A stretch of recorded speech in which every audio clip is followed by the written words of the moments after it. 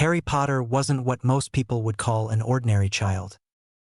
He spoke with surprising clarity for his age and carried himself with a quiet confidence. While he wasn't the most outgoing boy at school, he was always polite and gave every task his best effort. At just 6 years old, Harry was walking home from school with his cousin Dudley and Aunt Petunia. Dudley was excitedly rambling about a new word he'd learned, but Harry barely heard him. He was too busy watching Petunia, who looked unusually serious, her gaze distant as she nodded absently at Dudley's chatter. Then, out of nowhere, she spoke. "When we get home, I think we need to have a discussion, boys. It probably should have happened a while ago, but I now think that you are both old enough and responsible enough to understand the seriousness of this conversation." The boys exchanged a nervous glance. "Is everything okay, Aunt Petunia? Are we in trouble?" Harry asked, his voice uncertain. "No, boys, it's nothing you've done," Aunt Petunia said gently. "But this is something we should only talk about in the privacy of our home. So let's keep walking, and once Vernon gets back, we'll sit down and have the conversation." She picked up her pace without another word. Harry and Dudley exchanged confused looks, but every attempt to ask more was met with silence. By the time they turned onto Privet Drive, Uncle Vernon's car was already in the driveway. Dudley grinned. "Race you." The boys took off, sprinting the last few steps and bursting through the front door. "Boys, no running in the house," Petunia called after them with a smile.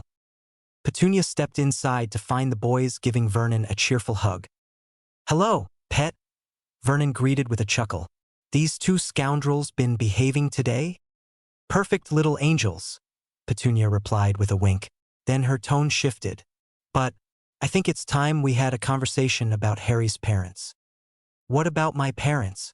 Harry asked, eyes lighting up. He'd never been told much, just vague answers and quiet glances. Petunia hesitated, then sat down across from them. "This might be a little hard to believe," she said carefully, "but I'll do my best to explain. Just let me finish before you start asking questions. All right?" Both boys nodded quickly and scooted closer, their eyes wide with curiosity. "When your mother turned 11, she got a letter, one that changed everything," Petunia began. "It was delivered by an owl. Said she was a witch, and that she'd been invited to attend a school called Hogwarts." Harry and Dudley exchanged snorts. "Yes, I know. It sounds ridiculous," Petunia said with a slight smile. "But it's real. And what that means, Harry, is that you are a wizard." Harry's jaw dropped. "Wicked," he gasped. "Wait, does this mean I get to fly on broomsticks, battle evil wizards, maybe even save the world?" Now, Harry," Uncle Vernon said, raising an eyebrow. "Let's not get ahead of ourselves. Maybe you'll save the world, and maybe you'll zoom around on a broomstick. But more important than all that, just be someone who tries their best." Petunia leaned forward, her voice low and firm. "You must never speak about this outside this room. Not unless someone already knows about magic." She looked between both boys, making sure they understood. "If the wrong people find out, it could put others in danger. It's not just your secret, Harry. It belongs to an entire world." The boys sat still, the weight of her words settling in. Dudley glanced at Harry, then looked down. "Does this mean I won't get to be a wizard too?" Petunia reached over and gave Dudley's hand a squeeze. "We honestly don't know, sweetheart, but whether you have magic or not, you'll always be our Dudley. And we love you both just the same. We may have to make a few changes," Vernon added, folding his arms. "We don't know everything, but your mum, Lily, left behind some clues. Things she did at home that might help us get you ready." "The first thing we want to do," Petunia said, turning to Harry, "is make sure you can protect yourself. The magical world can be dangerous, and we want both of you to be safe." She took a breath. "We're enrolling you in a karate class, and we'll also be starting daily meditation, morning and night." Dudley blinked. "Meditation? Your mum did it all the time," Petunia explained. "She said it helped her stay balanced and helped her magic flow better. Even if it doesn't work that way for you, it'll help you focus, and that's never a bad thing. It might be a big change at first, Vernon said, but we just want what's best for you. Whether you're magical or not, you'll both be prepared for whatever comes next. All right, that's enough serious talk for now, Vernon said with a smile. Go on, get upstairs and play. We'll call you when dinner's ready. The boys didn't need to be told twice. They bolted for the stairs. Boys, no running in the house, Petunia called after them, though the fondness in her voice gave her away. Line break. It had been nearly a year now, and Harry was about to turn 7 when he had an incident while meditating. He saw a bright light in front of him and reached out to touch it. Instantly, small items around him lifted off the ground. At this sight, Dudley, Petunia, and Vernon all reacted differently. Dudley reached out to touch the floating items, marveling, "This is wicked. I wish I could do that." Petunia, worried about her vases, watched in relief as they dropped back down slowly. Nothing broke, and everyone's okay. This is why we've been meditating. Vernon was a bit different in that he was proud of Harry, knowing that he could never do something like that but still hopeful that Harry would soon be able to control it. Harry nearly collapsed after that stunt and had to stay at home for 2 days to recover, but he continued to meditate and see the light. This time he paused and looked out at it, seeing just how vast it was. The more he looked, the more he could see. First, off the glowing green ball was the same color as his eyes. Then there was the vastness to it that made it hard to understand just how large it is. After a couple of days meditating, he managed to get closer without touching it, but as he did so, he noticed 2 things. First, there were chains wrapping around it, crisscrossing and compressing it wherever he looked. The second was that there was a black mark that seemed to be trying to dig into the glowing orb, and he felt a small amount of pain whenever he looked at it. "Aunt Petunia," Harry called out, "I think there is something wrong with the ball." "No, orb? No core? Yeah, I like that. My core, the one that I touched before, there is something very wrong with it. I have seen chains that are binding it, and then there was this black thing that was digging into it and seemed to be taking some of the energy." "Are you in pain?" Petunia asked with concern, and when he shook his head no. "Then I think that we might need to find a way to get you to a magical hospital just to get that looked at, but I don't think we need to do it until the weekend. I'll tell Vernon when he gets back from work." Line break. "Okay, you know the plan, right?" Petunia checked for the 3rd time that morning.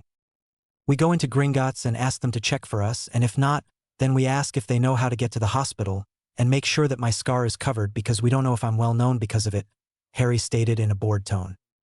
"Don't you take that tone with me, Harry. I'm just nervous to see the magical world after all these years," Petunia responded shortly. "I'm sorry, Aunt Petunia, but I'm sure it will be fine." After getting Tom to open the way into Diagon Alley, Harry was staring wide-eyed at his first glimpse of the magical world. The shops that should not be able to hold themselves up, the bright colors of sparks being shot out of wands to entertain kids, the broomsticks that were on display, the big marble building at the end of the alley that said Gringotts with the vicious-looking guards at the entrance. While the pair walked through the alley, they were sticking close together and trying not to bump into anyone. With a quick sideways glance at the guards to the side of the entrance, Petunia and Harry walked quickly towards the line that said non-monetary assistance. "Excuse me, Mr. Grimclaw, could you please tell me if the goblins have healers, and if they would be willing to help me with an issue with my core?" Harry stated nervously. "Yes, we have healers, and yes, they will assess your issue, and depending on how serious it is, we will heal it, but it may be painful and you will need to pay," he replied curtly. "Please walk that way, and Bloodsword will lead you to the healers." As they walked, they were looking around for defining features, and they soon got lost, without any hope of getting out if they weren't following Bloodsword. Soon they arrived at a door that had infirmary written on it, and Bloodsword said, "Go in here." "Thank you, Mr. Bloodsword," Harry said before walking through.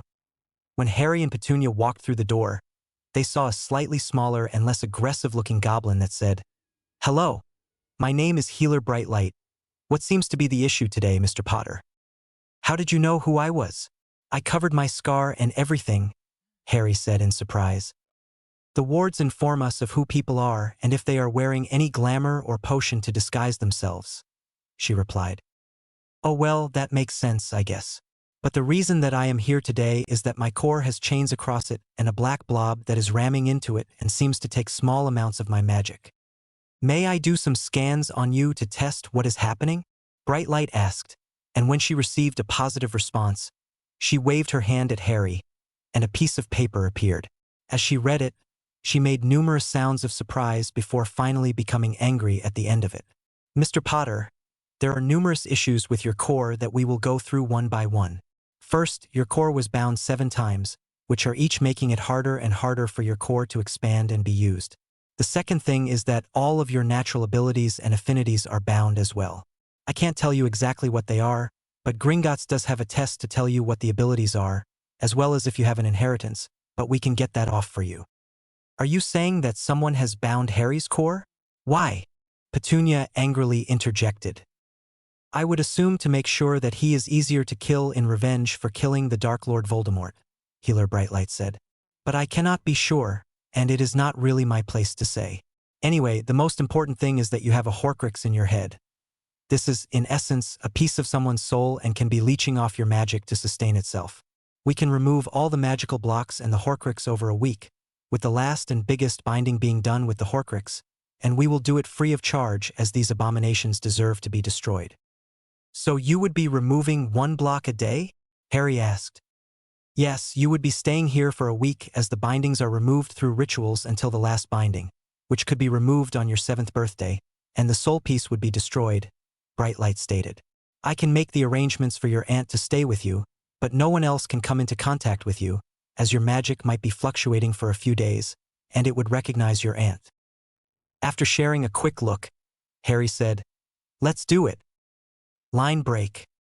The week before Harry's birthday, Harry went to Gringotts and was led to Healer Brightlight, who greeted him with a small smile and said, Hello, Mr. Potter. We are all ready for you, and we will be starting today. Please follow me. As they went down the hallways, Harry already lost track of where he was until he was led into a door that was labeled Ritual Room. There were 7 goblins on the points of a star drawn on the ground with what looked like another language inscribed in specific points. The room was a large cathedral with an arched roof that wouldn't have looked out of place in a church. Petunia was told to stay outside, and Harry was led into the center. Mr. Potter, make sure that you take off any magical items and stay as still as possible. This one will not be very painful as it is blocking the smallest amount, but with the amount of magic being released by the 7th ritual, it will be very painful. It is crucial that you remain in the center of the circle, though, and if after a few rituals you don't think you will be able to stay, then we will have to strap you down, Healer Brightlight said seriously. After stepping into the center of the ritual, Harry asked, Is it okay if I meditate and look at my core as you do this? This made the goblins pause, and after a quick conversation in gobbledygook, they decided to let him do it as long as he didn't fight the goblins. Okay, I'm ready, Harry said. As soon as he said those words, the goblins started chanting, and Harry started to meditate. As he looked into his core, he saw one of the smaller chains start to loosen a bit, and then he saw what looked like 7 goblins pulling on it. He decided to help them. As he went down and pulled, he saw the progress going faster, and the pain was lessening the more that he focused on pulling. After what felt like 2 hours but was closer to 1 hour, Harry came out of his meditation feeling better than when he went in. He was then led into the same infirmary that he was in the first time he went to Gringotts.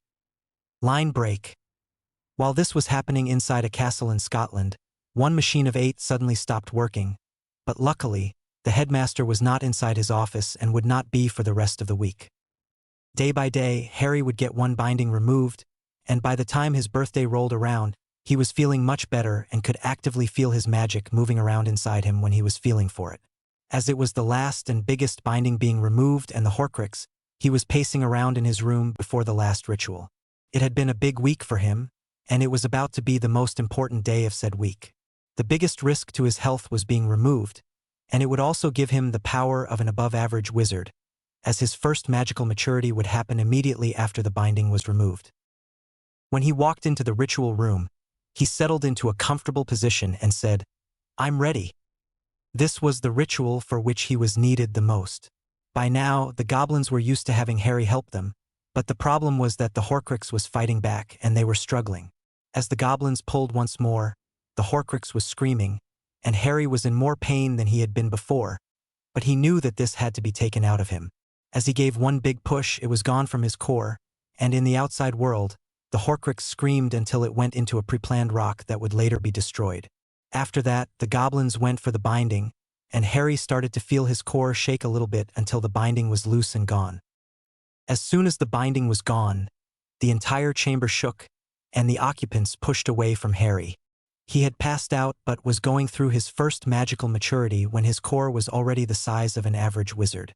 Although he wouldn't know how to use it and he wouldn't be aware of it, his core at the current size would rival that of Filius Flitwick, a world dueling champion, and Bellatrix Lestrange, one of the most feared lieutenants of Voldemort. Eventually, the shockwave passed, and Harry was moved to the infirmary to get his final checkup before leaving for home. When Harry was leaving the bank, he remembered the tests about abilities and inheritance and decided that he wanted to have them. So he asked Petunia, "Petunia, could I get the abilities and inheritance test now that I am 7 years old?" "Of course, Harry. I am quite curious about what you could have as such a powerful young wizard." "Excuse me, Grimclaw, could I please have the inheritance and abilities test?" "Put 1 drop of blood on each of these pieces of paper, please." Harry put it on the inheritance paper first, and what he saw was a very full page. It said that he was heir apparent to the most ancient and most noble house of Potter. Heir apparent to the most ancient and most noble house of Black. Heir apparent to the most ancient and most revered house of Gryffindor. Heir apparent to the most ancient and most revered house of Ravenclaw. Heir apparent to the most ancient and most revered house of Hufflepuff. Heir apparent to the most ancient and most revered house of Slytherin Conquest. "Is there any information that you can give me on the vaults and what is in them, Grimclaw?" Petunia asked. "Yes," he said curtly, and when he snapped his fingers, 18 pages of paper appeared. On the first page is any money or land that is owned, the second page is any investments that the family owns, and the third page is any items that are in the vault that are not money. "Thank you, Grimclaw," Harry said before pricking his finger over the other piece of paper, which now showed Metamorphmagus.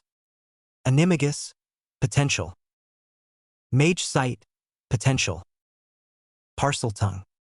Parcel Magic. Wandless Magic, potential. Dual Wielder, potential. As a brief overview of your abilities, a Metamorphmagus can change their body, and some can change more than others, like their entire face or just hair and eyes. An Animagus is changing into an animal, which you have the potential for but need to train it. Mage Sight is seeing magic, which again you need to train. Parseltongue and Parcel Magic are speaking to snakes and doing magic in the snake tongue, which would need training, I would assume. Wandless Magic is doing magic without a wand, and again you would need to practice. A Dual Wielder allows someone to wield 2 wands simultaneously. "Now, unless you have any more business with Gringotts, goodbye," Grimclaw said. As they were walking out the door, Harry said to Petunia, "I feel like a new person, like I am able to actually feel the world around me. It's great, and I am so glad that I was able to get it fixed here, especially the Horcrux." "Me too, Harry, me too." Line break. After having the blocks removed, Harry was able to meditate even easier and found that his memory was now eidetic. He had started to work on the wandless magic that he had the potential for. Harry made sure to start out small. First, he levitated a leaf, then he started to move it around more in all different directions. After about a year of this exercise with increasingly heavy items, he managed to lift Vernon's car for about 30 seconds. Throughout the year, Harry even started to lift multiple items at once with varying weights to work on control. By the end of the year, Harry could now have 10 items orbiting him in different directions and make a small orb which was formed by the objects going around him. Throughout his meditation, Harry managed to create a mindscape around his core. He made a mansion which had the core in a basement and with all his memories hidden throughout different rooms with the library focused on his knowledge and sorted into specific sections. Eventually, he found out that there is a time dilation in his mindscape which has slowly been increasing, which was about 1 minute outside is 1.5 minutes inside. By the time Harry is 11 years old, he has now finished high school based on his knowledge, but he hasn't graduated as he doesn't want the attention, but there is also the knowledge that he has gained about his wandless magic and Metamorphmagus talents. He can change the length and color of his hair, the color of his eyes, and some very small features on his face. Harry now has his brown belt in karate and has also learned more about the houses that he is the heir to, the wizarding politics, the history, and how he is considered the boy who lived and some of the basics of magic. His magical abilities are also coming along nicely. He now has the equivalent of telekinesis with his wandless magic and has now managed to change some small items into others after accidentally changing his teacher's hair color once.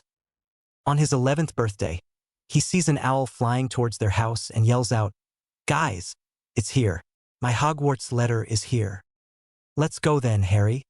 We can go and get you some more books on the theory of magic along with your books and equipment," Petunia replied. "Yay! More books on magic," Harry responded excitedly. "I'll see you later, Dudley." "Man, time flies by. I remember when I first came here for Gringotts," Harry said, still looking around at all the sights. "Yeah, it was a good thing that we came here, or something else might have happened which ruined your magical potential. Anyway, enough of that depressing talk. Let's go and get your stuff. You go and get your robes. I'll go and get your potions equipment and a trunk with multiple compartments, and then we can meet up at Flourish and Blots to get your school books. After that, we can get your wand. Did you want any specific compartments? Can I have a wardrobe one, a potions one, a library, a dueling chamber, a study, a place to sleep, and a regular one for convenience?" "Of course, but we might need to pick it up later." Line break.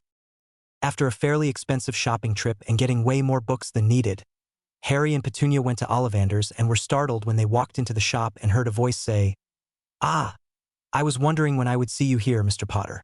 My name is Garrick Ollivander, and I remember every wand I sold. Your father's was very good for transfiguration while your mother's was more aligned to charms. I am sure that you will find your wand here, as have many Potters before you. Now let's start finding you a wand." With a rub of his hands, Harry saw a measuring tape start measuring all around him while Ollivander asked, "Now, Mr. Potter, which is your wand hand?" "I'm ambidextrous and apparently a dual wielder according to a test from Gringotts," Harry replied nervously. "Wonderful, we will try and pair them one at a time. Let's try this one, oak and dragon heartstring, 12 inches, excellent for transfigurations. Give it a wave," Ollivander said with a smile. Before even getting to wave his wand completely, Ollivander said, "Nope, try this one, birch and unicorn hair, 11 inches, excellent for charms." As Harry gave it a wave, he managed to shatter every window in the shop, and Ollivander quickly said, "Nope, definitely not," while repairing the store. This pattern went on for nearly half an hour before Ollivander said, "Here, Holly and Phoenix Core, 11. This one is an unusual combination." As Harry swished the wand, every shelf in the store broke, which caused a huge mess around the store. "Oh dear, I really thought that would be the wand. It shares a core with the one that gave you the scar on your forehead. But it appears that we may need to try and make you 2 custom wands as this is the last wand in the store. Please follow me through to my workshop." When walking through the door, Harry looked around in wonder at all the blocks of wood and jars of various parts of magical creatures. As Harry followed Ollivander to the blocks of wood, he thought he saw some wands that were in progress but couldn't be sure before Ollivander told him to place his hand over the blocks of wood until he felt one with a connection. While running his hands over the blocks of wood, for felt warmer than the others, and he picked them up with 2 in each hand. In his right was elder and ebony, and in his left was holly and maple. Elder for death and power, generally unyielding. Ebony for power, purity, balance, and protection. This will be an interesting wand. Maple for healing and protection, and holly for peace and goodwill. Ollivander muttered to himself, "Please come over to the cores and do the same for me." As Harry walked over to the section with cores, he felt something pulling him to the left, then picked up one jar with his left hand, which looked to be filled with a slightly glowing powder. The jar in his right hand looked to be empty, but he could feel something in it before he placed them with the woods from their respective hands. As he went back again, he found a jar labeled Dragon Heartstring, which he picked up with his right hand and a phoenix feather in his left. Very interesting. It looks like your wand for your left hand will be better for protection and healing with the phoenix feather and powdered unicorn horn that was willingly given.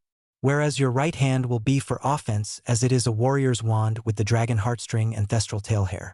I would liken it to a sword and shield with the sword in your right hand and shield in left, but I would not limit yourself to dueling like that as both wands will be willing to fight to protect you, Ollivander said to Harry seriously. Now these wands will probably take quite a while to make, so if you could come back in 3 hours, these wands should be ready then. Let's go and pick up your trunk, Harry. It should be done soon, and then we can go to Florian Fortescue's for an ice cream, Petunia interjected. Line break. After 3 hours in the alley looking around at various shops, Harry opened the door to Ollivander's and saw Ollivander with 2 boxes on the countertop and greeted, "Hello, Ollivander, are they done?" "Yes, and they are some of my finest works, if I may be as bold as to say. This one is Elder and Ebony, 13 inches with a dragon heartstring from one of the oldest Hungarian horntails that ever existed and a thestral tail hair. A wand for a warrior if I've ever seen one," Ollivander said, before handing it over to Harry, who took it with his right hand as a bright light took over the store which was emanating from Harry and left the store looking spotless. "One of the stronger connections I've witnessed," Ollivander mused. "Now this one is holly and maple, 12 inches with a phoenix feather covered in powdered unicorn horn. One made for the protection of its user and others." When Harry picked up the wand, the faint sound of a phoenix song and a feeling of happiness came about within the store. "Thank you, Ollivander. Do you have anywhere that I can hold these and something to clean and maintain the wands?" Harry said happily. "Of course, here is a holster for each wand and a polishing kit. This puts your total to 20 galleons and 8 sickles. 7 for each of the wands, 3 for each holster, and 8 sickles for a polishing kit," Ollivander responded. As Harry tried to pay, Petunia had already put the money on the counter and turned to Harry to say sternly, "Just because you are one of the richest wizards in the world doesn't mean that as your aunt I am not going to take care of you. I am glad that you stayed humble, but I am still going to spoil you when I can. Now let's go to the pet store to try and get you an owl, so we can stay in touch while you're at Hogwarts." Line break. As Harry and Petunia walked into the pet store called the Magical Menagerie, Harry immediately walked over to the avian section. It was a very crowded store which made it hard for Harry to follow what was calling to him. "Is there something that you are looking for?" Petunia asked. "I'll know it when I see it. The feeling is hard to describe, but it is similar to when I chose the cores for the wands," Harry responded before walking off. While walking through the store, Harry saw a white snowy owl that was staring straight at him. "That's the one," he said confidently. While walking over to her, the store owner managed to meet him in front of her cage before warning him, "Watch out. She's a feisty one. Has bit the fingers of the last few people who tried to buy her." Harry didn't stop and reached through the bars while whispering to the owl, "You wouldn't peck me. You're such a beautiful owl. Do you want to come with me?" As the owl shook their head yes, Harry opened the cage and said to the owner, "I'll take her. How much?" 20 galleons, but I'll throw in a perch since no one has been able to buy her for such a long time," he replied. "Now what to name you? I read about the name Hedwig in one of my history books. Is that good enough for such a regal owl like you?" Harry said while Petunia paid. After Hedwig made a positive motion, Harry said, "You're such an intelligent owl, aren't you? Hedwig will be a good name for you." Line break. As the family walked through King's Cross at 10:30 on September 1st, with Harry's trunk, Dudley said to Harry with a cocky grin, "When you get back, I'll finally be a higher belt than you." "Ha, in your dreams, Dud," Harry replied fondly.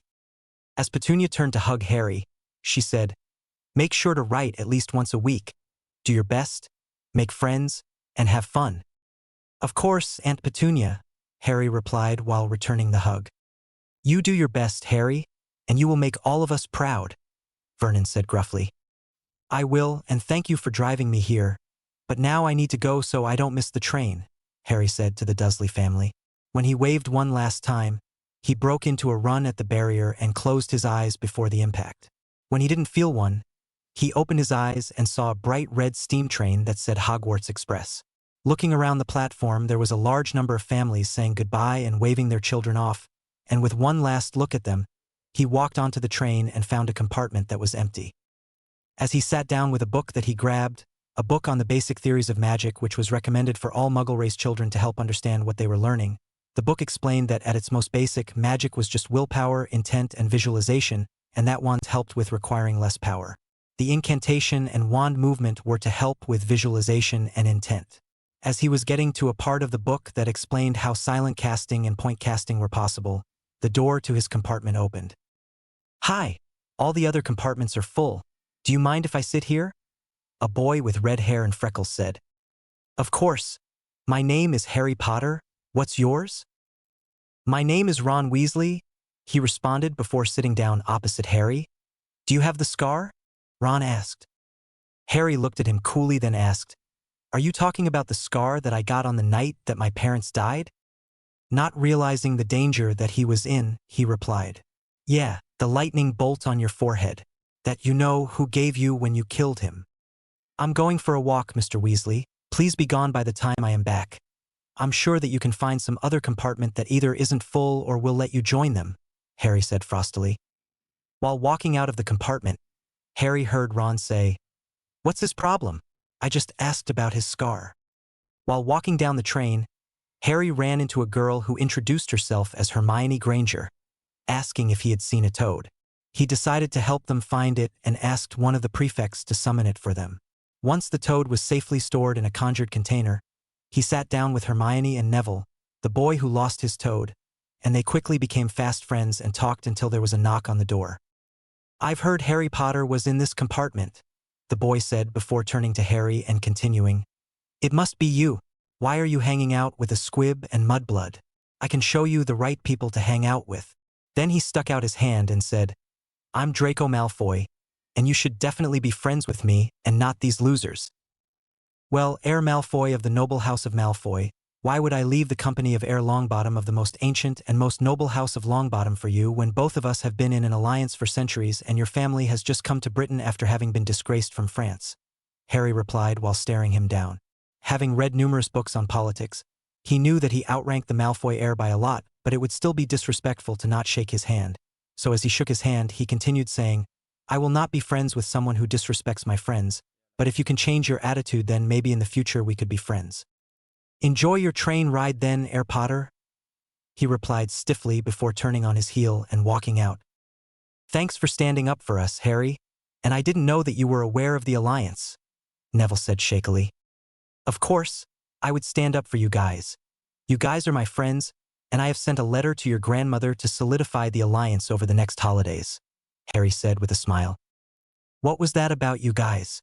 I have so many questions, and Harry, you totally put him in his place," Hermione said quickly while practically bursting with questions. "Whoa, Hermione, slow down. Let me give you a brief overview, and then you can ask your questions. First off, something that you need to understand is that in the wizarding world, certain houses have different amounts of power due to their contributions to the creation of the government or their wealth and how long they have been around. My house and Neville's house are both most ancient and most noble houses for various reasons. We are most ancient because we have been around for 1,000 years or longer. Personally, my line goes back even further. This meant that we were around when the government was formed, and we were given a seat on the Wisengamot, which we will talk about later. Our houses are most noble because of the amount of wealth that we have, which means that our houses are some of the richest in the world. Are you with me so far?" Harry paused while waiting for a response. When Hermione signaled positively, he continued. "The title noble comes when a family acquires a certain amount of wealth which, for example, the Malfoy family has that wealth, but they are not ancient as they have not been around for 500 years in Britain. The ancient title comes from being in Britain for 500 years, but a family can be ancient but not noble like the Weasleys, who are poor but have been pureblood for a long time. In the Wisengamot, each family gets a certain amount of votes based on the titles that they hold. Each person who is the head of a family and on the Wisengamot is a lord or lady. Families that are only ancient or noble but not both have 1 vote. A family who is ancient and noble has 2 votes. A family who is most ancient and noble or ancient and most noble has 3 votes. And a family that is most ancient and most noble has 4 votes. But there is a fee that must be paid, so some families with those titles don't get to sit on the Wisengamot. There are a few seats that are able to vote even without being a part of those families. The ministry heads and the minister each get 2 votes, and people with an Order of Merlin First Class have 1 vote. Then there is the head of the Wisengamot who has 1 vote and is called the Chief Warlock, which is our headmaster Albus Dumbledore," Harry said while making sure that Hermione was listening. "So what does all that have to do with what you said to Malfoy?" Hermione said curiously. At this stage, Neville interjected, What he did was insult two people who were far above his station, and Harry reminded him of that, while also subtly insulting his family. But he shook his hand at the end because it would have been a huge insult to him and his family to not shake his hand, and he gave Herr Malfoy a chance to change his behavior before becoming our friends. Neither of us really cares about someone's station on who we make friends with. It is much more important that they are kind and a good wizard or witch, Harry said while making eye contact with Hermione. But it is important for people like him, and we are willing to remind him that by his beliefs we are already better than him. But we are glad that you are our friend, Hermione. As Hermione started tearing up, she launched herself at Harry from across the compartment before knocking the wind out of him and hugging him very tightly. Thanks, Harry. I'm glad that you're my friends too. Line break. As the trio got closer to Hogwarts, they changed into their robes as they heard a bell signaling the 5-minute mark. As they felt the train stop, they walked off onto the platform and looked around in wonder at the floating lights that were illuminating the station just enough that you had to strain your eyes to see, the carriages that students were getting on that looked like they were pulling themselves, and the fog that seemed to be blocking any view of more than 100 meters away from the station. While looking around, they heard a loud voice booming over the sound of hundreds of students yelling out, "First years over here, first years." "Wow, that is one huge man," Harry said to the others. "Let's go." "First years to me," the large man yelled. "My name is Rubeus Hagrid, and I am the keeper of keys for Hogwarts. We will be going over the lake tonight, so get on the boats. No more than 4 to 1 boat." As he looked around, he yelled out, "Everyone on board? Onwards." The fourth person on their boat was a kind-looking redhead who introduced herself as Susan Bones. As the four talked a bit about themselves, Hogwarts came into view, and all conversation ceased. Perched majestically atop the hill was Hogwarts Castle, a colossal structure boasting 6 towering spires that seemed to stretch endlessly toward the heavens. Its ancient stone walls, adorned with countless windows, were aglow with the warm light of the setting sun, casting a magical aura around the castle. As the final rays of daylight dipped behind the castle's silhouette, creating a breathtaking backdrop, a collective gasp escaped the lips of the first years. Their wide eyes reflected awe and wonder as they beheld their new home for the next 7 years. Once the boats were all docked and the students were on the shore, Hagrid yelled out, "Everyone follow me, please," before leading the students up to the doorway with a stern-faced elderly witch waiting for them with pursed lips. "Here they are, all accounted for, McGonagall." The witch named McGonagall thanked Hagrid before turning to the students and saying, "Please follow me." As the students were following her into a small side room from the entrance hall, she said, "For the next 7 years, you will be sorted into a house which will be your family and determine where you sleep. When you do well, you will get rewarded with house points that determine which house wins at the end of the year." After looking over all the students to make sure they were listening, she continued by saying, "The 4 houses each have their own traits that they prioritize. Gryffindor favors the brave and chivalrous, Hufflepuff favors the loyal and hardworking, Ravenclaw favors the knowledgeable and intelligent, while Slytherin favors the cunning and ambitious. All 4 houses have produced outstanding wizards and witches throughout the history of Hogwarts. While I go into the hall to check if they are ready for you to be sorted, please clean up and make yourself presentable," she said with a pointed look at Ron, who had dirt on his face and chocolate on his robes. As Harry turned to Neville and Hermione, there was a scream which caused him to spin around before seeing ghosts come through the walls. "Oh, you must be the new first years," one said. "I was a Hufflepuff myself. I hope to see you in my house," before floating through the other wall with the rest of the ghosts. Before being able to speak again, McGonagall came back into the room and said, "Everyone is ready now. Please follow me in an orderly manner, and when I call your name, come up to me, then sit on the stool." As all the students followed her through the large doors, they saw the entire school looking at them. Harry walked with his head held high and back straight with a confident stride. Hermione was walking along while looking up at the ceiling, which was now a starry night without a cloud in sight. The floating candles added to the magical feeling of the place, and Harry could just make out Hermione nervously rambling out facts from Hogwarts. A history. Neville, on the other hand, tripped as soon as he walked into the hall while trying to copy Harry until he lowered his head and looked down as the group walked through the tables to the front. As McGonagall started reading out the names, the students would go up and sit on the stool one by one until it was Hermione's turn. After pausing for a minute, the hat finally yelled out, "Ravenclaw!" As she walked over to the bronze and blue table, she looked back at Harry and Neville, who smiled at her encouragingly. Harry whispered to Neville, who was starting to look nervous, "Don't worry if we are in different houses. No matter what, you, me, and Hermione will still be friends. Okay? So, listen to whatever the hat tells you will make you into the best wizard you can be." And as Neville's name was called out, Harry whispered, "Walk with your head held high, and know that you will do great no matter what house you end up in. And Hermione and I will always have your back." With a more confident walk, Neville started moving towards the stool. After a very brief pause, the hat yelled out, "Gryffindor." As Neville walked towards the Gryffindor table, he made eye contact with Harry, who nodded at him with a small smile as he saw the approval in his eyes. Finally, after a few more students, the hall went silent as McGonagall read out, "Potter Harry," until there were lots of rustles of movement as all the students tried to glimpse the famous first year. While walking up to the stool with his head held high, Harry heard lots of voices saying, "He's a bit small for the vanquisher of you-know-who," one said. "He's a first-year idiot. Of course, he's short." Harry laughed a bit at that one, even if he was above average height. "He's kind of cute," another voice said, which made Harry blush a little. Once Harry turned around to face the rest of the hall, he saw all of the stairs before the hat came down and covered his view.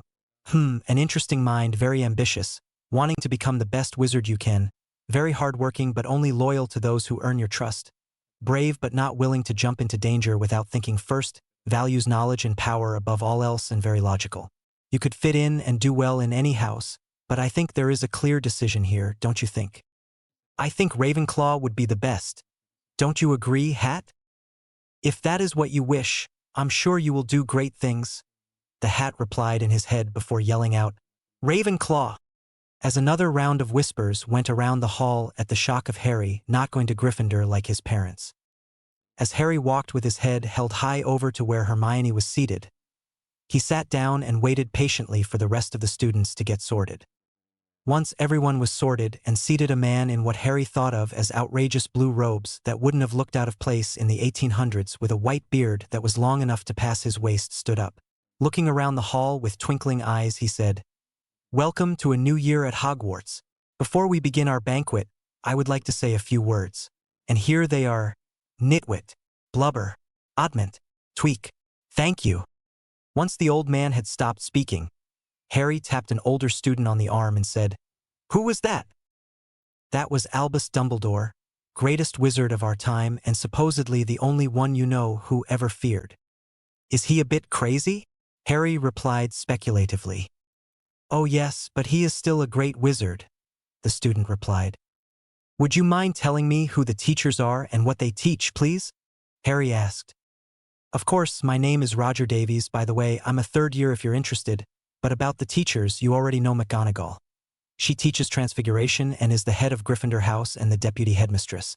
The short and happy-looking teacher who McGonagall is talking to is Flitwick, who teaches Charms and is the head of Ravenclaw. The kind-faced woman to the left of McGonagall is Sprout, who teaches Herbology and is head of Hufflepuff, and the greasy-haired, hook-nosed, surly-looking teacher is Snape, who teaches Potions and is head of Slytherin. Then there is also Sinistra, who teaches Astronomy to the right of Flitwick, and the one with the turban who is talking to Snape is Quirrell, who teaches Defense against the Dark Arts. There are other teachers, but those are the ones for first years who are here right now." The boy responded while pointing to each teacher. "Thanks. Who are the good ones? And who should I not get on their bad side?" Harry asked curiously. "Well, Snape hates everyone who isn't in Slytherin. Quirrell has a stutter and smells so much like garlic that you can't focus on what he is teaching. McGonagall is very serious but understands her subject and teaches it well. Flitwick is very good at what he does and is a good teacher. Sprout is nice and helps everyone while also knowing her stuff. Sinistra is good as well, and you will have to experience history yourself to know what Binns is like. So from the sounds of it, the premier school in the world has at least 3 bad teachers for like 3 of the core subjects, which just means that we'll have to self-study. Isn't that right, Hermione?" Harry said while nudging her. "I'm sure they are fine teachers and that Mr. Davies is exaggerating," she replied uncertainly. Nah, Mr. Potter's right. The people who are getting good grades in potions either self-study or are Slytherins who Snape is very biased for. So for a few subjects you should definitely self-study if you want good grades, Roger said. But then again, studying ahead for all subjects is good for people who want to do really well. No matter how good the teacher is, what they are teaching in class should just refine your understanding of the subject, which you should already have a grounding in from the books that you bought and some from the library. Thanks, Mr. Davies. That's some good advice, Harry responded politely. And you can call me Harry if you'd like. And me Hermione, she interjected. You can call me Roger too, he responded. As Dumbledore stood up again, the noise slowly trailed off as the students noticed him waiting. Now that you are all nicely watered and fed, I won't keep you here too long so that you can go to sleep. But first, I have a few announcements to make. There is a list of banned items that is on the door of the office of our cleaner, Mr. Filch. All new students, and some of our returning students, should know that the Forbidden Forest is forbidden, he said with a pointed look at a pair of redheads at the Gryffindor table. And finally, the third-floor corridor is now out of bounds unless you wish to die a horrible and painful death. He must be joking, right, Harry? Hermione said in a shaky voice. Harry pondered for a moment before replying seriously. I wouldn't really be willing to test if he was joking, so we should probably do our best to stay away from it if we can. Before they could continue their conversation, they heard a voice saying, First-year Ravenclaws this way. We are going to our dormitory now. Please keep a lookout for some landmarks to help you figure out where you are going. As the first years were being led to the dormitory, Harry and Hermione were looking around to try and remember how to get to the Great Hall in the morning. But before they could get too stressed out, the other prefect said, Although it is good to get acquainted with the castle, we will be taking you to your classes for the first week. So don't be too stressed.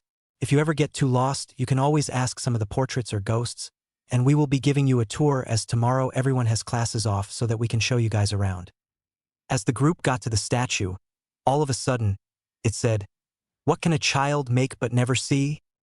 The first prefect said, Unlike the other houses, we don't have a password, but instead we have to answer a riddle to get in, and if you get stuck and desperately need to get in, generally you can knock and someone will open it for you.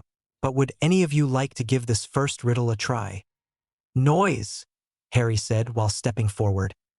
Correct, the bronze knocker said before opening up. Welcome to your future home away from home for the next 7 years, the first prefect said. Now before you all go rushing around to your rooms, we like to have a small meeting for all of you while you're all here. So feel free to sit down around the fireplace and we can have a quick chat before you all go and explore. While all of the first years started sitting down, the other students were starting to come in and fill up the common room or go up to their rooms, while a couple of them came and chatted with the current prefects. All right, now that our other prefects are here, we can start. My name is Hannah, the first prefect said, and I am one of the fifth-year prefects, going from youngest to oldest prefects. This is Jamie, my fellow fifth-year prefect, Kat and Dylan, the sixth-year prefects, and Kai and Kara, our seventh-year prefects. Jamie stepped forward before saying, If any of you need help, we are here for you, whether you're struggling to make friends, study for specific subjects, or are just interested in learning more about magical culture. We are here to help. Hannah cut in and said, Now, as I'm sure you've noticed, the staircases behind you lead to the dormitories. The ones on the right are for boys, left are for girls, and there are wards that will alert the prefects and Flitwick, our head of house, of any attempts of boys going into the girls' dorms. Everyone gets their own separate rooms, but it is encouraged to study together in the common room as long as people are quiet. We do have a private library as well, but that is only to be used as a reward for those who do well in classes or other activities.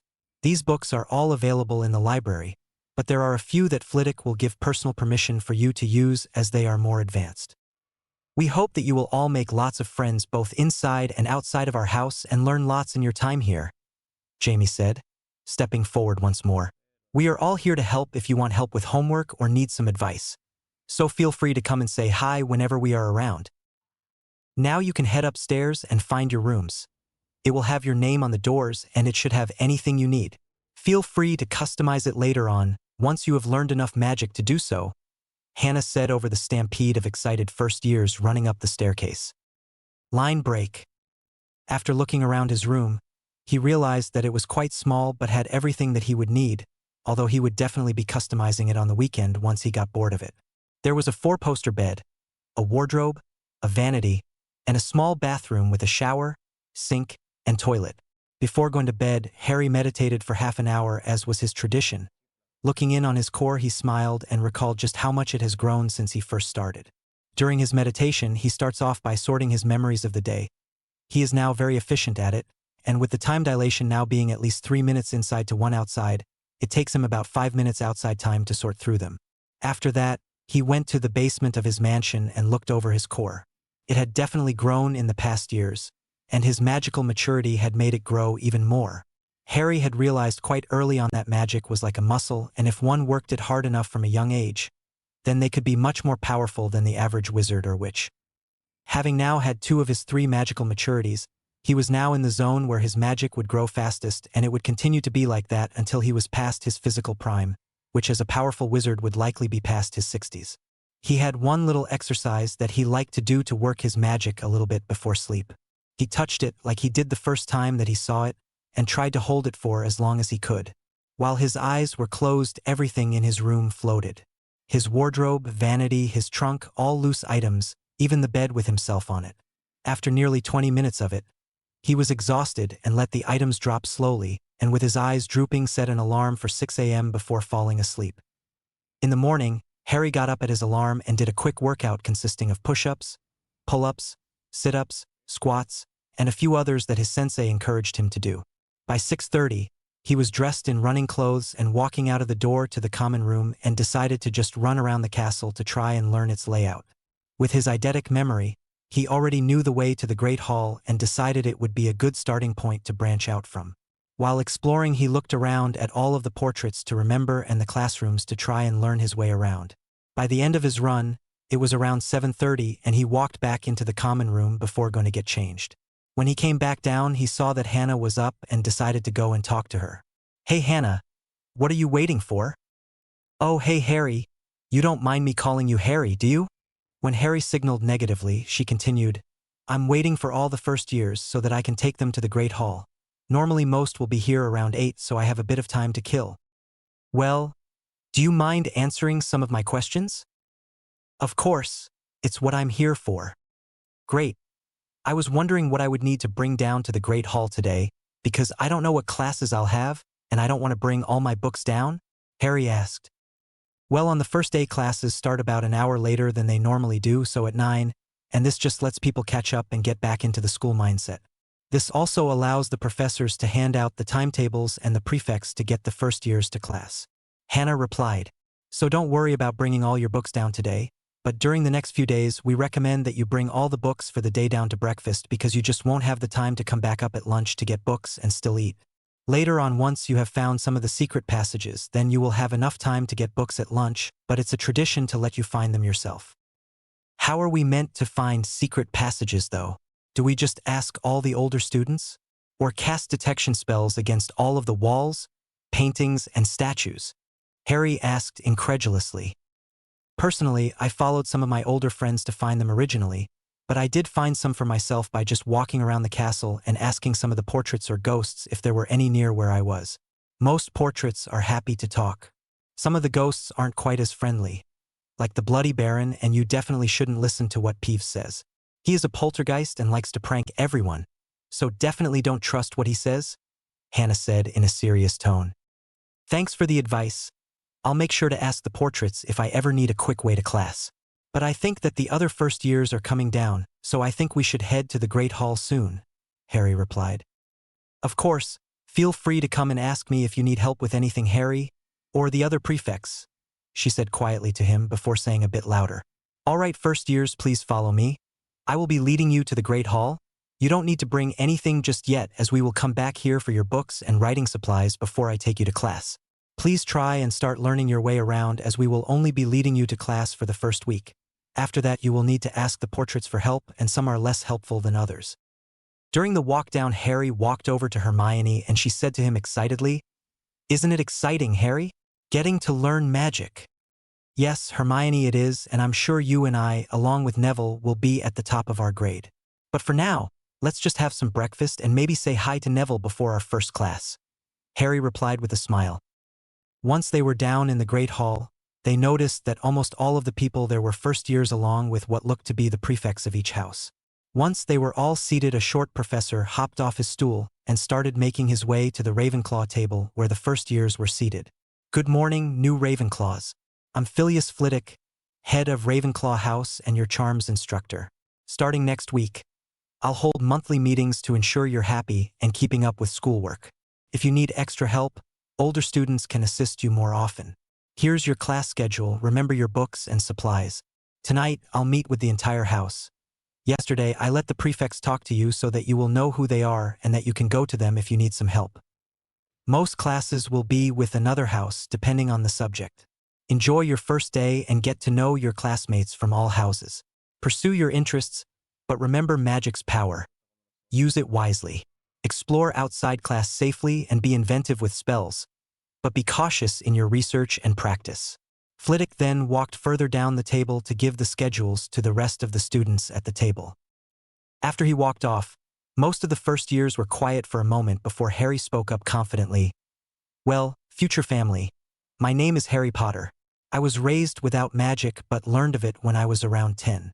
Some of my hobbies are karate and reading, and I am most looking forward to defense against the dark arts.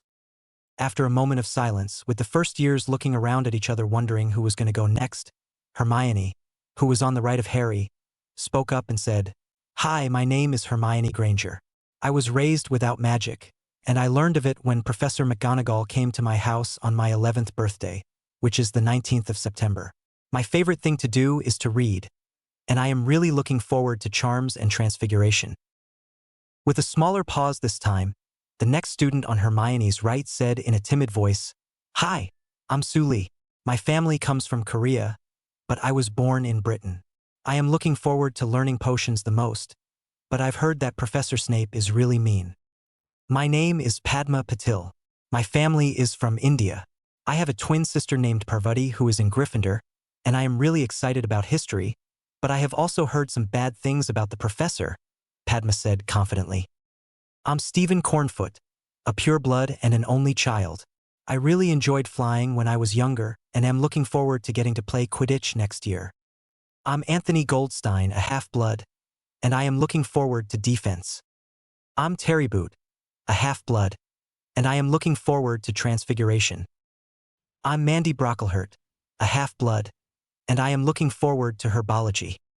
I'm Morag McDougal, a half-blood, and I am looking forward to Charms. I'm Lisa Turpin, a half-blood, and I am looking forward to Astronomy." "That was a good idea, Harry," Hannah said, "and well done to all of you for sharing so maturely. If you all work together, I'm sure that everyone will be able to keep up and get really good marks. So make sure that you all eat up and try to get to know each other a bit better. In about half an hour, I will take you all back to the tower to grab your books, quills, and parchment before leading you all to Charms." Line break. While the first years were standing outside the Charms room, Harry and Hermione started talking to the other girl that they rowed the boat with. "So, Susan, what subject are you looking forward to the most?" Harry asked. "Well, I am really looking forward to Charms. Oh, and this is my friend Hannah Abbott. We've known each other for most of our lives because of our families," she replied happily. "Hello," Hannah said with a shy wave.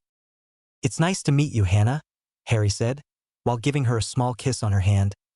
"My name is Harry Potter, and I hope that we can become good friends throughout the rest of our schooling."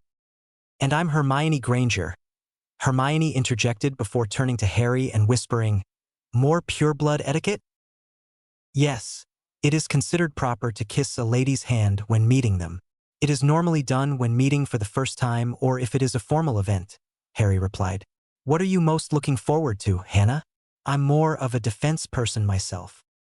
I quite like herbology from what my parents have shown me," she responded with a bit more certainty. "That's great.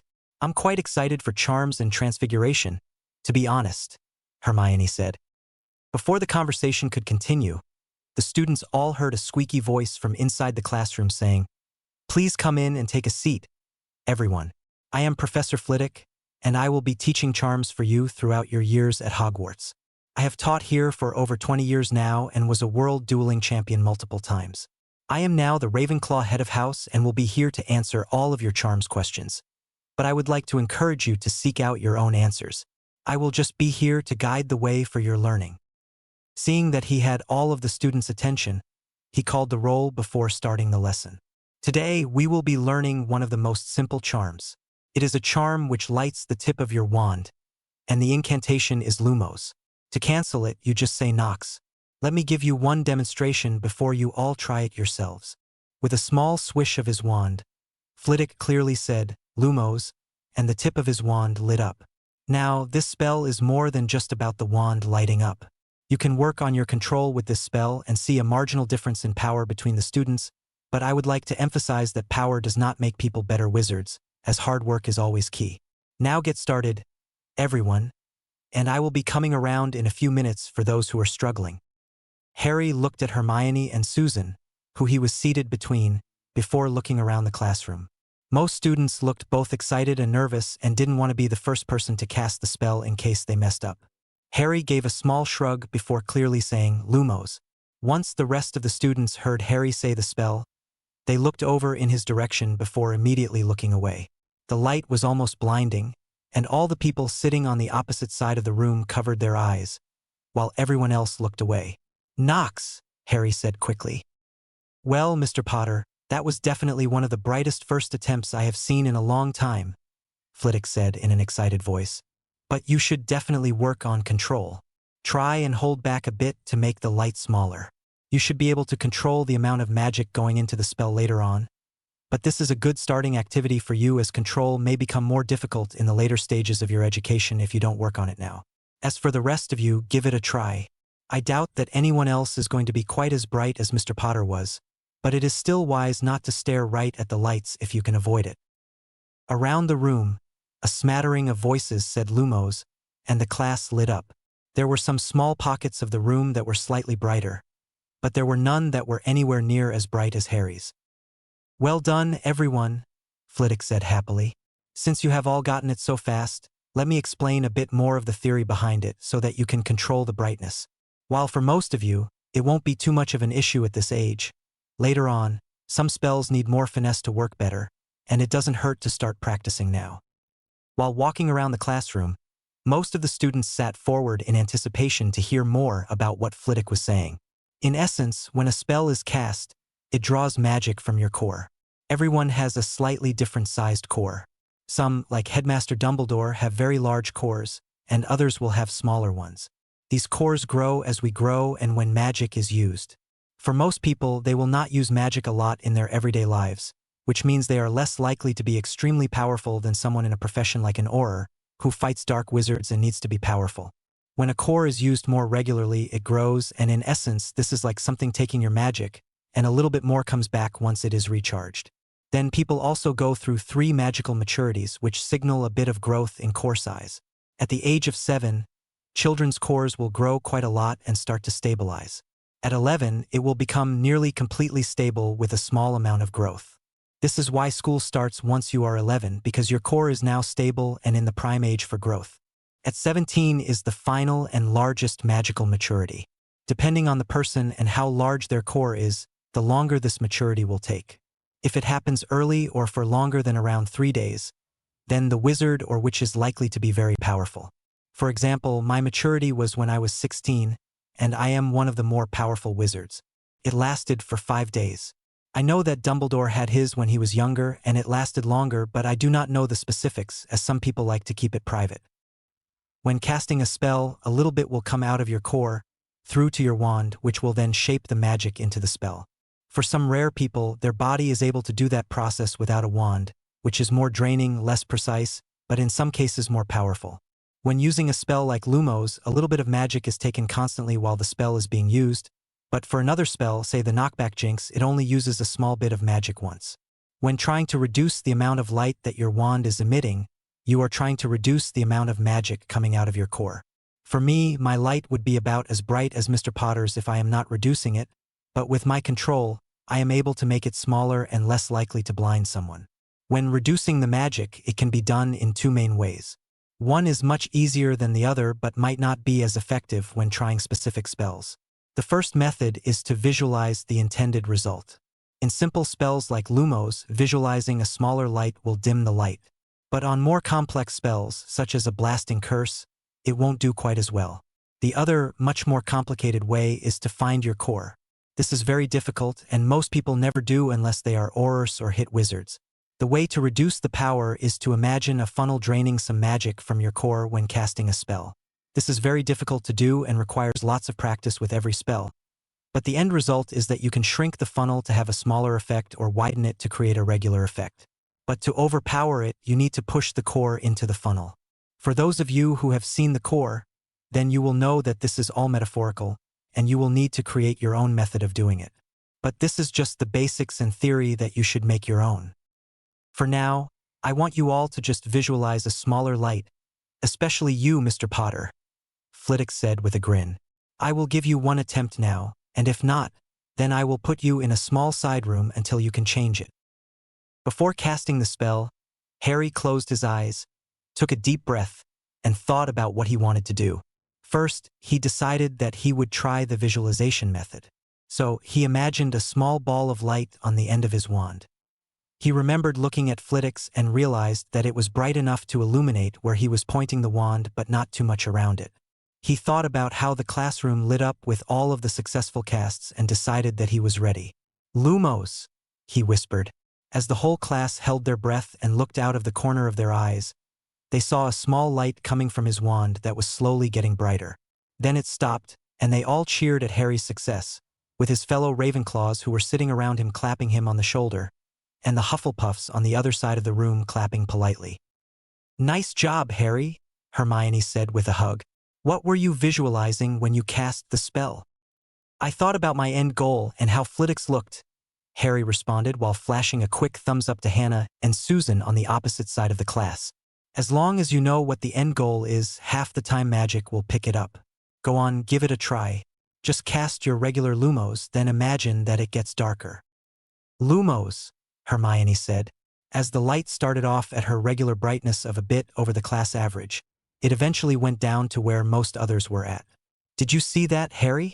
It worked, it actually worked, Hermione said excitedly. You say that like you doubted me? Harry said in a fake offended tone with a hand on his chest. Well done, Harry. 5 points to Ravenclaw for a spell well controlled. After a couple more minutes with everyone making small changes to the size of their lights, Flitwick said, All right, children, that was a great lesson. Even if it was a bit shorter than usual because it is the first day, we now have about 5 more minutes. First, I wanted to say thanks for being very respectful and willing to learn. Second, I want to say that I do not go through all of the spells in the standard book of spells in class. Some I will, but most of the ones that I teach will be in exams, and it will be beneficial for you to practice them in your own time. Lastly, for homework, please read through the theory for the next spell, which will be the color-changing charm, and have 10 inches of parchment on the theory, Flitwick said. Now, please wait outside the classroom for your prefects to lead you to your next lesson before lunch. As all of the students talked to their friends, the prefects of each house walked up to them and told the first ties to follow them to their next class. While walking to herbology, Hermione and Harry walked up to Jamie, and he asked them, How did you find Flitwick's class? Oh, it was just amazing. We cast Lumos, and Harry's spell lit up the entire room so much the first time. Then he managed to make it get less bright, and it was so amazing. Whoa, slow down, Hermione, Jamie replied before turning to Harry and saying, It is quite impressive that you managed to control your power in the first spell on your first lesson, and also quite unusual for a light from a first tie to be that bright. I would need to overpower my spell even now to get it to be as bright as you described. Thanks. It wasn't that impressive though. Hermione just makes it sound really impressive, Harry responded. Don't listen to him, Hermione interjected. You can ask any other person in that class. The light was blinding, and then he managed to control it so that it looked like any of ours. Even if you don't find it impressive, Harry, it doesn't mean that others don't. There are some people who just find magic simple and understand it in ways that none of us could imagine, and it might be that you are one of them, which will just mean that the teachers push you harder to become the best wizard that you are, Jamie said seriously, then in a lighter tone said, Anyway, come on guys, let's get you to herbology in the greenhouses. You don't want to be late on the first day. On Saturday, Harry woke up and smiled at the thought of his first week of school being over. He had made many friends in all the houses, although some were harder to befriend than others, and he was excited about what more would come.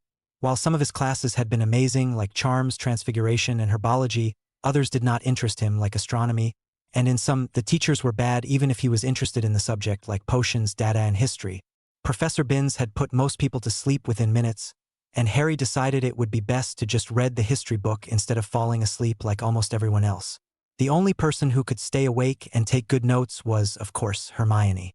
Potions was another class that he wasn't sure about.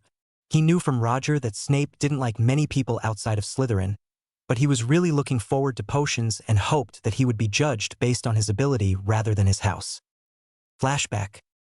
As all of the students settled down and looked around the classroom, the door banged open. One of the Hufflepuffs screamed, and a few of the other students jumped. As Snape stalked around the room, he said in a voice that the students had to strain to hear, "Wands away! There will be no foolish wand waving in this classroom. If you aren't as much of a dunderhead as most students are, then I can teach you how to bewitch the mind and ensnare the senses. I can tell you how to bottle fame, brew glory, and even put a stopper in death. But I don't expect that to be the case for you dunderheads," he said in a silky voice before suddenly turning and saying, "Potter, what would I get if I added powdered root of asphodel to an infusion of wormwood? Those are the main ingredients of the draught of living death, a potion so powerful that it puts the drinker into a death-like sleep until the antidote has been brewed," Harry responded respectfully. "Where would you look to find a bezoar?" Snape snapped. Without a pause, Harry said, "In the stomach of a goat. It has the properties to cure most poisons, but not all." "What is the difference between monkshood and wolfsbane?" Snape asked. "They are the same plant and are also referred to as aconite," Harry replied.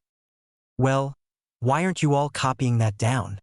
Snape asked the rest of the class after turning away. "Today you will be brewing a boil-cure potion. It is a very simple potion that even dunderheads like you should be able to brew. The instructions are on the board." As the students brewed, Snape walked around the room silently, breathing down the back of people's necks. After about 3/4 of the lesson, Snape stood behind Harry and looked into his potion.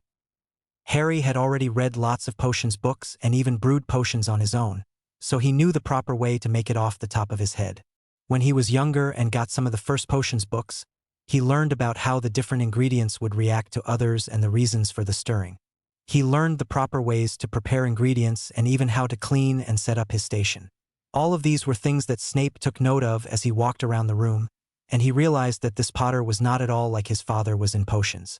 His father used to mess around with his friends, just doing what was necessary to make the potion but not understanding why.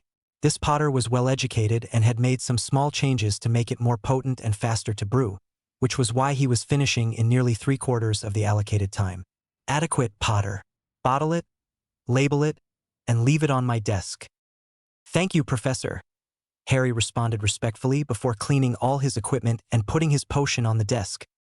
After a quick inspection, Snape decided to pause his judgment on the Potter brat because he might be different from his father.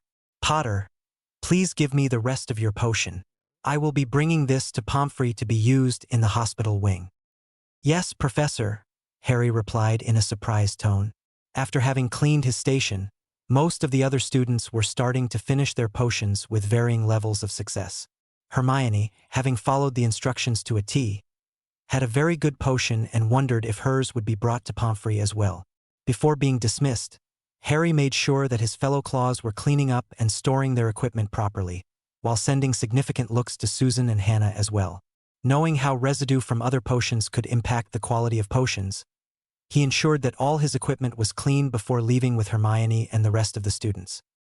Unknown to Harry, Snape was watching over his actions with the other students and realized that there could be much more of Lily in him than he expected. He could accept that he was an adequate brewer, he thought with disdain, but there was probably some of James Potter in there somewhere. Snape decided to reserve his judgment on Potter for now and treat him neutrally for the time being. End flashback. While thinking about his first potions lesson, Harry was doing his daily exercises, and once finished, he went on his run. When he came back to the common room after cleaning up, he looked at the notice board and saw that he was scheduled for a meeting with Flitwick right after breakfast. While waiting for Hermione, he decided that he should get all of his homework done and wanted to organize that study group in the library that the Ravenclaws had talked about. Once Hermione met up with him and they exchanged greetings. Harry said to her, "Do you remember the study group that we talked about with the other Ravenclaws? I was thinking that we could do it today after lunch because all of our interviews are before then." "Oh, that's a great idea, Harry. We should tell them about it at breakfast." As Hermione continued to ramble about all the things they should do during the study session, Harry smiled fondly and said, "I'm sure we can get all our homework done, and then, after that, it's up to the others what they want to do. We can stay after for a while to do some extra reading if you would like." "Yes, please, Harry," Hermione replied abashedly. "I was getting carried away again, wasn't I?" "Yes, a little bit. I know you don't mean it, but others might start to feel resentful towards you if you try to force your views on them," Harry said while remembering the past week. "There have already been some instances, and I'm afraid that if you don't try and stop some habits, people will start to resent you." "What have I been doing, though? I understand that just then, I was trying to make people study more than they might want to, but I never realized I was being overbearing," Hermione asked, shocked. "You know how any time a teacher asks a question, you always stick your hand up instantly and start waving it around?" "Yes, what's wrong with that?" "Well, other students would like the chance to answer questions. Already, just a week in, every teacher knows that you know the answer to nearly every question that could be asked about our course. But other students don't get the chance to answer because of you, which builds up resentment." Harry put a hand up when Hermione opened her mouth to speak. "It's not just that they want to answer for everyone, as sometimes people don't know the answer. It's just that it seems like you answer every question just to show that you know something they didn't. This is the type of thing that will build resentment and isolate you. I know, as your friend, that you don't do it to make yourself seem better.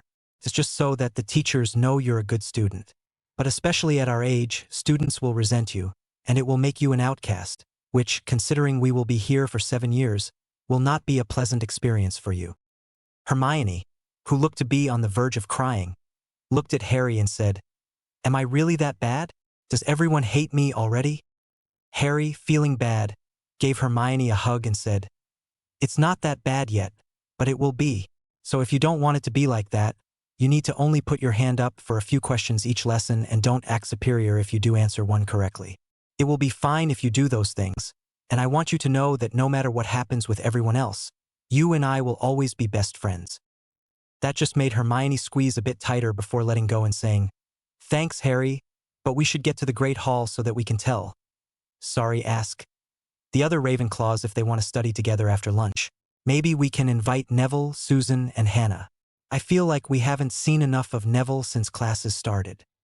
While they ate their breakfast and the Ravenclaw first years started trickling in, Harry saw Neville walk in alone and waved him over. "Hey, Nev," he said.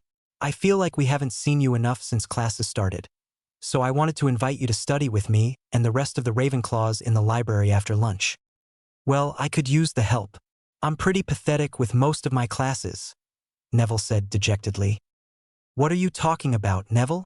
Hermione asked with concern.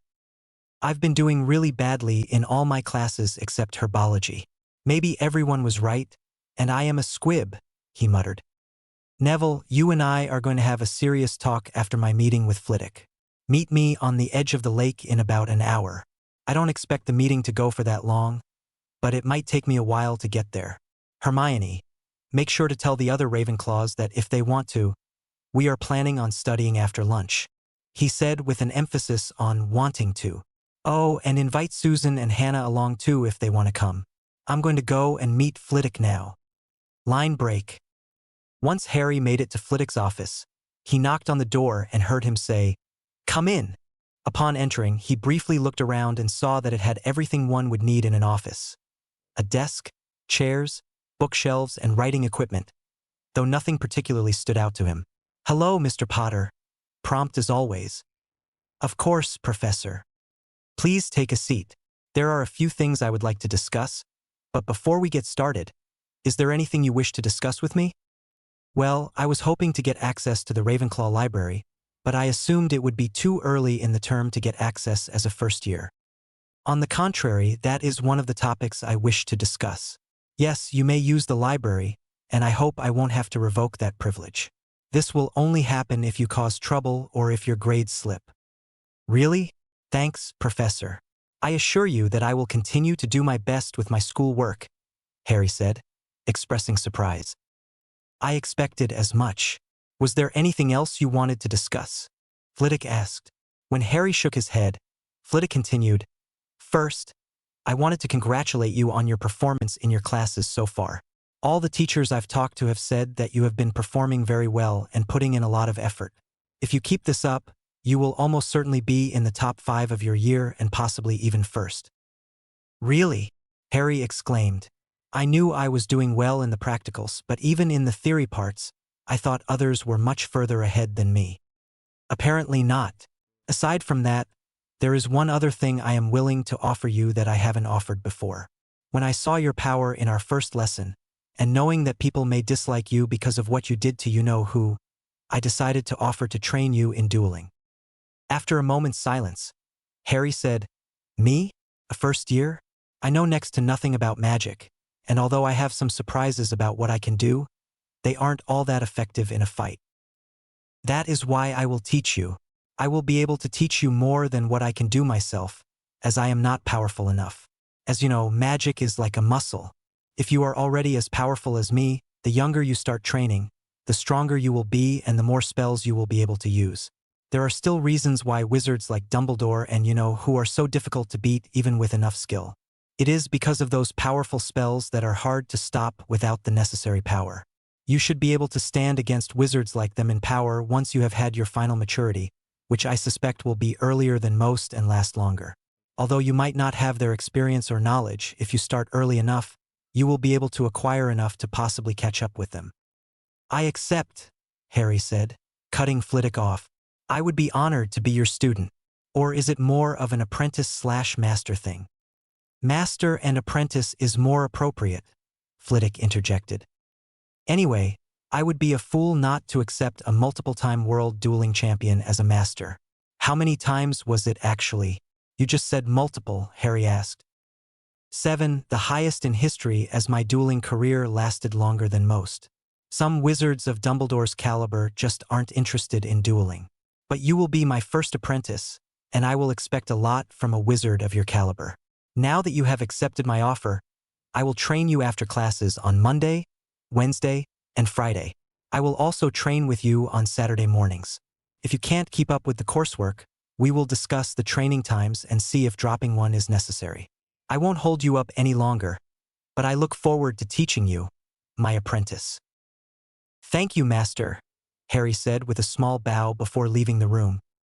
After casting a quick tempest, he realized that he had about 15 minutes to get to the lake and meet Neville. So he started walking down the halls towards the lake, thinking about Flitwick's offer and what it would mean for him. He had always wanted to be able to protect those he cared about, and this would give him the means to do it. Flitwick also made a good point about Voldemort's followers being a threat to him once he started venturing into the magical world outside of Hogwarts. He decided that it would be very beneficial for him, and he would always work hard to protect his family and friends. By the time he made it to the lake, he saw Neville sitting under a tree overlooking the water. He made his way over to him and said, Hey, Nev, while sitting down, what were you talking about before? I'm doing so badly in all the subjects that use wands because I just can't cast the spells. Don't even get me started on potions. I melted a cauldron in the first lesson, and then Snape yelled at me. I'm a failure, Neville said dejectedly. Neville, look at me. What happened to the Longbottom heir I met on the train? The one who was willing to look me in the eyes? The one who helped me put the Malfoy heir in his place by reminding him that by his own definition, we are better than him? What happened to you, Neville? I don't know, Harry. I just keep being told that I'm horrible, and I am practically proving them right, Neville said. My grandma was right. I am a disappointment and not worthy to use my father's wand, he muttered under his breath. Wait, did you say you are using your father's wand? Yeah, he was a great wizard, and my gran said that if it worked for him, then it would work for me too. No offense to her, but she is wrong. Ollivander always said that the wand chooses the wizard, and this is why you are not able to perform spells. Just the fact that you can get any result is impressive when you are forcing the magic through someone else's wand. And, I know this is personal, and if you don't want to, you don't have to answer, But what happened to your parents that you are being taken care of by your gran? Well, I don't really like to talk about it, but it is something you should know. They were tortured into insanity by the Lestranges and Barty Crouch Jr. when they tried to attack our home. They have been residents of St. Mungo's for the past 10 years or so, Neville replied sadly. With a soft pat on Neville's shoulder, Harry replied, "That's horrible, but I'm sure there are better ways to honor their memory than using your dad's wand. For one, you're just as much your mum as your dad, which is likely why his wand won't work for you. A better way to honor their memory would be to become the best wizard you can, and to do that, you need your own wand and to work hard. I'm willing to help you with that if you want. And now that I think about it, Hermione would probably be offended if we didn't invite her to study with us." With a small laugh, Neville said, "Yeah, I couldn't imagine how upset she would be if we studied without her." "All right, Neville. First, we should get you a wand of your own, and then we will start working on your practical classes together. Once you build up your confidence, you might not be so nervous around Snape, and with some tutoring, you will be making great potions," Harry said while getting up. "Come on, Nevada. Let's go talk to McGonagall about getting you a new wand. She should be able to convince your gran to give permission for you to buy one. Then we can go study together with the rest of the Ravenclaws after lunch. It won't be hard to catch you up since it's only been a week. The rest will be up to you to continue studying and staying on top of your work. I'm sure you could continue to study with us if you want." "All right, Harry," Neville said while getting up. "I hope this plan of yours works, and I won't be a squib anymore." On the way to McGonagall's office, Harry talked more to Neville about what people were saying about him, and he had an epiphany. "Neville, I think half of your issue is confidence." He raised a hand as Neville opened his mouth to speak. "No, think about it. Half of magic is having the intent to do something and believing. If you are struggling to believe in yourself and your magic, then how is it going to work? With you thinking it's not going to work, then it won't. But with a new wand, you will see a huge improvement which will help your belief. Then you will be able to become the great wizard I know you can be." "I'll believe it when I see it, Harry," Neville said skeptically. "You'll see. Anyway, you'll prove me right later, but here is McGonagall's office. Do you want me to do the talking? Or would you like to?" "It's probably best if you do the talking," Neville responded sadly. "I'd probably stutter so much that she wouldn't understand me." "None of that negative self-talk, Neville. But if it's what you want, I will talk to her for you." "Professor McGonagall, are you in?" Harry said, knocking on the door. "Enter," McGonagall called. "Hello, Professor," Harry said, entering with Neville following. "Do you have some time to talk with us? I've discovered something that would help Neville out greatly." "And what exactly would that be, Mr. Potter?" McGonagall asked, looking interested. "And please have a seat. There's no need to stand." After the boys sat down, Harry replied, "Well, Neville here has been struggling in most of the classes where you need to use a wand, and I discovered that he is using his father's wand. You know that a wand chooses the wizard, and it is difficult to use one that isn't your own. He is able to force his magic through it, but it's really not working for him. That is definitely concerning, and you are absolutely correct. One's own wand makes a world of difference," McGonagall said, frowning slightly. "Mr. Longbottom, do you know why you didn't get your own wand?" Well, Professor," Neville said nervously. "My gran always said that my father's wand was good enough for him, so it should work for me." It sounds like she might need some convincing to get you your own wand, but this is a matter I can take up with her. You just need to focus on your studies and doing your best. How about we make arrangements for you to visit Ollivanders tomorrow morning? Does that work for you?" "Yes, Professor. Thank you so much," Neville said, smiling for the first time that day. "You're welcome, Mr. Longbottom. Now, is there anything else?" "No, Professor. Thank you for your time," Harry said, getting up. "We will be off to lunch now." As they left the office, Neville turned to Harry and said, "Thank you so much for helping me out, Harry. I don't know what I would do without you." "Don't mention it, Neville. What are friends for, right? Now let's go get some lunch, and then we can study with Hermione and the rest of the Ravenclaws. I'm sure you will fit right in." As they walked to the Great Hall, Harry couldn't help but feel proud of himself for helping Neville. He knew that with the right support and encouragement, Neville would become a great wizard, and he was determined to be there for his friend every step of the way. Line break. As Harry and Neville went to lunch, they were both quiet, thinking about how Neville getting his own wand would impact them. Harry believed that Neville would be an amazing wizard, and with his own wand, he would be able to reach his full potential. Neville, on the other hand, was more worried about what his gran would think about him not wanting to use his dad's wand. The more he thought about what Harry had been saying, the more he agreed. He was just as much his mother as he was his father, and the best way to honor both of them would be to become the best wizard he could be. After eating lunch with the Ravenclaws, the group headed up to the library, with Hermione walking beside Neville and Harry. She said to them, "So, what do you think we should study? I was hoping to get the Transfiguration essay done, but what about the potions essay? Should we focus on that one first because I know Professor Snape is quite strict with his marking? Or what if we did herbology first?" "Whoa, calm down, Hermione," Harry said with a small laugh. "Let's start with Transfiguration, okay? Once we," he gestured at himself and Neville, "have done our own essays, you can read them over. After that, we can do herbology and Neville can look ours over, then we can do potions and I'll look yours over. If any of the other Ravenclaws want us to look over their essays, then we can do that." Then, in a small whisper, he reminded Hermione, "But don't force them to do it." Okay, Harry, I'm sorry. "I'm just really excited for this," Hermione said, abashedly. "We can tell," Neville said with a laugh.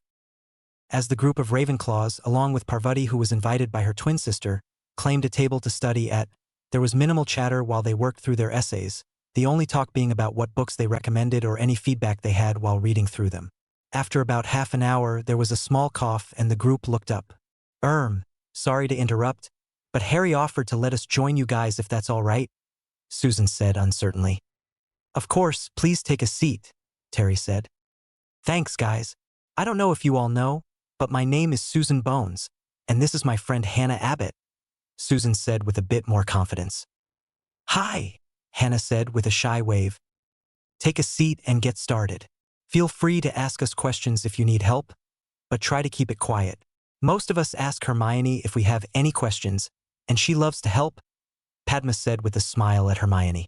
"But if she doesn't know or if her explanation is too complicated, then ask Harry. Most of us have a subject that we are interested in and can help with that subject, but those two are pretty much at the top for every class." After taking a seat and starting to study, most got back into the rhythm of studying before there was another polite cough. Standing there were two Slytherins looking slightly awkward. "Hello. My name is Daphne Greengrass, heir to the ancient and noble house of Greengrass. My name is Tracy Davis, heir to the noble house of Davis. We were hoping to join your study group as we both have some subjects that we might need help with," Daphne said with a slightly sour look on her face at having to admit she needed help. After briefly making eye contact with everyone at the table, Harry stood up and kissed both of their hands briefly before saying, "Welcome, Heiress Greengrass and Heiress Davis. My name is Harry Potter, heir to the most ancient and most noble house of Potter. Feel free to take a seat, but just for fair warning, we don't take part in any blood purity here. We believe in individual merit and treating everyone equally, regardless of blood status. So if you want to continue studying with us, you must respect everyone and treat them fairly." He paused before continuing.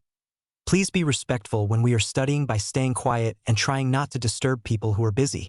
If you need to ask questions, keep it quiet." "Of course, Mr. Potter. Is there anyone we should direct our questions to in particular? I wouldn't want to disturb someone by asking them something that isn't their favored subject," Ms. Greengrass said respectfully. After sharing a look with Hermione, he responded, "Ask Hermione if you need anything, and then she can either answer your question or direct you to someone who can." "Okay, we will get to studying now." After about 2 hours of studying together, people started leaving until it was just Hermione, Harry, Neville, Susan, Hannah, Daphne, and Tracy. Throughout the study period, everyone managed to complete their homework, with the Ravenclaws doing some extra study as well. The additions from other houses were quiet, respectful, and on task. "Thank you, Mr. Potter, for letting us join your study group. May we come back next week to join you again?" Ms. Greengrass asked. "Of course you may. Thank you for following our rules. and I hope you were productive. Thank you, Mr. Potter, Ms. Davis said before both girls turned and walked away. Well, I think that went well, don't you think? Harry said, turning to look at the others. I don't know about you guys, but I got all of my work done and some extra study as well. And Neville, that was some great detail on your herbology essay. I just had to go and add some of it to mine as well. With a small blush on his face, Neville replied, Thanks, Harry. Without you, I'm sure I would still be struggling with potions. And Hermione, thanks for the help with transfiguration. It was a really good idea, Harry. Do you mind if Hannah and I come back next week as well? Susan said excitedly. Of course, Susan. The more, the merrier, Harry replied. Thanks, Harry. Both girls chorused before walking off together. I should probably go and drop off my books before dinner. Guys, but thanks so much for helping me. I'll come and find you once I have gotten my new wand so that I can practice with you after. Is that all right? Neville said with a bit of uncertainty. Yeah, Neville, just come and find me once you're back, Harry said. We should probably go back too, Hermione. We'll see you at dinner, Neville, or tomorrow if you're sitting with the Gryffindors today. Bye, guys. After Neville had walked away, Harry and Hermione started walking towards the Ravenclaw dorms to drop off their books. After about a minute, Hermione turned to Harry and asked, What did Neville mean about getting his wand? Whose wand is he using now? That is something that Neville trusted me with, and I will not be betraying his trust in me. But for now, just know that he is getting his own wand tomorrow and will need a little bit of confidence to boost his performance. All right, Harry. I hope he knows that he can trust me, Hermione said dejectedly. I'm sure that he knows that, and with time he will tell you. But don't try and pry if he doesn't want to share. That will just make him close up more, Harry reminded her. Okay, Harry. I just want him to be the best wizard he can be. So do I, Hermione. So do I. But let's get down to dinner now. I'm getting hungry. Line break. As Harry walked into the Great Hall the next morning, he saw Neville looking nervous over at the Gryffindor table and decided that he would join him. Morning, Nev, Harry said. Are you excited to get your wand today? Yeah, but I'm also a bit nervous about how my Gran will react. I'm sure it will be fine, Neville, Harry said while filling up his plate.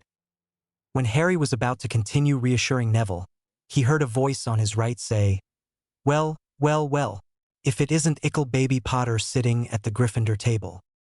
What have we done to be graced by his presence? The mighty, the brave, the handsome boy who lived. May we introduce ourselves? I am Gred. And I'm Forge.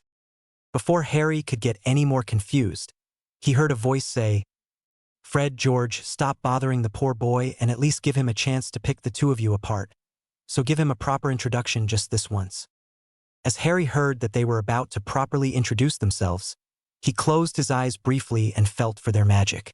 He felt that the one on the left was more focused on charms, while the other on transfiguration. My name is Fred, the more handsome member of the Weasley twins, said the one on the left. My name is George, the smarter and more talented Weasley twin, said the other. Now, hopefully, you never figure out a way to tell us apart because even our mother hasn't been able to do that, Fred said. But aside from that, what are you doing at the Gryffindor table? Harry, who was getting neck pains from looking at each of them when they were speaking, finally said, I'm sitting with my friend. Is that an issue? No, we were just wondering what you were doing. At the Gryffindor table?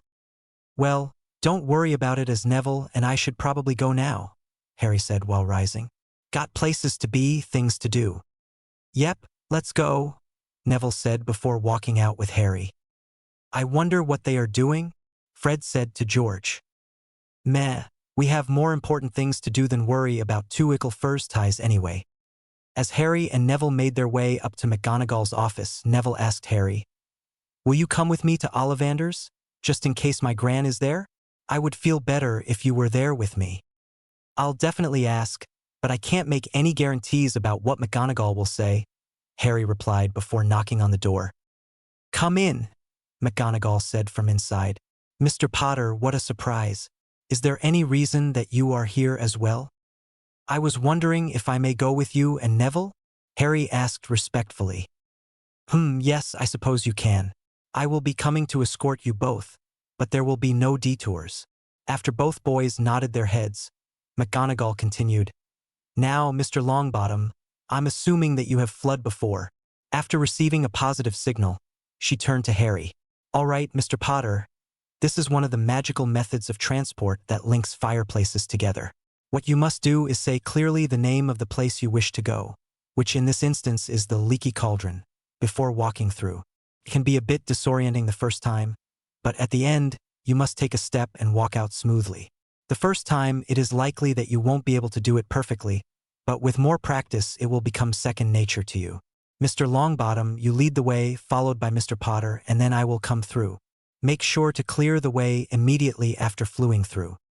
After all of them went through with Harry only stumbling slightly, they headed to Ollivander's. Once inside, Neville jumped when he heard a voice saying, Ah, Mr. Longbottom, I was wondering if I would see you. Your Gran is a formidable woman, but she should have still let you get your own wand, or you would never reach your full potential. But nevertheless, let me find you your wand. What is your wand hand? Ollivander, who had walked into the light, asked. Right hand, sir. After trying numerous wands, Neville finally bonded with one that was cherry wood and unicorn hair. While both boys walked out, McGonagall had a small flashback to where she saw James Potter helping Sirius Black after he had been bullied, and in that moment, she knew that both boys would become very close, and together they would be able to achieve great things. Professor, do you think we could go to Florian Fortescue's and get an ice cream? We have time, don't we? It only took 20 minutes to get Neville's wand, Harry asked. I guess I did set aside 1 hour for this little outing. I'm sure you boys won't take that long, she said with a pointed look at the boys. Of course not, Professor, Harry said as Neville nodded behind him. So while the boys ate their ice creams quickly, they asked McGonagall about some of the stories she had of their parents, with lots of stories that had them laughing until they cried, and some that were bad enough that both cringed, generally about James trying to ask out Lily, and some more about their parents' hopes and dreams. Eventually, after nearly 1.5 hours, McGonagall, who was smiling, said, Okay, Mr. Potter and Mr. Longbottom, it's time to go back to Hogwarts. I greatly enjoyed this time with you, and I hope you enjoyed it too. Oh yes, Professor, it was great, Neville said. Yeah, that's the most I've ever heard about my parents while they were at school, because Aunt Petunia didn't know much about Lily's schooling, Harry agreed. With a small, fond smile, McGonagall escorted them back to the Floo, and they all went back to Hogwarts before going their separate ways, with McGonagall taking one more look at the picture of James and Lily on their wedding day before getting back to work. Both boys went to meet Hermione before trying to find an empty classroom to practice spells together. All right, Neville. First, remember the theory of each spell before casting while believing that it will work. Will, intent, and visualization. You can do this. Lumos, Neville said before all three had to close their eyes. Wow, Neville, Hermione exclaimed. That was pretty bright. I think probably in the top 5 from our charms class. But I'm not that powerful, am I? Neville said quietly. I actually think that there are 2 things that made it so bright. First, yes, you are powerful, almost certainly top 10 brightness from our charms class. But second, your core has gotten used to that poorly matched wand, which means it was overpowering it, which is why I say top 10. Your core is putting in extra, which just means we will need to practice so that you can control it better, Harry explained. So you think that his core is overpowering his spells because of the poor match with his previous wand?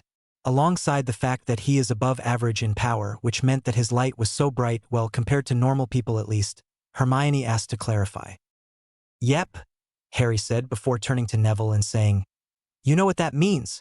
Lots and lots of practice to get your power under control. I have a feeling this is going to take a while until I can do it easily, Neville said. But look on the bright side, at least it has only been a week of learning spells. Also, it will help you with control later on when we learn more complex spells, which could make them easier to learn. So while it is inconvenient now and possibly for the next couple of weeks where you need to relearn control, it will be beneficial in the future, and it might help your core grow a little bit, Harry said. Maybe if Hermione and I do it with you, then it will seem quicker and less boring. That's a good idea, Harry, I really hope that it makes learning new spells easier in the future, Hermione said. I'm sure it will, Harry said. So we might as well get started with Lumos, as it is simple and a good visual representation for how much power we are putting in. All right then, Mr. Potter. May I call you Harry? This master/apprentice type of relationship is generally closer than what a regular student-teacher is, but I will ask that you call me Master Filius or Master Flitwick when not in class, Flitwick asked. Of course, Master Flitwick, Harry replied. Harry was now in Flitwick's office for his first day of training after his lessons on Monday. They were sitting in his office, and Harry was wondering where he would do his training. There is something that I want to say. First off, you will unfortunately only be able to train in my room during our lessons, as the only entrance is through my office. This means that you will likely need to find your own room to practice in, but you may be able to ask the house elves for help. We can do that later. Second, I will be training you specifically on speed and accuracy. If someone is so much faster than you that you can't put up a shield, then no matter what I teach you, it will be useless. Your accuracy is just as important. If you can't hit your opponent, you can't defeat them. This will likely be a few weeks of just speed and accuracy before I will change it to just a small test at the beginning of each session to ensure you don't lose your progress. After those first few weeks, I will duel you to see if I need to work on your footwork and agility or if I should focus on your spell repertoire. Both are important, but it is more likely that I will need to split time between them because of how young you are. Since we have 4 lessons a week, I will split them up into one on footwork and agility or physical abilities, another on spell knowledge and ways to implement them, another on studying past duels to figure out strategies that might work for you, and the last one is when we will duel. But that will be after working on your speed and accuracy. For now, let me show you my training room. After he said that, Flitwick walked over to his bookshelf and pulled on an inconspicuous book about charms. Harry had previously thought to himself that Flitwick had a simple and boring office, but that was before he saw this. Once Flitwick pulled back on the spine of the book, he saw the bookshelf breaking apart in the middle before swinging upwards on each side. This opened up into a large room that Harry walked into. Looking around, Harry saw what looked to be the magical equivalent of a shooting range with dummies and targets at the end, a dueling platform that looked to be very high quality with numerous dummies resting to the side of the room. Whoa! Harry exclaimed. This place is awesome. Let me demonstrate some of the features for you. Once Flitwick said that, he went over to the target range and set it on the longest distance, which looked to be about 50 meters by Harry's estimate. Flitwick then started to nail the 3 separate targets in the middle every time. Soon, a dummy jumped out at around 30 meters, and without skipping a beat, Flitwick hit it in the head with an unknown spell. After another moment, Flitwick stopped before walking over to the dueling platform and setting up 5 dummies. After a wave of his wand, they all came to life and started attacking Flitwick magically before he fought back. Within a minute, all 5 were destroyed, and Flitwick was barely breathing hard. After a pause, the dummies fixed themselves and went back to where they were set before standing still. Hopefully by the end of the year, you will be able to duel with at least 5 of them and come out on top, and by the end of the school year, at least 15 if my expectations aren't too high for you, Flitwick said. For the next 2 or 3 weeks, I expect that you are just going to be on the target range during this session. Use the stinging jinx, and I will set it on 10 meters with no one jumping out at you. By the time we stop this, I hope that you can at least do 30 meters and one person jumping out sometimes. I will move it back once you can hit the center 100 times in a row and then hit 10 times in a row in under 5 seconds. Once you have learned silent casting, you should be able to do 10 in under 3 seconds quite easily for the stinging hex. Some more powerful curses take more time, so 10 in under 4 seconds is quite impressive for the more powerful curses. Anyway, get started. It took Harry nearly half an hour to get 100 bullseyes in a row before Flitwick came over to congratulate him. Well done, Harry. I must admit that I expected it to take you a little bit longer to finish. How are you feeling? Slightly out of breath, to be honest. That is to be expected. If it was any other first year, they would have been struggling to stay standing by now. I would expect that most would struggle to get past 150 in less than half an hour, to be honest. Just the rate of fire with no time to recover would mean that they couldn't keep casting. But with you, there should be no issues. I think it would be an interesting project to see if there is a quantifiable method to measure the magical strength that someone has, but unfortunately, no one has been able to do it.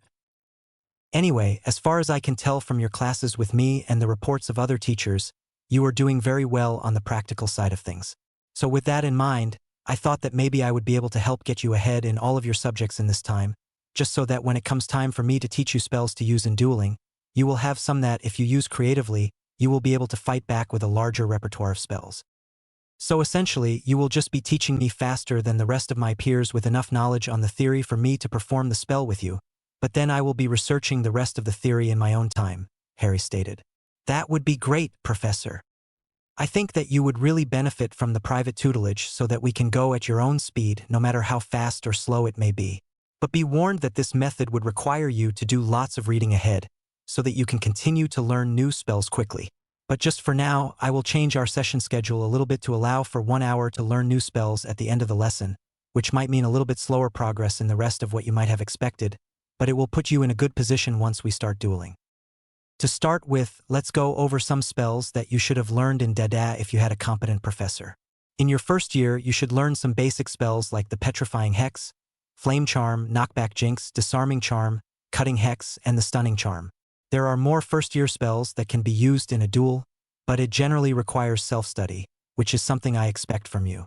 I will get through those spells this lesson, and then next lesson we will focus on Transfiguration. Please read through as many books on this year's spells as you can ahead of time, but I understand that if you try to read all of them too fast, you will probably be unable to keep up with schoolwork, so just do as much as you can. I promise you, Master Flitwick, I will have finished the first-year syllabus at least practically by the end of the first term. With your help, we will be able to move on to at least third year by the time this year has ended, Harry stated determinedly. For a moment, Flitwick just stared at Harry before looking him in the eye and seeing the determination. I believe you.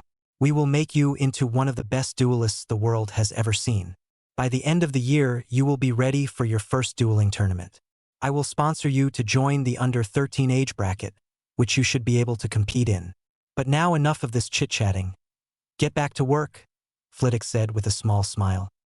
Yes, Master Flitwick, Harry stated before going to the target practice and hitting another 10 bullseyes in 13 seconds. Come on, Harry, you can do better than that, Flitwick encouraged. Line break. After a few more weeks of school, Harry was walking to Transfiguration while talking with Hermione, Daphne, and Tracy. So, are you guys excited for flying lessons this afternoon? Harry asked. He received a resounding no from the girls, who were all not very excited. What do you mean? It will be fine. Harry looked at each of the girls before settling on Hermione, who was arguably the most nervous, and saying, I promise all of you that I will be there to catch you if you hurt yourself or if it looks like you will fall. Hermione looked a little bit more confident and understood so far that Harry had never broken a promise he made to her, so she knew he would do his best to make sure that she was safe. But even then, she knew that he wasn't infallible, so she would need to be careful. All right then, but we should probably head to Transfiguration as we don't want McGonagall to be mad at us for being late. As McGonagall called them inside, the group decided to sit at the front of the classroom this lesson. All right, everyone. Last lesson, I gave you the theory and some extra references for your first Transfiguration spell. This one is the simplest to complete and therefore the reason that it is the first one that is taught. What you will be doing is transfiguring a matchstick into a needle. While most had been looking more excited, they were decidedly less excited once they knew what they were working on.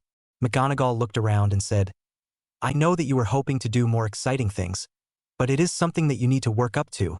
And this is just one of the smallest steps that you can take to get started. With a wave of her wand, she sent out a matchstick to each student and said, You all know the incantation, so get started. While every other started casting immediately, with none of them getting any change in their matchstick, Harry just sat there staring intently at his matchstick.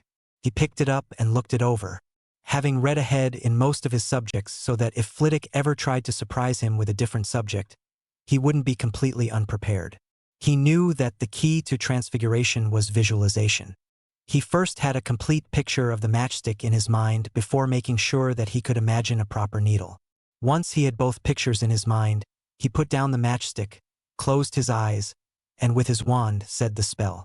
Hermione, Tracy, and Daphne were all looking at him. Once they realized that he wasn't trying to cast the spell yet, and all looked with eyes wide open in astonishment that he had gotten the spell on the first try.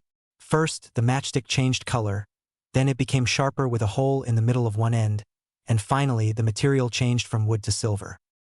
When he opened his eyes, he saw that the three girls he was sitting with were staring at him with wide eyes before he looked and saw that his matchstick was now a needle. With a start, he saw Professor McGonagall standing in front of him, and she said, "Mr. Potter, may I see that please?" After a quick inspection, she saw that it was, in fact, a perfect needle that was made of silver. "Well done, Mr. Potter. 5 points to Ravenclaw. I have never seen a student do this transfiguration on the first go before. Do you think you could do it again?" she asked while placing another matchstick on his desk. This time, with a shorter pause for visualization, Harry imagined the matchstick turning into a needle before saying the incantation. Before the whole class's eyes, the matchstick rippled and turned into a needle. This time it happened all at once, the material, the shape, the color, all within half a second. Looking up with wide eyes, McGonagall said, "That was very impressive, Mr. Potter. Will you please stay and talk with me after class? I assure you that it won't cut into your flying lesson this afternoon." "Of course, Professor," Harry replied. "Would you care to explain what you might have done differently that made sure that you would be able to achieve the transfiguration?" McGonagall asked. "Well, first of all, I made sure that I had a good idea of what I wanted the final product to become. Most of the transfiguration, according to what I've read, is that one of the most important factors is the visualization of the end result. So I imagined the matchstick in my mind, then I thought of the differences between the needle and matchstick. First, I thought of the color change as it is most obvious, then the shape, and then I changed the material in my mind. Once I had finished visualizing that, I cast the spell and it worked. I reckon that with visualization, it would be possible to enhance it, like change the color again or add an engraving, but to do so would require excellent visualization." Harry started thinking out loud before blushing when he realized that everyone was staring at him. "Well thought out, Mr. Potter. Perhaps you would like to try and add that while the rest of the students get started again," McGonagall said with a pointed look at the rest of the class, who quickly got started again. With a matchstick in front of him once again, Harry closed his eyes and imagined a needle with tiny indented vines on it which were colored green. He thought of how the needle would feel with the little crevices, how it would look with the green contrasting the silver, and how he would detail each vine curling around and meeting near the eye. McGonagall looked at him concentrating and saw the girls on either side of him looking too, but decided against telling them to start on their own work, as she knew this could be beneficial for them to see up close. Slowly, even more slowly than the first attempt, as if there was a wave from one end to another, it transformed. With a slight gasp once it was completed, McGonagall picked up the needle and inspected it. "Remarkable, Mr. Potter. In all my years of teaching, I have never had such a talented student in my class. 10 more points to Ravenclaw. You can spend the rest of the lesson helping others if you would like.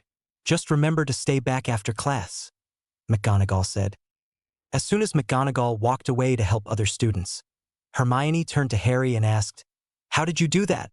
Nowhere in any book did it ever say that something like this was possible." As Harry turned to his left to respond to Hermione, Daphne picked up the needle and inspected it with Tracy as she muttered under her breath, "Incredible." "Well, Hermione, the first thing that you need to know is that books are not infallible and that it is possible to do things that are not written in books, as otherwise how were the first books made without the information already available?" Harry said while looking at Hermione with a pointed glance. "But the second thing is that most of magic is intent. That is how silent casting works as it was explained to me by Professor Flitwick. That is in nearly all spells from charms to transfiguration. But there are a few exceptions with really powerful spells that require incantations, one being the Patronus charm. So essentially, the incantation that I used was unnecessary as it was just a stepping stone for my magic to know that I wanted the matchstick on my desk to change into what I was visualizing. So what you're saying is that if you visualize something and then will your magic to do it, then there will be very little that it can't do with only a few exceptions," Hermione stated. "There are a few other factors, but that is the simplest explanation that I can give you, which is especially necessary in transfiguration," Harry said. Over the course of the lesson, Harry helped Daphne, Hermione, and Tracy to perform the spell, with a slightly larger number of students getting a partial change than usual thanks to Harry's explanation of how he did the spell in the first place. At the end, when McGonagall was dismissing the students, she said, "Homework is only for those who didn't complete the full transfiguration, and it is 10 inches of parchment on the matchstick to needle transfiguration. Mr. Potter, please stay behind." "So, Professor, was there something that I can help you with?" Harry asked. "I have heard from Professor Flitwick that you were having dueling lessons with him, and he would be teaching you all of the practical spells that you would learn in the younger years so that you had a large spell repertoire," McGonagall said. After Harry nodded, she continued, "So I was wondering what you would like to do in my classes, as you obviously know the practicals very well, and from that explanation alone I know that you understand the theory. So to stop you from becoming bored in my class, I have a few options that I think you might like. First is that I will give you separate instructions to the rest of the class and will move through much faster with a larger reliance on self-study for the theory where you just do the practical in class, although you could, of course, come to me with any questions that you might have. The second option that I have for you is that you would become my teaching assistant in this class, which means you would help those who are struggling while I teach the rest of the class. This is because, as I'm sure you know, teaching is the highest form of understanding. The final opportunity is that I will set you assignments and you will not bother going to class. Each week, I will give you a small test on the theory and practical to ensure that you have not been slacking off, but this will allow you to move faster and have more free time. Which option would you prefer?" Harry thought through what he could choose. The first option was appealing because he will get to spend more time with Daphne and Tracy, while still working at a faster speed. Second would be nice, but it would also mean that there was no new learning in Transfiguration as he would be learning it ahead of time from Flitwick. Third was what he was leaning to, but he really wanted to be able to hang out with Daphne and Tracy more, even if it was just in class. Now that he thought about it, he wished that he could hang out with all of his friends who weren't in his house in more than just classes. After weighing the options, Harry had decided and said to McGonagall, "I would like to choose the third option, but I do also have something that I want to ask of you." "Well, I think that the third option would be best for you, Mr. Potter, but what would you like to ask of me?" McGonagall asked skeptically. "I was thinking about it and realized that I only saw my friends who weren't in my house around meals and classes, and with me not coming to this class, that means that I won't get to see Daphne and Tracy in classes anymore. So I was wondering if there was any room in the castle that we could use to meet up and practice spells, so that we can get ahead in class." Harry asked nervously. "That is an excellent idea, Mr. Potter. It is very rare to see such inter-house unity these days, and I will happily support this idea. There are numerous rooms in the castle that are unused. I am sure that I can find you a large enough room for some spellcasting, and you can make some changes to the furniture once you have learned enough with your self-study," she said with a small smile. "I will get it cleaned up and put in a clock that I will charm to go off half an hour before all meals and curfew just so that you don't stay there too long. There had better not be any untoward activities in this room, or I will take it away from you and your friends." McGonagall continued with a sharp look. "I would also recommend that you not do any dueling until you have learnt enough to set up wards that will protect the room and any spectators that you may have." "Thank you, Professor. When do you think you will have this room ready?" Harry asked. "I just want to let my friends know when we should meet, so we can all see it together." "I will have it ready by Saturday this week. Meet me here after breakfast and I will show you all where it is. Come to my next lesson, and we will discuss what you will need to self-study for the week, and we can see how it goes," McGonagall said with a small smile at his childish excitement. "Now go and get some lunch before your flying lesson. If you are anything like your father, then I expect that you will be an incredible flyer." "Thanks, Professor. Do you think that you could tell me a bit more about my parents sometime?" Harry asked. "Of course, Mr. Potter, and I'm sure that Phileas would be happy to help as well. Now shoo, Mr. Potter, I have some marking to do," she said with a small smile. As Harry walked out of the door, McGonagall thought to herself about James and Lily and how Harry just might be the best of both of them. It was always nice to see just a little bit of childlike innocence and happiness in normally responsible and mature students. It was just a little reminder that he was still only 11 years old, but he was still very mature, and she hoped that he would take advantage of the opportunity that she and Phileas were giving him. Line break. After lunch, all the first-year students went out into the courtyard, where they saw a bunch of brooms lined up with their teacher at the end. "Well, hurry up, everyone. Stand beside a broom," the woman yelled. "My name is Professor Hooch. I am the flying instructor at Hogwarts and referee the Quidditch matches that are played. To start with, everyone hold a hand over the broom and say up, while being ready to catch the broom. Harry was the first student to say, up. The broom slapped into his hand, and he grabbed it comfortably before the rest of the students said it. All his friends who were in the study group were standing around him. He looked around and could see they were all feeling nervous, and it showed they weren't very confident and they couldn't get their brooms to come up. Harry said to them, "Be confident. You must be assertive because if you aren't, then the broom won't listen to you.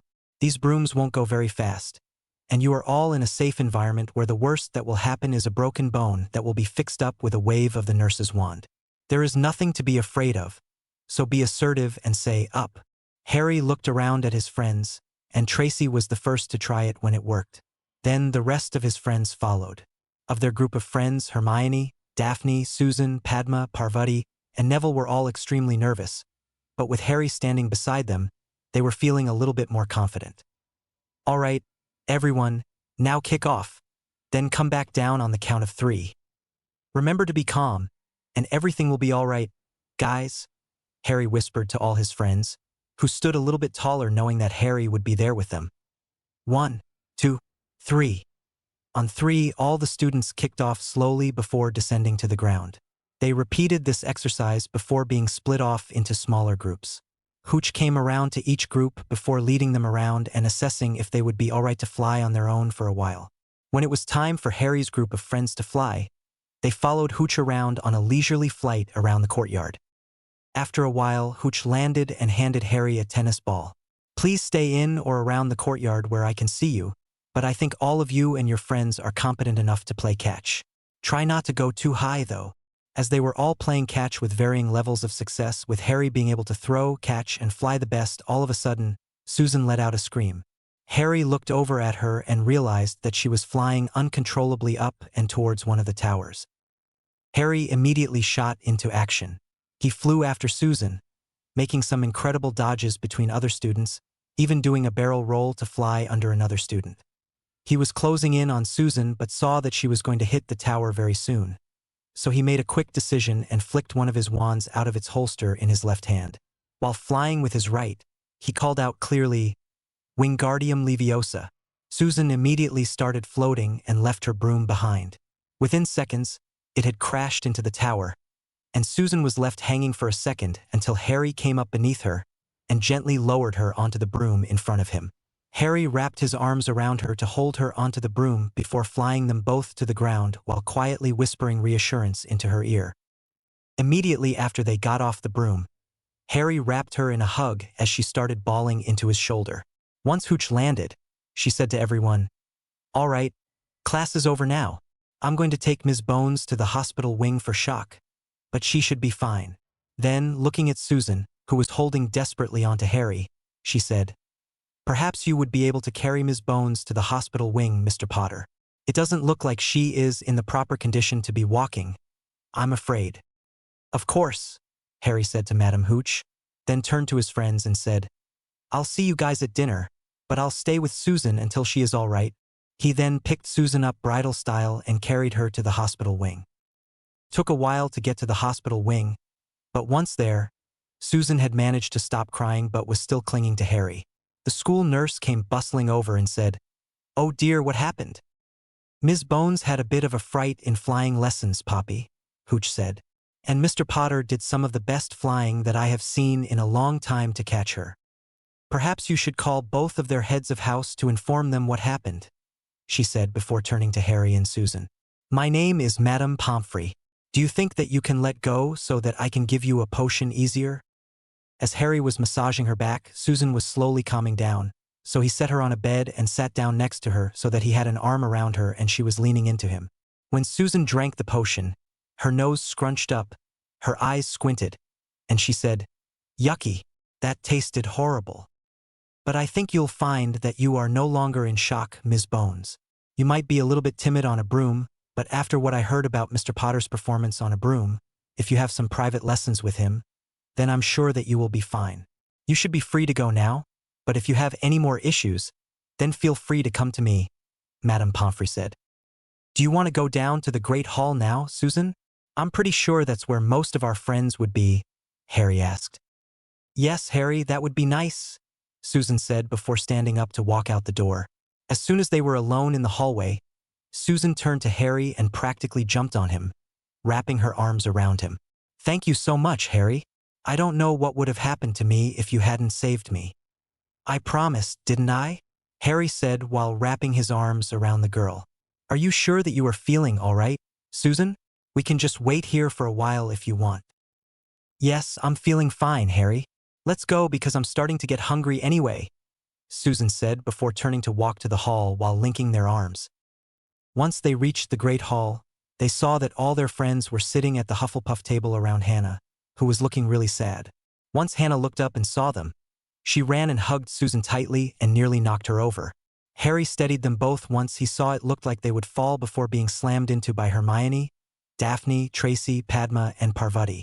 Harry was struggling to stand up when the girls all started rambling while grabbing him until Harry managed to untangle himself, with only Hermione not letting go. Hermione started slamming her fist into his chest while saying to Harry, "You idiot! That was stupid, reckless, and not something that you should have done. You could have been hurt." Hermione, I promised that I wouldn't let anything happen to you girls, and that's what I was doing, keeping my promise. I would have done it for any one of you girls, even Neville, Harry joked with a small smile. But anyway, I'm fine, can't you see? Harry said as he wrapped his arms around her tightly. Besides, if I wasn't fine, would I have been able to stay standing when all of you girls slammed into me? Harry said with a smile. At that, most of the girls blushed a little bit before mumbling an apology. But we were really worried for you, Parvati said.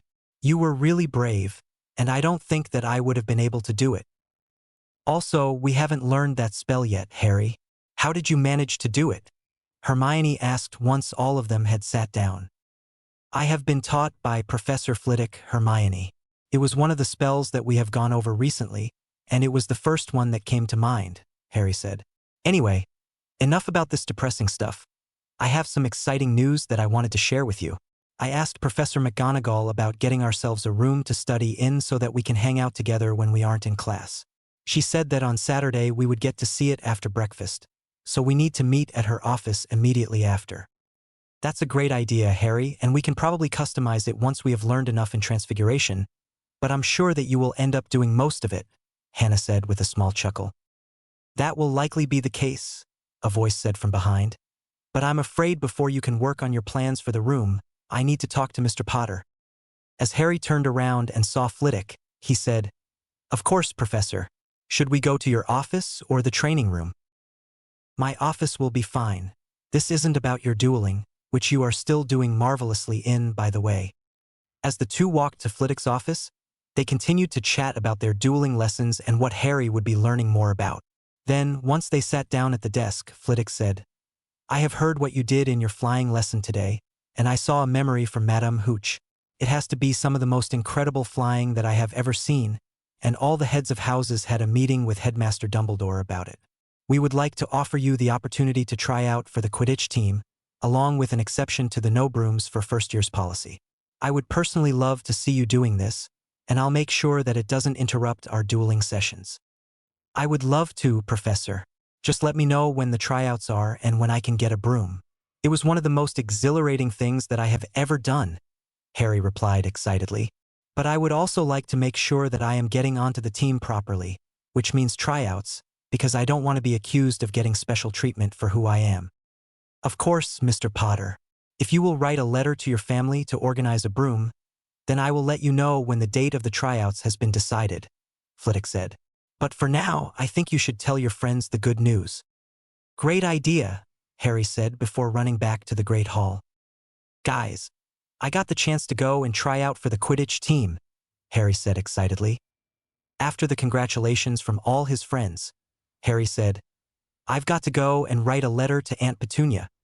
Dear Aunt Petunia, Uncle Vernon, and Big D. So far schooling has been amazing.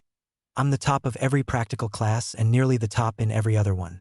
I have made so many amazing friends with my closest ones being Hermione, Neville, Padma, Parvati, Tracy, Daphne, Susan, and Hannah. In my most recent class, which was flying and was awesome, something happened which meant that I had to stop Susan from falling. In doing so, I demonstrated some excellent flying skills and have been allowed an exception from the no brooms as a first-year rule. I have also been given permission to try and get onto the Quidditch team, which is awesome. I will need a broom and was wondering if you would be able to get one and send it to me. I want to try and play either seeker or chaser depending on which position is free, so I will need a fast broom that will be able to turn quickly. If the broom that you think is best will be too expensive for you to use, I would be willing to use money that I have in my trust vault on this. I'm sure that if you went to the Quidditch supply store in Diagon Alley, they would tell you which broom is best for either of those positions. Aside from the flying class, I have still been keeping on track with all of the martial arts and meditation that you made us do, Aunt Petunia. It has actually been really helpful with casting the spells, and I was given the offer to learn how to duel from Professor Flitwick, who teaches charms. He was one of the best in the world for multiple years, and the footwork drills from our martial arts really helped. I have also gotten so far ahead in some subjects that Professor McGonagall, who teaches Transfiguration, has let me do self-study to move at my own pace. If I do it fast enough, then there is a chance of me getting a mastery before leaving school. This could happen in multiple subjects, which would be so good. Overall, I have been having a great time meeting new people and learning magic. I miss you all and will see you over the holidays. From Harry. That Saturday after breakfast, Harry and his friends all met outside of McGonagall's office before knocking. "Come in," they heard. Once they had all funneled into the room, McGonagall commented, "Well, this is a diverse group, isn't it? You have at least 2 from each house. It is quite uncommon to see such a thing. But I guess that is the reason you needed to find a new place to meet up. Anyway, follow me," she said before walking out of the room with the students following. "I chose this room because of its size. It will give you all the space you need to practice magic. As of now, the room is pretty much empty. All that was set up for you is a table with 7 chairs. One thing that I would like to see all of you do is make changes to it when you have learned enough in Transfiguration. I will teach Mr. Potter how to make the transfigurations permanent later on so that once you make some changes, you can ensure that they are permanent." "Thanks, Professor. But I didn't know that it was possible to permanently transfigure something. Can you give me a brief explanation?" Harry asked. "Well, I guess that permanent is not quite the right word. It would be a bit more accurate to say that it will last for over 10 years for an average wizard or witch. For someone with your power, according to Phileas, it could last for 50 years if you overpower your spells. It is essentially a spell that is cast after the Transfiguration spell. This spell is quite time-consuming, taking up to 5 minutes for the slower ones and around 1 minute for the better ones. But what happens is it multiplies the amount of time that a transfiguration would normally last. Unfortunately, no one has been able to tell exactly what it multiplies it by because of how long they usually last." McGonagall finished with a sigh. "But for now, here is the room. It should have everything that you need to study, along with a clock that is charmed to go off 30 minutes before curfew and meals. Feel free to customize the decorations, but please don't change the room too much. Aside from that, please remember that this is a privilege and one that I don't want to have to take away. If I find out that any of you are slacking in class or misbehaving in any way, then I might have to take this away," McGonagall said sternly. "Yes, Professor," all of the students chorused. "Wow, this room is amazing," Harry said. "I know, right? There is plenty of space for dueling." "Harry, do you think you could teach me some?" Neville asked. "Typical boys," Padma and Parvati said before looking at each other and laughing. "It's not just boys, you know? I want to be able to protect myself and my friends too. So if you could teach me as well as Neville, I would really appreciate it." "Harry?" Susan said passionately. "Yeah, of course. It is definitely important to be able to protect yourself and your loved ones. And if I can help you guys do it, then I'm happy to help," Harry said seriously.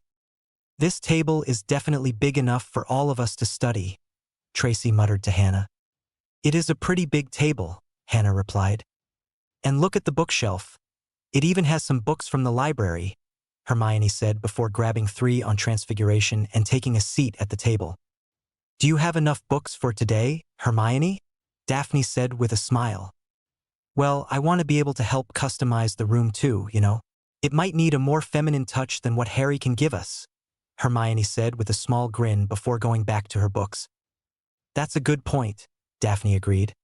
but I think it will be a while before any of us aside from Harry can do the major modifications that we might want. I have a bit of an idea for what I might want to change the room to, guys.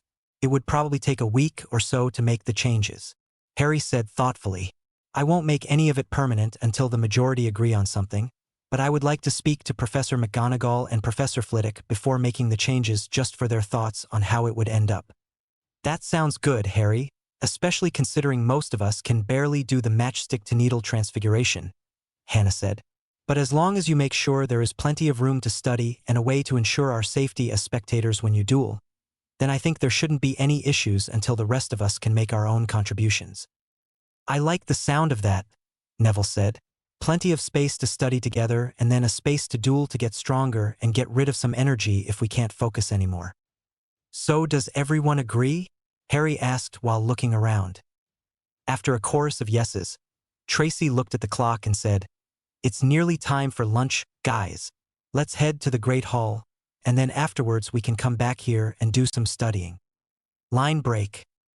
That afternoon, most of the students were reading around the table with only a few questions asked to Harry for clarification, but they all considered it a successful study session. On Monday, after Harry's training session with Flitwick, as they were sitting down to discuss his training, Flitwick said, You're progressing very well, Harry, especially as you are still a first year. I think that by Halloween, we will have gotten through all of the spells that you would learn in your first year. If we keep up this progress and even allow for the progress to slow down a little bit as it gets harder, you should be finished with all the spells in the second year by the end of the Christmas holidays, and I can teach you more combat-specific spells. Your rate of progress is astounding when learning new spells, and even more important for dueling, your accuracy and speed are now so much better than when you originally started. I think that you would be ready for the Under-13 division that will be at the beginning of the new year. Thanks, Professor. What would that involve? Harry asked. Well, there are a few divisions that are possible, but at your age group, the only one is wand-only duels. This summer it will be held in Paris, so you will need permission from your guardians to go. In the under-15 duels, they allow for other weapons to be used, like swords and staves, albeit with charms to stop death and mutilations. Another category is the team duels, where teams consisting of 6 members duel it out either together or one-on-one, with the winner facing the next member of the team, which is more common. This category is normally a school team that has decided they want to try it out, but if you want to train your friends, I would be happy to sponsor all of you to go. I would love to do that, but I'll have to talk to my friends before I volunteer any of them to participate, Harry said contemplatively, before suddenly smiling and saying excitedly, But it would be so cool to learn how to use a sword. I'm sure that once you are more physically developed, I could help you with at least the basics. Was there anything else that you wanted to talk about before we take our leave for the night? Flitwick asked. Well, I'm pretty sure that you already know this, but just in case you don't, I'll give you some context. I am very far ahead in most of my classes, as you know, especially thanks to your tutoring. I was asked to stay back in one of McGonagall's lessons where she offered me a couple of different ways of learning, as it was clear that I wasn't learning much while in her class. So, in the end, I decided to do self-study on the material that she sets me, and she would test me on the material separately. At the end of that meeting, I asked her if there were any rooms for me and my friends to hang out in, as the library is too quiet, and we can't go to each other's common rooms as we are all from different houses. So recently, we were given a room, and I was given the task of decorating it, as I am the only one who is powerful enough and sufficiently skilled to customize the room in any noticeable way. One of the things that I wanted to include was a dueling area and a small weight area as well, now that I know about sword fighting as an option. But for the dueling area, I would need to ensure that any spectators were safe, so I was wondering if you would be able to ward the area for me. Of course, Harry, that is a very good idea, as it wouldn't do for your spectators to get injured. But would you mind giving me a bit more of an idea into what you were planning on making? Flitwick said curiously. Of course. I was planning on having a small section in one corner with a few couches around a table with a fireplace nearby, but I would need McGonagall's help with the fireplace. A larger table going from another corner down the side wall with a few bookshelves along the walls behind it. The dueling area would take up another side of the room, with the weight room off to the side or maybe in another room if that's possible. Then in the middle, just a nice rug, and the final corner having some space for spell practice, which would once again need to be warded now that I think about it. I wouldn't want any poorly cast spells to hurt the others, Harry said with a thoughtful expression. That is a very well planned out room, Harry, Flitwick squeaked. I would be delighted to help you with the warding and even the dueling area so that I can ensure it is properly up to standard for you. I'm also quite sure that it would be very easy for a small room off to the side to come for the weight room, as we are in Hogwarts after all, Flitwick said with a mysterious smile. Thanks, Master Flitwick. I'm hoping that this room turns out to be a nice space for us to hang out, play games, duel, and study for the next 7 years of our stay here. Plus, with any luck, we can make a dueling team to participate once we are old enough, Harry said excitedly. I will try and have the changes done by Wednesday, and then if you can come any time in the week after that just to ward the dueling and practice area, then I would greatly appreciate it. Of course, Harry. I would be glad to help. But I think I have held you here long enough, and I'm sure your friends are waiting for you as usual, Flitwick said while getting up. All right, bye, Master. I'll see you next training session, Harry said while walking out the door. Line break. As the week progressed, Harry had been reading ahead even more in Transfiguration so that he would be able to customize the room as he imagined it. However, one thing that kept coming up in his advanced books was the concept of will and intent, which he only had a basic understanding of. So, on Wednesday afternoon, Harry found himself waiting outside the Transfiguration classroom for his classmates to finish their lesson. Once he heard the bell ring and Professor McGonagall dismissed the students, he stood up straight and stopped leaning against the wall as the students started heading to the Great Hall for lunch. As his friends saw him, they walked up to him, and Tracy asked, "What are you doing here, Harry? I thought you would be at the Great Hall by now." I wanted to ask Professor McGonagall about the room because I had some ideas and I was curious about how to perform the spell. So, you guys should just head to lunch because this might take a while to explain and practice the spells. I'll see you guys later, Harry replied. Once his friends had all said goodbye and headed to the Great Hall, Harry knocked on the door. "Come in," McGonagall said from her desk. "Ah, Mr. Potter, what can I do for you today?" "Hello, Professor. I have some questions about Transfiguration for you, related to what I wanted to put in the room," Harry responded respectfully. "I see. Is this something that will likely require a practical demonstration?" McGonagall asked. "Yes, probably.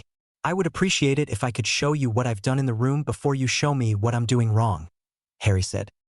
"Very well, Mr. Potter, lead the way," McGonagall said while getting up. "In the meantime, why don't you tell me what you've done so far?" "Well, so far I have set up a rug, a small table, and couches. But when I was trying to find the spell to create something like a bookshelf, I couldn't find one. Thinking back on all that I've learned in Transfiguration, I wondered if I even needed to use an incantation or specific spell for it. But I would like to talk about this in more detail once we get into the room," Harry said before opening the door. "Well, this is quite nice. Tastefully decorated, nicely planned out," McGonagall said, thinking out loud as she looked around. "It's obviously not finished yet, but I can see the potential that is there. I'm assuming that empty space will be for the dueling area, and Phileas said he would set it up for you to a professional standard. But anyway, let's take a seat and you can tell me about what you were wondering." As the two walked over to the couches in the corner, McGonagall said, "Perhaps you would like some lunch to be brought to us here?" Harry opened his mouth, and before he could say anything, his stomach rumbled. He blushed before saying, "That would be nice, Professor." As soon as he said that, an elf popped in with a platter of sandwiches, and McGonagall said, "Thank you, Mipsy." The elf gave a small bow and smile before popping away. Once both had sat down on the couches and taken a few bites of their sandwiches, McGonagall said, "I must say, this is one of the more comfortable conjured couches that the house elves have found." "Excuse me, Professor, but I actually transfigured that one," Harry interjected. "Oh, my apologies. What did you transfigure it from?" McGonagall asked. "I asked one of the Hogwarts house elves to give me some wood. Then I made the base out of it and then transfigured some old cushions into the other parts. I didn't think that I would be able to conjure the chair in one go, so I made smaller parts with Transfiguration instead," Harry said. "Well, I must applaud your ingenuity and ability to take things in steps, but I think you are underestimating yourself a little bit. But back to your original questions.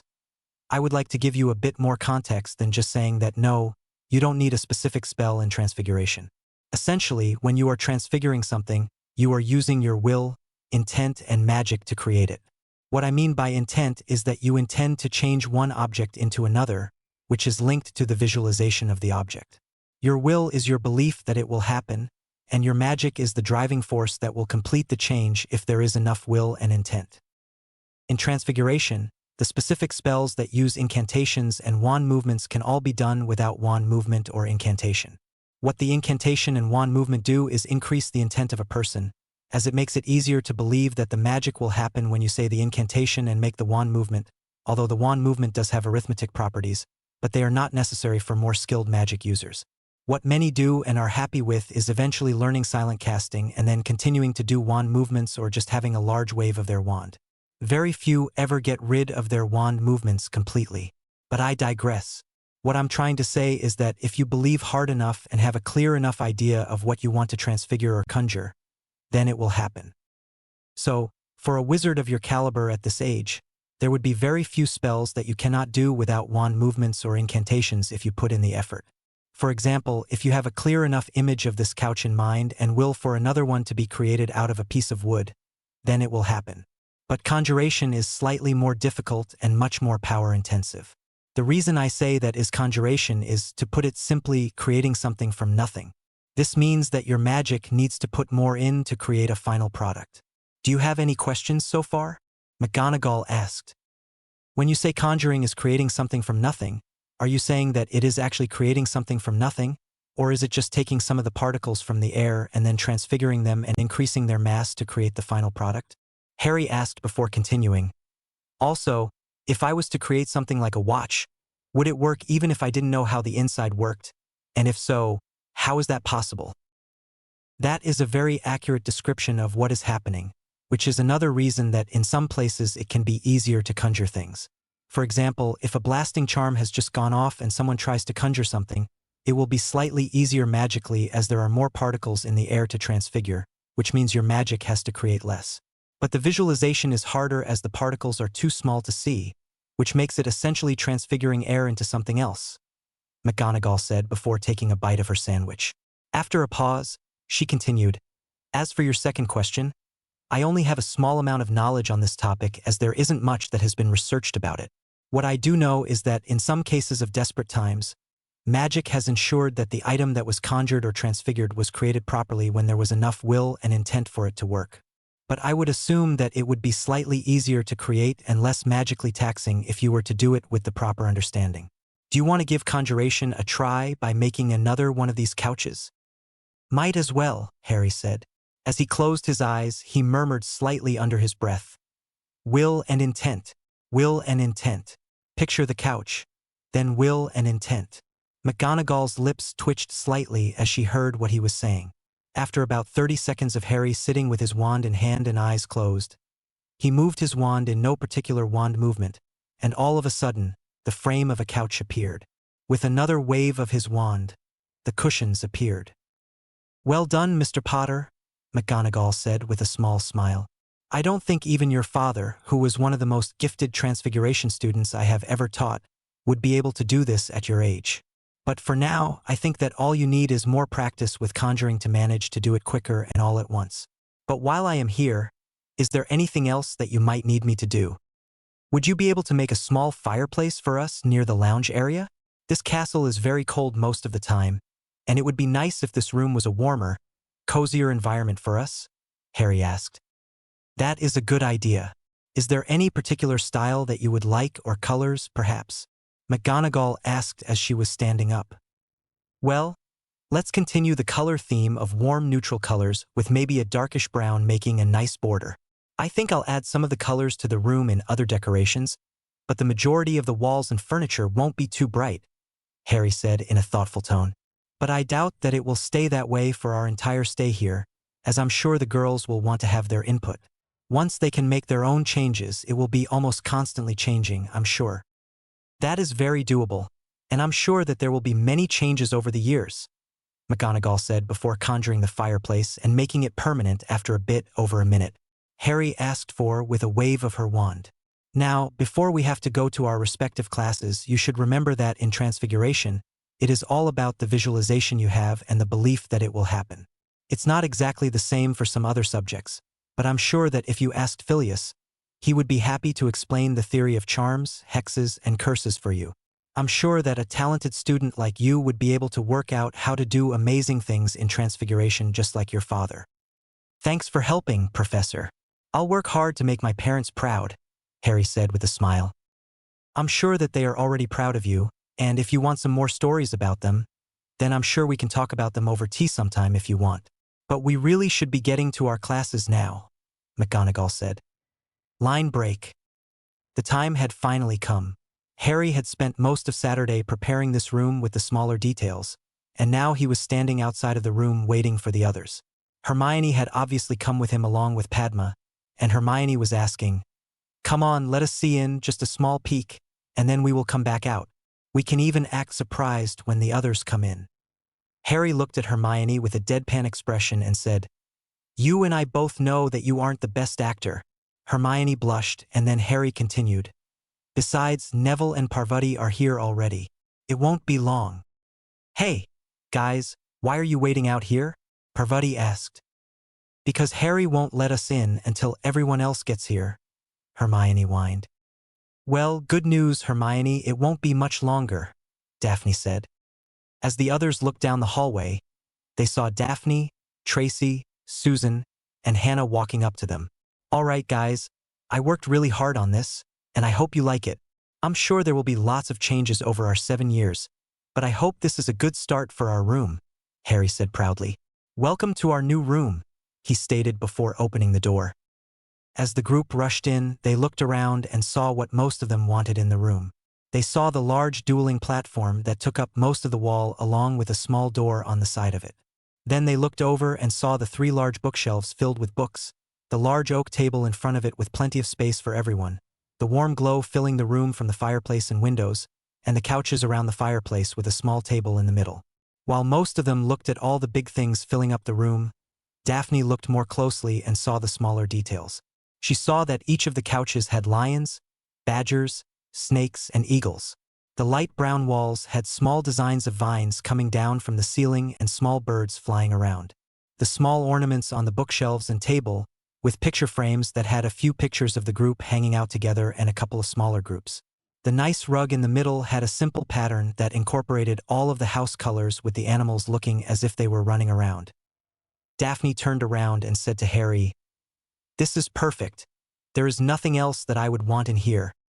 "Yeah, Harry, this is great," Tracy said excitedly, with the others agreeing. "Before anything else happens, I just want to tell you that there are a few wards in this room. One is around the dueling platform, which will automatically turn on whenever someone is dueling. This will stop others from coming in and stop spells from going both ways. The other wards are in that practice corner so that any miscast spells will not damage the room or injure anyone too badly. The teachers did ask that we not practice any potentially dangerous spells alone. The last thing I wanted to say was that these books were from Master Flitwick, and we can get newer and more advanced ones next year or if we have proven that we are ready for more. So what are we waiting for, Harry? I want to get into some of those books," Hermione said excitedly. "Go on, Hermione. I've said all I wanted to say," Harry said with a laugh. Line break. After being given their room, most of the group decided that they would spend most of their time studying and hanging out there as they could all help each other out, and if not, then Harry could. The few exceptions were Harry, Hermione, and Padma, who were also attending some study groups with their fellow Ravenclaws as they wanted to stay close with their housemates. Harry also spent lots of time training with Flitwick and was progressing rapidly, as was evident by their current duel. Harry sent out a disarming charm that Flitwick blocked before waving his wand and transfiguring the ground beneath Harry into ice. Harry shot a stunner at him before waving his own wand and adding spikes to the bottom of his shoes. Harry knew that Flitwick was going easy on him, but he still wanted to prove that his training wasn't going to waste. With a larger swirl of his wand, a large black cloud came out of it that seemed to be sucking in the light from the room. Harry knew that Flitwick saw where he was before and was expecting the barrage that was headed his way, so he quickly put a silencing charm on his feet before running to his right. After a moment, he waved his wand, and the smoke all flew at one spot in the middle like a tidal wave coming into shore. Then, without a pause, Harry sent in stunners and disarming charms along with a rare shield breaker. After a moment of this, Harry felt himself go as stiff as a board and fall over. Well played, Harry. That was a good idea, but I have seen something similar, so I knew that I didn't want to stay inside the smoke for long. It was also smart of you to put in enough power that a simple vanishing charm didn't work, but stronger opponents like yourself will still be able to clear it quickly. With a quick wave of his wand, Harry was able to move again, and all of his small injuries were healed. Where did you go, Master? I couldn't see you outside the smoke, Harry asked curiously before smacking his forehead in annoyance. Disillusionment charm, Harry muttered, and as Flitwick listened with a small smile, Harry continued, I should have checked to see where you were as soon as I started to move with the detection spell. That is correct, Mr. Potter, and a well-thought-out idea for next time, Flitwick said. Perhaps it's time for a break, though? That was one of our longest duels. That sounds great, Professor.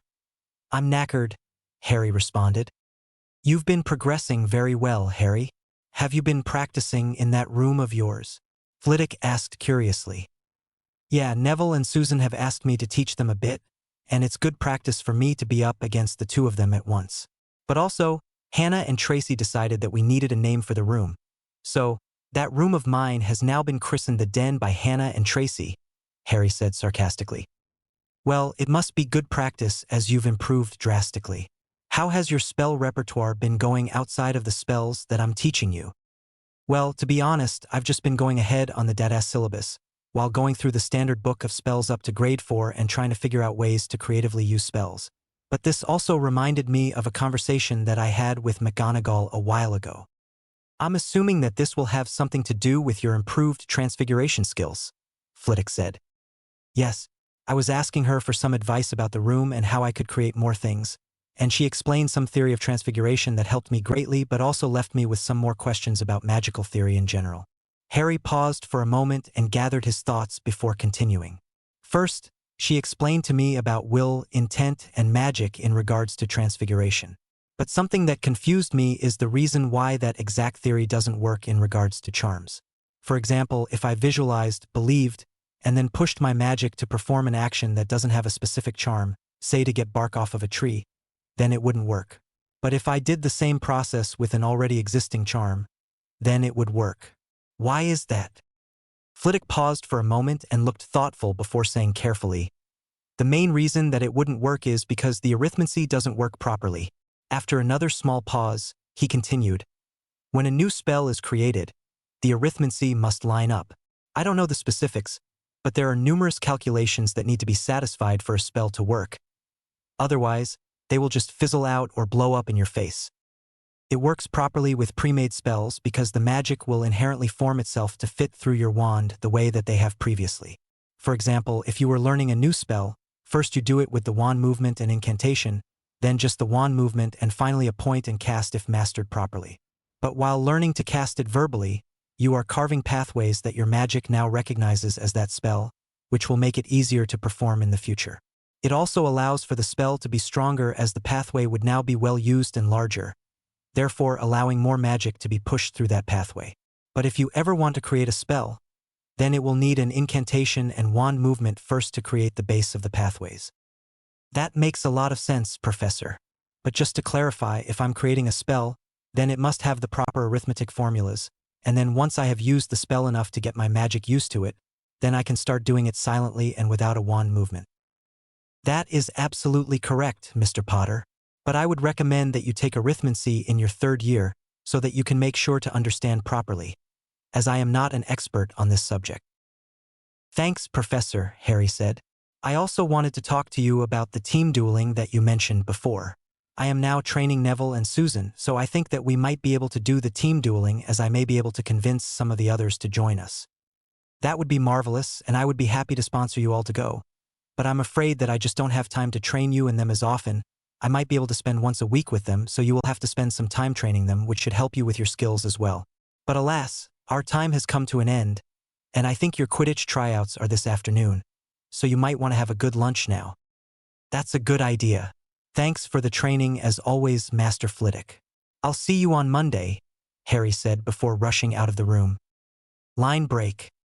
That afternoon, Harry was standing nervously on the Quidditch pitch with his new Nimbus 2000, along with 10 other hopefuls.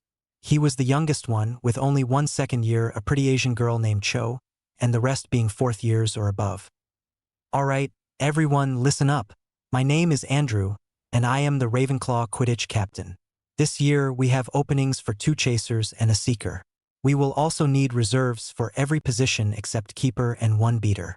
Hopeful chasers on my right, seekers in the middle, beaters on my left. Any hopeful keepers, you will be following around the actual keeper, Julie, who is over there. Give us a wave, Julie. Keepers, go to her. She will be helping you out. And if there is any talent, we will give you a tryout for the reserve spot, yelled Andrew. Seekers, you guys can go warm up for a little bit. For now, I will be testing the chasers, which will take a while, so don't exhaust yourself waiting for us. Beaters, go with our current beater, Charlie, who is over there, he said while pointing. All right, guys, up in the air. Give me 3 of your quickest laps. After that, all the chasers raced off with Harry in the lead by a considerable margin, with Roger coming in behind him. Andrew had to cut off a few of the other hopefuls as they weren't very well suited for the fast flying required of chasers. After that, he waved his wand, and some hoops levitated in the middle of the pitch. Andrew told everyone to fly through them as fast as possible. First, he called out Roger, who had a time of 1 minute and 10 seconds. He called out 3 other names who all got about 1 minute and 15 seconds before finally getting to Harry. Harry lined himself up at the start line and felt his sweaty palms on his Nimbus 2000. He heard Andrew counting down 3, he visualized the course, 2, he planned out his route, 1, his muscles tensed. When the whistle blew, he shot off like a rocket, going straight into the first hoop before twisting his whole body to the left and pulling as hard as he could. As he got closer to the hoop, he swung wider and came through the hoop at a tighter angle than Roger had, while practically 90 degrees. With the wind rushing through his ears, he straightened up and gunned it to the next hoop before zigzagging through some more hoops. With the end of the run coming up, Harry knew that this was the part where most of them would lose the most time, rising and then coming back down to the finish line. Harry pulled back hard once he came through the second to last hoop and started lining himself up with the center of the hoop. He was preparing himself for his riskiest move yet, but he knew that if he did it, he would definitely get under 1 minute on the course. With a deep breath, Harry did a 180 on his broom so that he was now flying upside down, and then he pulled. Everyone collectively held their breath for a moment as Harry's head barely made it through the hoop. He pulled up as hard as he could before doing a barrel roll that nearly threw him off his broom, catapulting down towards the finish line. Everyone let out a sigh of relief as he flew quickly past the finish line. Andrew flew up to him and said, "Potter, that was the riskiest move that I've ever seen. If you can't throw well enough to play chaser, then you can play seeker if you want." "Thanks, Andrew, but I'd rather play chaser," Harry said. "I hope you can shoot as well as you can fly, because if so, we have this cup in the bag." The final exercise was to shoot 5 shots at Julie to see how good the prospects were at shooting. This time, Harry decided to go first, and when Andrew threw him the quaffle, he was off. Harry was flying as fast as he could before feinting to the left hoop and then throwing it through the right, which barely skimmed past Julie's fingertips as she fell for the feint. The second shot, Harry threw towards the middle hoops, and as Julie went out to get it, the ball curved into the left hoop. Angry now that a first year had gotten 2 in already, Julie was completely focused on saving the goals. This next run up at the goals, Harry flew to the right, then the left. When he got to the edge of his range, he threw the ball up and to the right before swinging around as quickly as possible and hitting the ball with the end of his broom. Whack! The ball flew straight at the goal. Julie flew as fast as she could, and even from the distance that Harry shot from, she couldn't get a finger on the ball. It hit the edge and bounced in. The final shots that Harry took were basic spinning shots that curved into goals that Julie couldn't save. After the tryouts, Harry was selected to play chaser with Roger and Andrew as his fellow chasers. The keeper was Julie, the seeker was Cho, and the 2 beaters were Charlie and Jason. Harry was barely walking straight after all the flying he had done that afternoon and the training with Flitwick that morning, so he had a nap before dinner. Throughout the coming weeks, news had spread that Harry was now a chaser on the Ravenclaw team. He was now having to hide from the fangirls who had been chasing after him. On Halloween, Harry was outside the Charms classroom standing with Neville, Parvati, and Padma. Neville said, Are you all right, Harry? You seem a little down at the moment. It's kind of annoying that everyone is celebrating that Voldemort died on this day, but no one remembers that it is also the day that my parents died. After seeing everyone flinch when he said Voldemort, Harry continued. For as long as I can remember, Aunt Petunia and I would go out for dinner and talk about what she knew of my mother and what she went through in the wizarding world. This is just the first time that we've missed it, and it is just harder than I thought. Parvati rushed forward and hugged Harry before saying, "Oh, Harry, it's totally all right to miss your parents, and it is definitely something that we should have thought of. We can go to the den with you after dinner, and we can do whatever you want." "Thanks, Parvati, that sounds nice. Let's just head into class for now.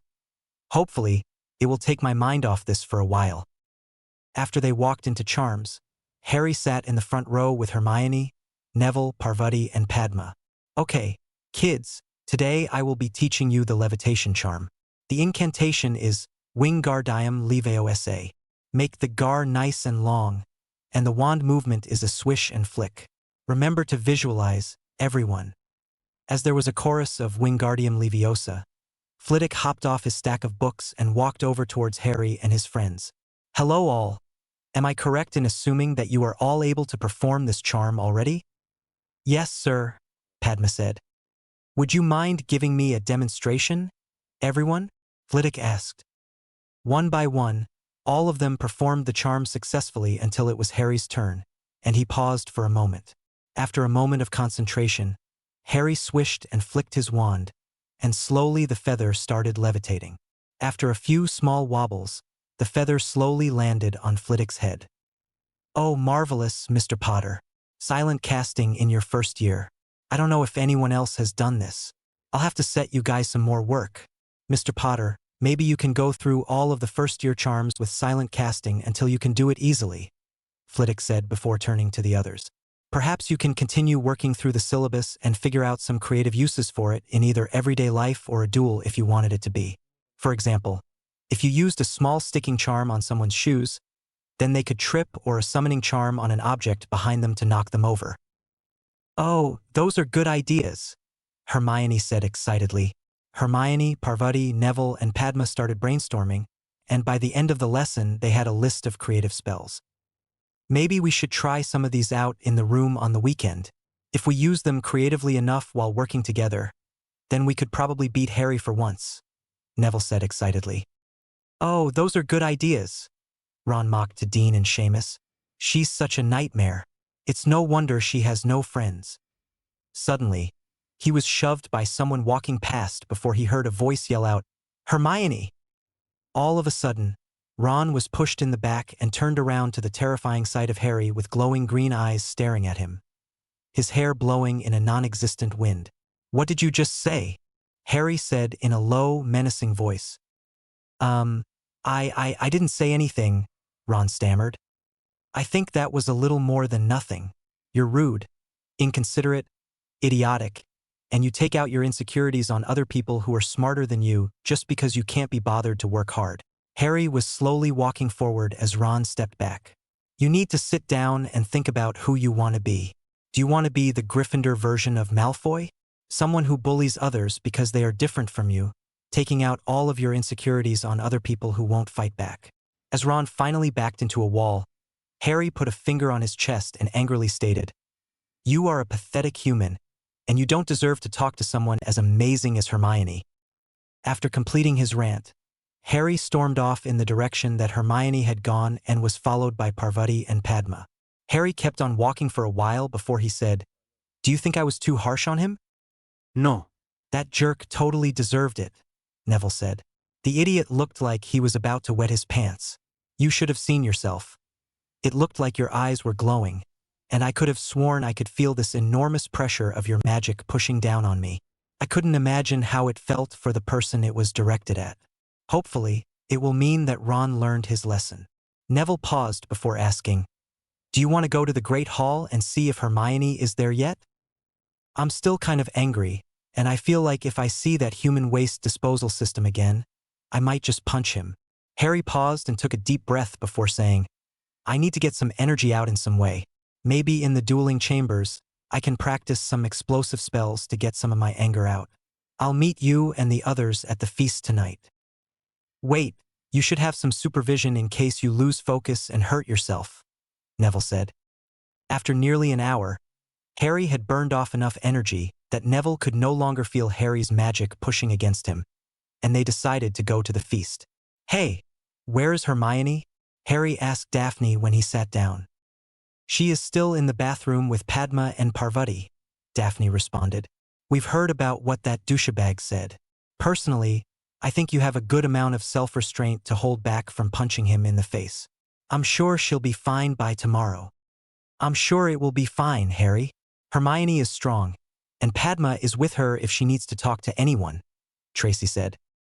There is another rumor going around that people could feel your magical aura pressing down on them, Susan chipped in.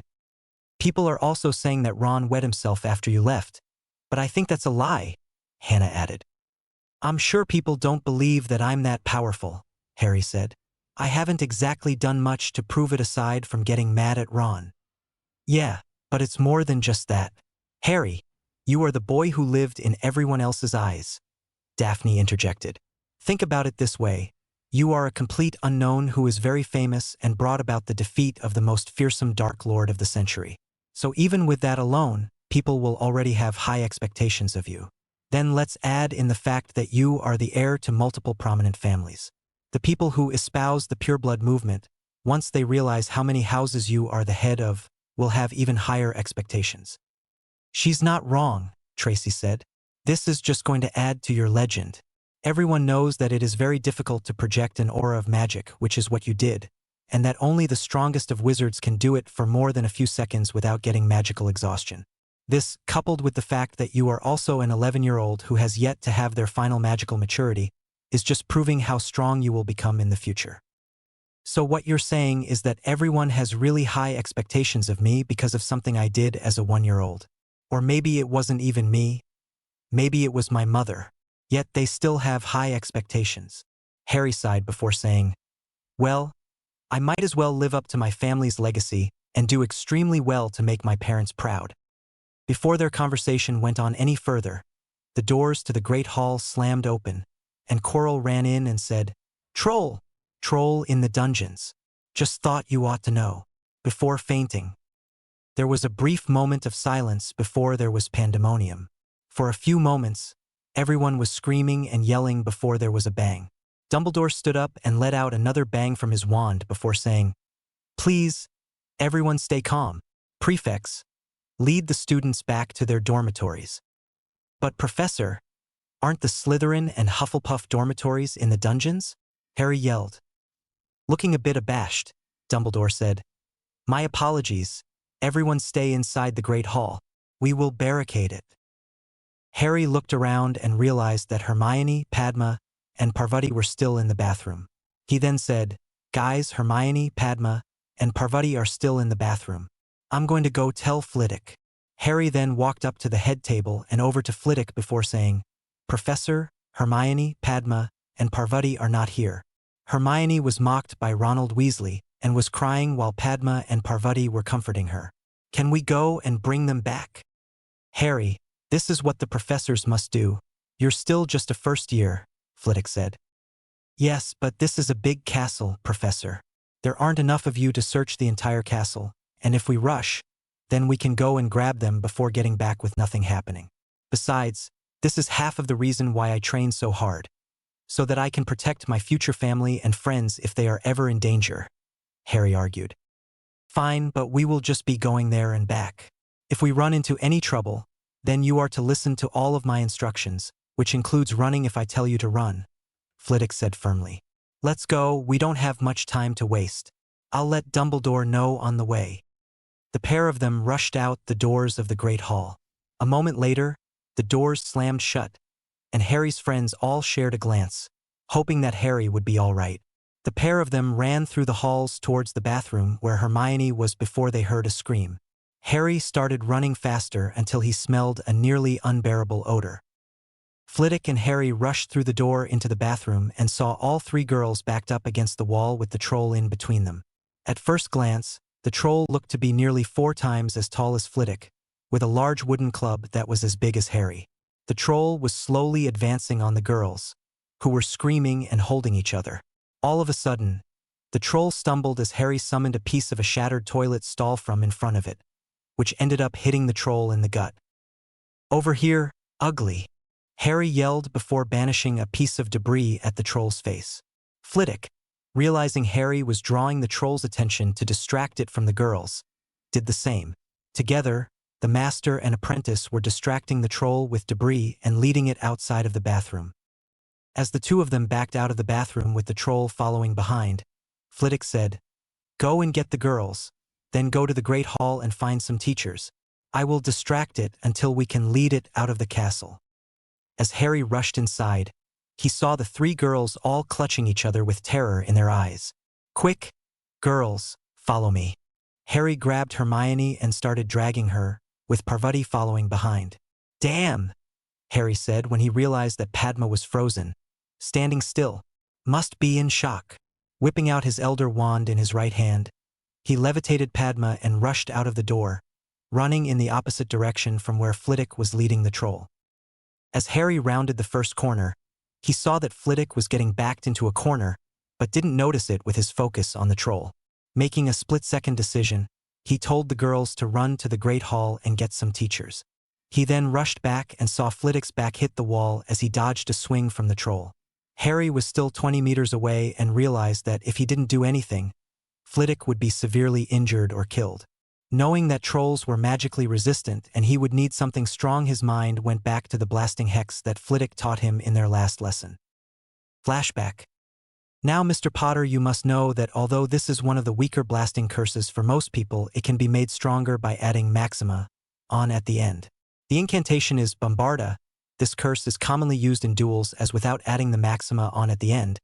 It is a non-lethal spell that is likely to break some bones and hurt the skin, but unless it is on their face, it is unlikely that there will be any lasting damage. Flitwick said seriously, "When you use this curse, it is very easy to overpower it by forcing more magic through, and if you add Maxima on at the end, then that will multiply the amount of power behind the spell exponentially. As someone who is already very powerful, you will need to be very careful with this spell. This spell is allowed in all age groups for dueling as it is easily treated, but if in a fight for your life, I would recommend that you use the Reducto or Confringo blasting curses as they are more powerful. But we can get to those later. For now, make sure that you are responsible when using this spell and make sure that you are only using the Maxima part if you desperately need it. But for now, you know the drill." He finished with a small smile. "I know.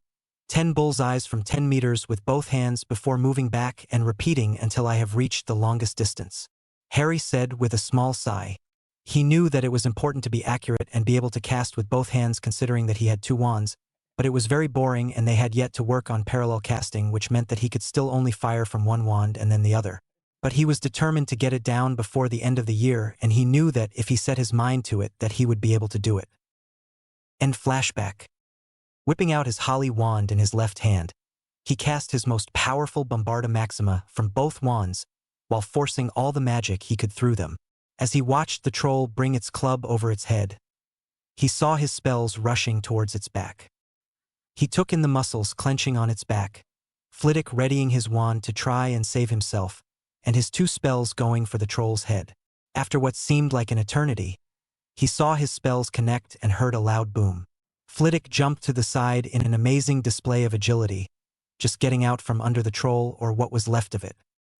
Harry's 2 spells hit the troll in the back of the head and neck, destroying nearly the entirety of the troll's upper body. There was blood and gore everywhere, with chunks of flesh on the floor and walls. Suddenly, Harry dry heaved and ran off to the girls' bathroom, which was nearly destroyed, and vomited in one of the sinks that had escaped destruction. After a few moments, Harry felt Flitwick's small hand rubbing circles on his back as he attempted to comfort his apprentice. "What on earth happened here?" they heard McGonagall ask from outside. "I dare say that we can find out from Mr. Potter and Professor Flitwick in a moment, Minerva," Dumbledore replied. "Oh dear me, are you all right, Mr. Potter?" Dumbledore asked kindly. "He hit the troll with 2 Bombarda Maximas simultaneously, and you saw the result," Flitwick said. "Perhaps we should take him to see Poppy," Flitwick suggested. "And did you see the 3 girls that we came for?" "Yes, Professor Sprout is there with them, and they will likely be on their way to the infirmary as well. After a brief pause, Dumbledore continued, "Why don't you take Mr. Potter to the infirmary while we take care of the cleanup here?" "That's a good idea, Headmaster," Flitwick said before turning to Harry and saying softly, "Come on, Harry, let's get you up to Madame Pomfrey." Once they got to the hospital wing, Harry was quickly fed some potions and fell asleep for the night. The following morning, Harry woke up and got some breakfast from Madame Pomfrey before asking her, "What happened last night? All I remember was getting Hermione, Padma, and Parvati out of the bathroom, but it's kind of blank from there." As Poppy opened her mouth to speak, a voice said, "Perhaps we can answer that, Mr. Potter." Looking over, Harry saw the headmaster, who was the one who spoke, walk into the room with Professor Flitwick. As the two walked over and conjured chairs for themselves, Harry sat up in his bed.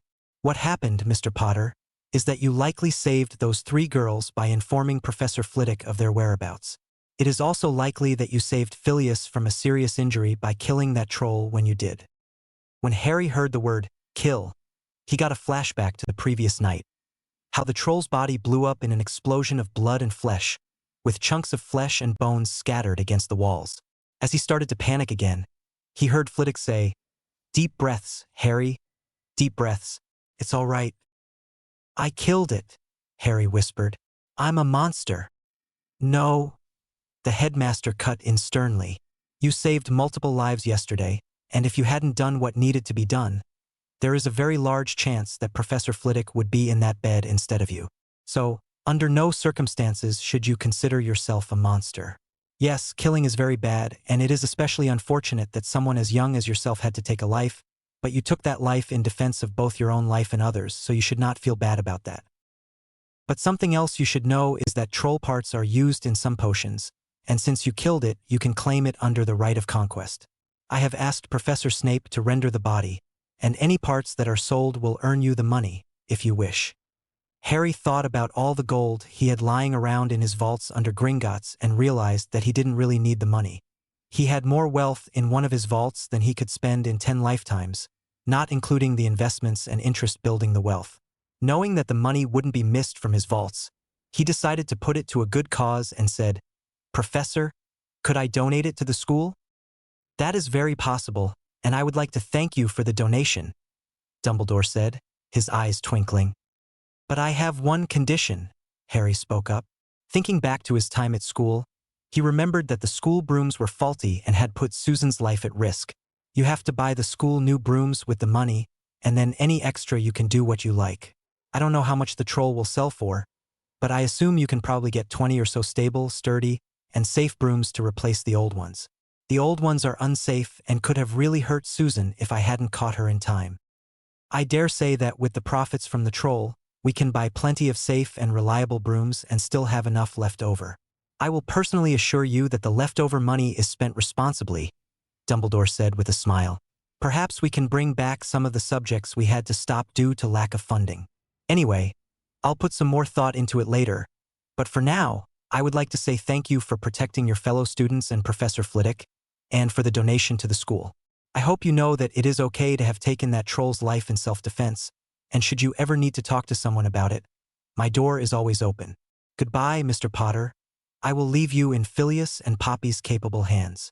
Dumbledore then stood up and left the infirmary. Harry then looked back to Flitwick, who started speaking and said, "Mr. Potter, I would like to express my gratitude towards you, as if you did not help me. It is quite likely that I would have been hit by that troll club. I would also like to reiterate that although it is a horrible thing to have to take a life, there are circumstances where it is better to take a life than to let someone else die." Harry paused and thought about the headmaster and Flitwick's words and what they were really saying. He then said, "Master, I don't understand. I know that you are a very powerful wizard and very capable of defeating a troll. So what went wrong last night, and why didn't you just do what I did?" "Well, Mr. Potter, what you need to consider is that the adrenaline rushing through your body combined with firing 2 spells at the same time considerably boosted the power of your spells, especially if you were intending to overpower it like I suspect you were. I could not have fired 2 spells that powerful at such a speed from my wand that they would have hit the troll at the same time. I was also more focused on leading it away from where you and the young ladies were, which meant that I got cornered. This is a good learning opportunity for you, as it is a good reminder that you must always be aware of your surroundings, because if you are backed into a corner like I was, or you trip on some debris, it could be fatal or cause you to lose a duel, Flitwick responded.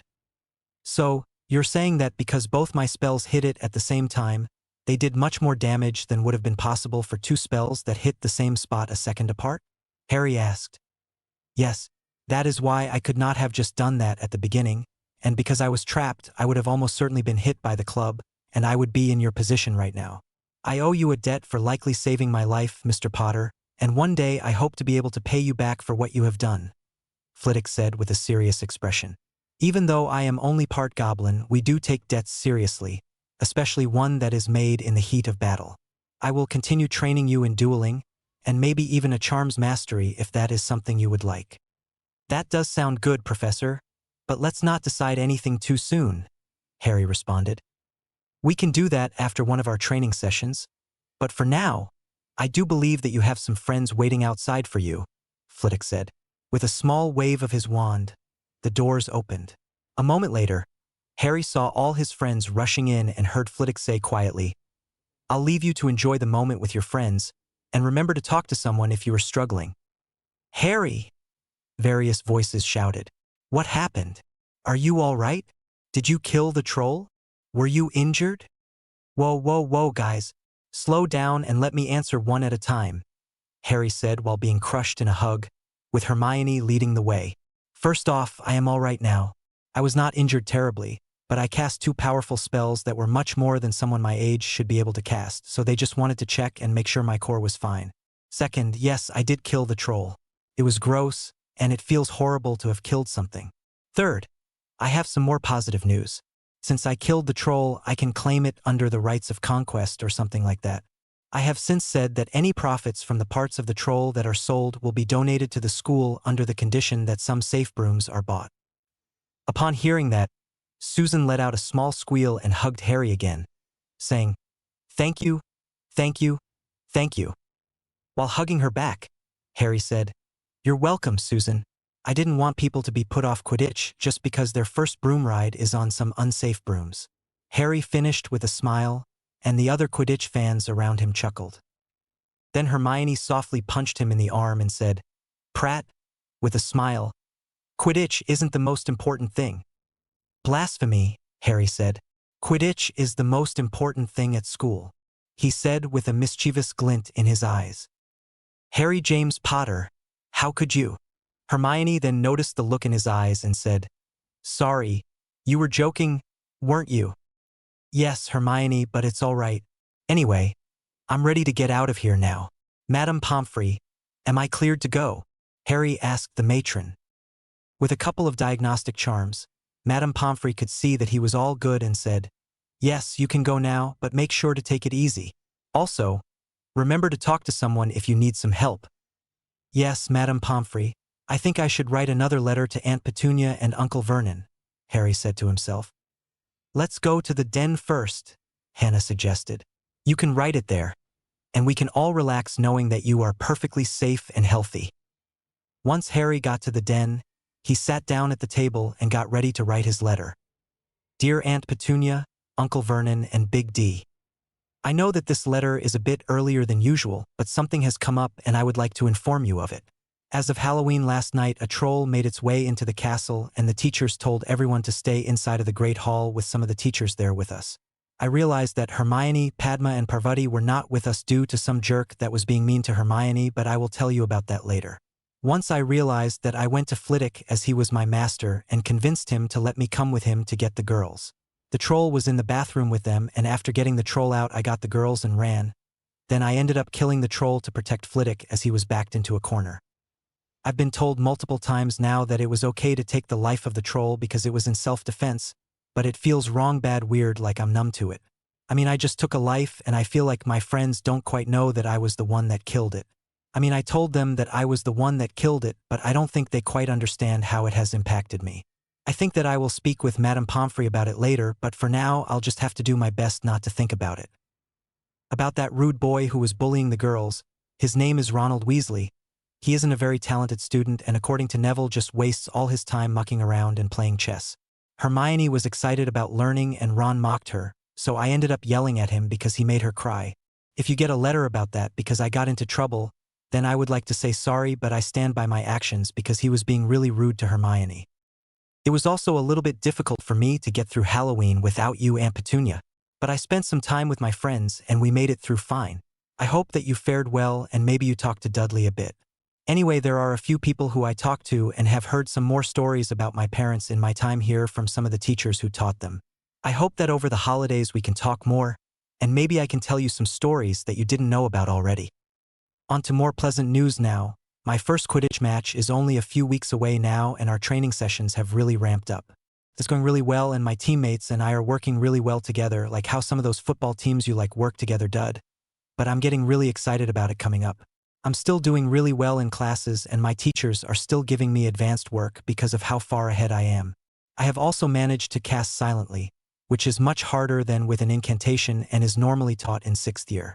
My apprenticeship with Professor Flitwick is going well, and I am improving rapidly according to him, and we hope that I can enter a dueling tournament this holidays for the Under-13 division. I would need your permission before Flitwick can enter me, so if you could give permission in your next letter, then I would appreciate it. Lots of love. Harry Potter. Before leaving, Harry was pulled to the side by Padma, Parvati, and Hermione, who all gave him a hug. Hermione said, "Thank you for saving us. We don't want to think about what would have happened if you hadn't stepped in to save us. I'm glad that I got there in time too. Otherwise, I wouldn't get these hugs from pretty girls, now would I?" Harry said with a mischievous smile. As the girls all blushed, Padma and Parvati softly hit him on the chest and said, "Prat," at the same time. "Anyway, I'm glad you're all right, but we should probably head to lunch now," Harry said. "Typical boy, only focused on his stomach," Hermione said with a smile as the others laughed. "Guilty," Harry said. By the time Harry had finished his letter and discussions, it was about time for lunch, and all Harry's friends decided to head down to lunch. On the way, they ran into the Weasley twins, who said in their usual twin speech, well, if it isn't the Troll Slayer and the Renegades themselves." After getting a sore head from looking back and forth as they spoke, Hermione spoke up and asked, "The Renegades? Why are you calling us that?" "Well, it's because of how you are all indifferent houses yet still friends." "Okay, is anyone else's head getting sore?" Daphne asked. "Yep, but I also think that the Renegades is far from the worst name we could have been given," Harry said. "It's not offensive, at least, but what I'm more worried about is how the whole school already knows that I killed the troll." "Well, Headmaster Dumbledore, with his infinite wisdom, told the whole school at breakfast this morning about how you killed it to save lives, and that we shouldn't question you." "Wait, really?" Harry exclaimed. "It's true. He just stood up and told everyone, but I don't think you should worry about it. You shouldn't have too many questions to answer because of the headmaster. They already know pretty much what happened," Neville said. "Anyway, I'm hungry, and we should get to the Great Hall for lunch." As they got to the Great Hall, Harry walked in and all noise stopped. Everyone stared at Harry as he and his friends walked over towards the Ravenclaw table. "You'd think these people would have better things to do than stare at us while we are trying to have lunch," Harry said in a loud voice. Once everyone looked away, Padma said, "Man, that was kind of awkward. I can't imagine if this is what it's like for you just walking around Diagon Alley. It was pretty creepy, and I wouldn't be able to get anything done because of everyone staring at me." "Yeah, it must be pretty tough for you, but hopefully it will settle down soon," Parvati said. "Oh well, there's nothing that I can do about it now," Harry said before serving himself lunch as the conversation changed to different topics. Over the coming weeks, the school had started to settle down, and all of Harry's friends had begun focusing on their schoolwork again in hopes of catching up to Harry. They were in the den on one Sunday, finishing their homework, when Harry spoke up and said, "Hey guys, Professor Flitwick said that he was willing to sponsor my participation in the Under-13 dueling tournament over the holidays. But he also mentioned that team duels made up of 6 people were slightly more common, and I was wondering if any of you would like to form a team with me." "That sounds great, Harry," Neville said excitedly. "I really want to learn how to duel." Well, unlike the Gryffindor who charges in, I need a bit more information before agreeing to anything, Daphne said. So the format can vary between a 6-on-6 duel between both teams or down to 1-on-1, with the winner facing the next member of the opposing team or any combination in between. This tournament will be in the under-13 bracket, and it is likely that we will be facing other first and second years.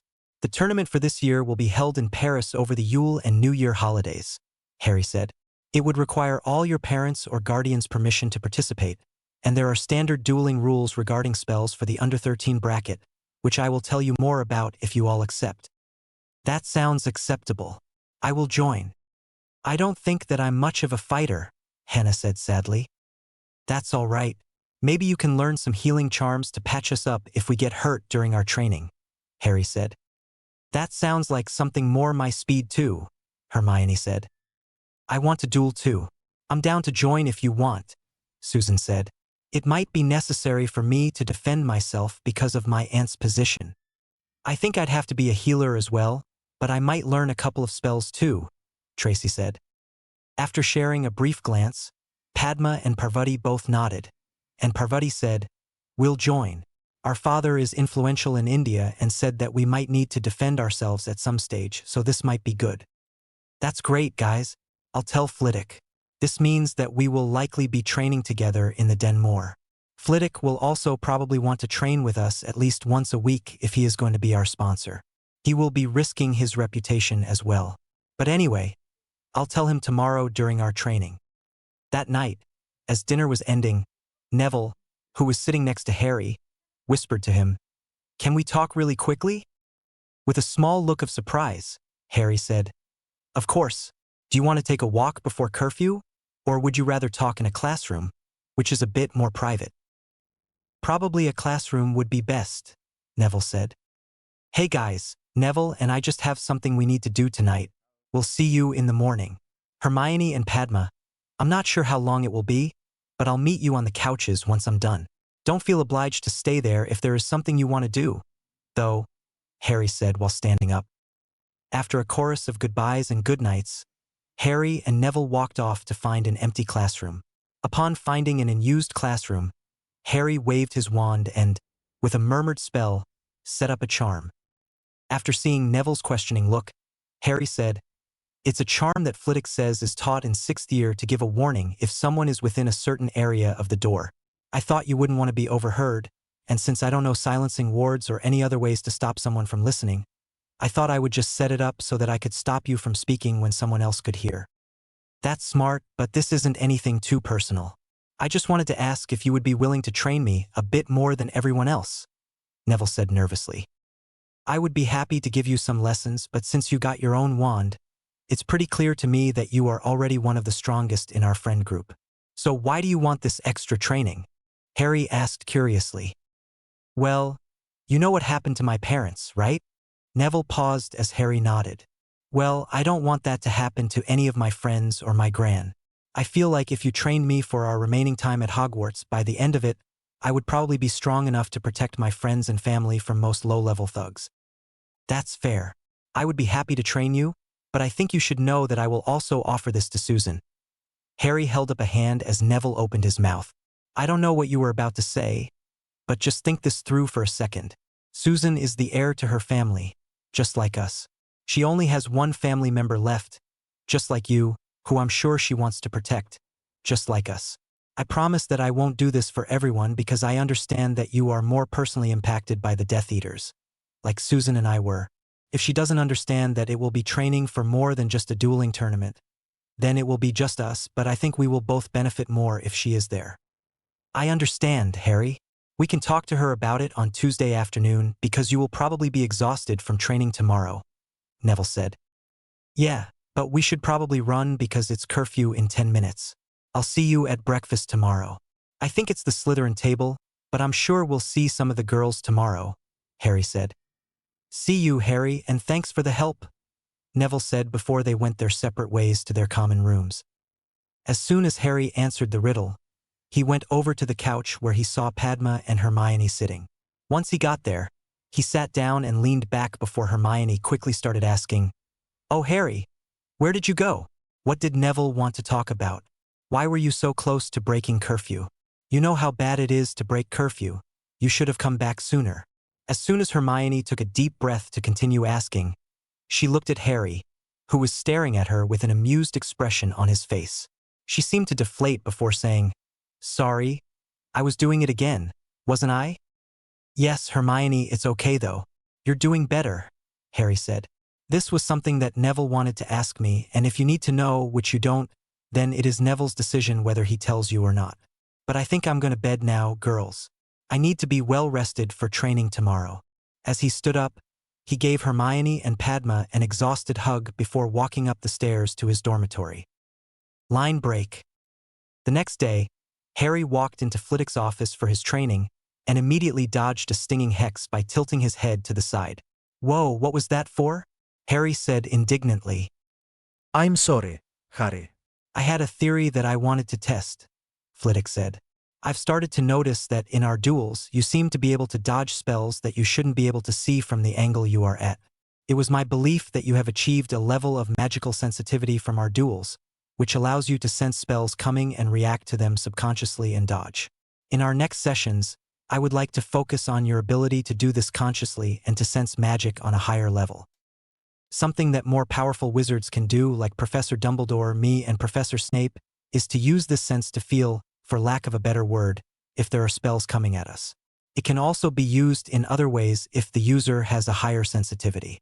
Normally, people who are curse breakers have some of the highest sensitivity because they need to feel for wards or curses on items that could be dangerous to them. It is my belief that if you start early enough, you would be able to reach that level of sensitivity during your time at the castle, depending on how hard you train." "Well, that does sound very useful, but I don't really understand how I'm meant to understand what my magic is feeling," Harry said skeptically. "I mean, I guess sometimes I get these feelings that I should move, but how am I supposed to understand what my magic is saying enough to determine if there is a curse on an object?" "Well, first off, I will start sending stinging hexes at you much more often, either during our lessons or in the corridors. I won't do it too often, but every now and then I will send them. Your job will be to dodge them, and I will only send them when there is no one behind you, so dodging is your best bet. Once you start being able to sense it randomly throughout the day, I will do it more during training, where you will be blindfolded. I will send basic hexes at you, and you will start to feel the buildup of magic from where the spells come from. By the end of that part of training, you should be able to find anyone in any room, as long as their magic isn't hidden somehow. The hard part will be for you to understand the wards better. This is because, in a castle such as Hogwarts, the wards are quite overpowering, and you won't be able to discern their individual effects. It might be necessary for you to figure out a way to do this during the holidays in a less warded area. For cursed objects, I will have to talk to the headmaster before we can proceed, as this is a school, and we need to be careful with students around." "Well, I guess I should be on the lookout," Harry said. "But I actually have some news that I wanted to share before we get into our usual training." "Oh, this sounds promising," Flitwick said. "Well, I talked to my friends about the team dueling tournament, and they said they would be willing to join," Harry said. "The members would be me, Neville, Susan, Daphne, Padma, and Parvati." "Oh, this is very exciting. It will be the first team that Hogwarts has submitted in the under-13 bracket for many years. I would, of course, be happy to sponsor your team, but we would need to have our own separate training for your individual performance. What if on Sunday afternoons we had our team training so that you all learn how to duel individually and as a group? If you wish, you can then train them in your room later on to help everyone perform better," Flitwick said excitedly. He clapped twice before continuing. "Now that you are part of a team, it is even more important that you are the best you can be, so that you can defeat everyone else in your age group, even if they gang up on you 1v2 or even 1v3. Team duels sometimes end up like that if your teammates are defeated early on, and you, as the likely team captain, will be the one who ends up going against them at the same time or consecutively. This means you need to work on your stamina so that you can defeat people consecutively or when outnumbered." "Well, that sounds like a lot of work. Let's get to it," Harry said before jumping up to dodge a stinging hex. "Cheeky, but it already feels easier. Anyway, how do you plan on making me better at beating multiple people in our solo sessions? Or will we just work on physical and magical stamina in our solo sessions, along with some knowledge?" Well, first off, I think you should invite your friends who will be dueling to join your regular morning workout and run. This should help them a bit when we start training. But for now, let's focus on your own training. I think that for this session, we will just work with the dummies firing at you so that you can practice dodging and blocking from multiple directions. As the two walked into the dueling room, Flitwick waved his wand, and 3 dummies were set up, evenly spaced from a center point. I will set these to send about 1 spell per second. As you know, people will generally cast spells faster if they are trained in dueling. However, some magical titans like Dumbledore, Grindelwald, Voldemort, and hopefully you in the future are able to enhance their bodies with their magic. This is very advanced and requires immense magical power to sustain for any duration. But it is generally accepted that those who are strong enough can enhance their bodies and cast 10 spells in under 2 seconds, possibly more if they are in their prime. This is just to give you a goal to aim for. In my prime, I was able to cast 10 spells in 2.5 seconds. You should definitely be able to do more. These dummies are set to a maximum of 3 spells per second, so I want you to be able to last for 15 minutes with the 3 dummies on their highest speed setting. Then I will add another dummy. Eventually, I will allow you to fight back, but for now, I want you to just defend. Harry stepped onto the platform and into the middle. He closed his eyes, took a deep breath and said, "All right, I'm ready." Immediately, Harry stepped to the right to dodge 2 spells before shielding another coming from his right. "These better be stinging hexes," Harry said as he dodged one more. "Just don't get hit, and it won't matter," Flitwick said with a smile. Harry whispered under his breath, "Cheeky bugger." It took another 3 minutes, filled with Harry dodging, ducking, dipping, diving, and shielding, before he was hit. He lay on the ground panting when he heard Flitwick clapping. "Well done. That was infinitely better than my first try. I am also more certain than ever that your magical senses are already above average for any graduates, just from some of the spells you dodged. But I realized an oversight in my training. I would like to show you something. Please cast a low-powered blasting curse at me." "Are you sure?" Harry asked skeptically. "Contrary to popular belief, I do know what I'm doing," Flitwick said with an eye roll. Harry then cast a bombarda at Flitwick's body. As soon as the spell came within arm's reach, Flitwick batted it away with the tip of his wand.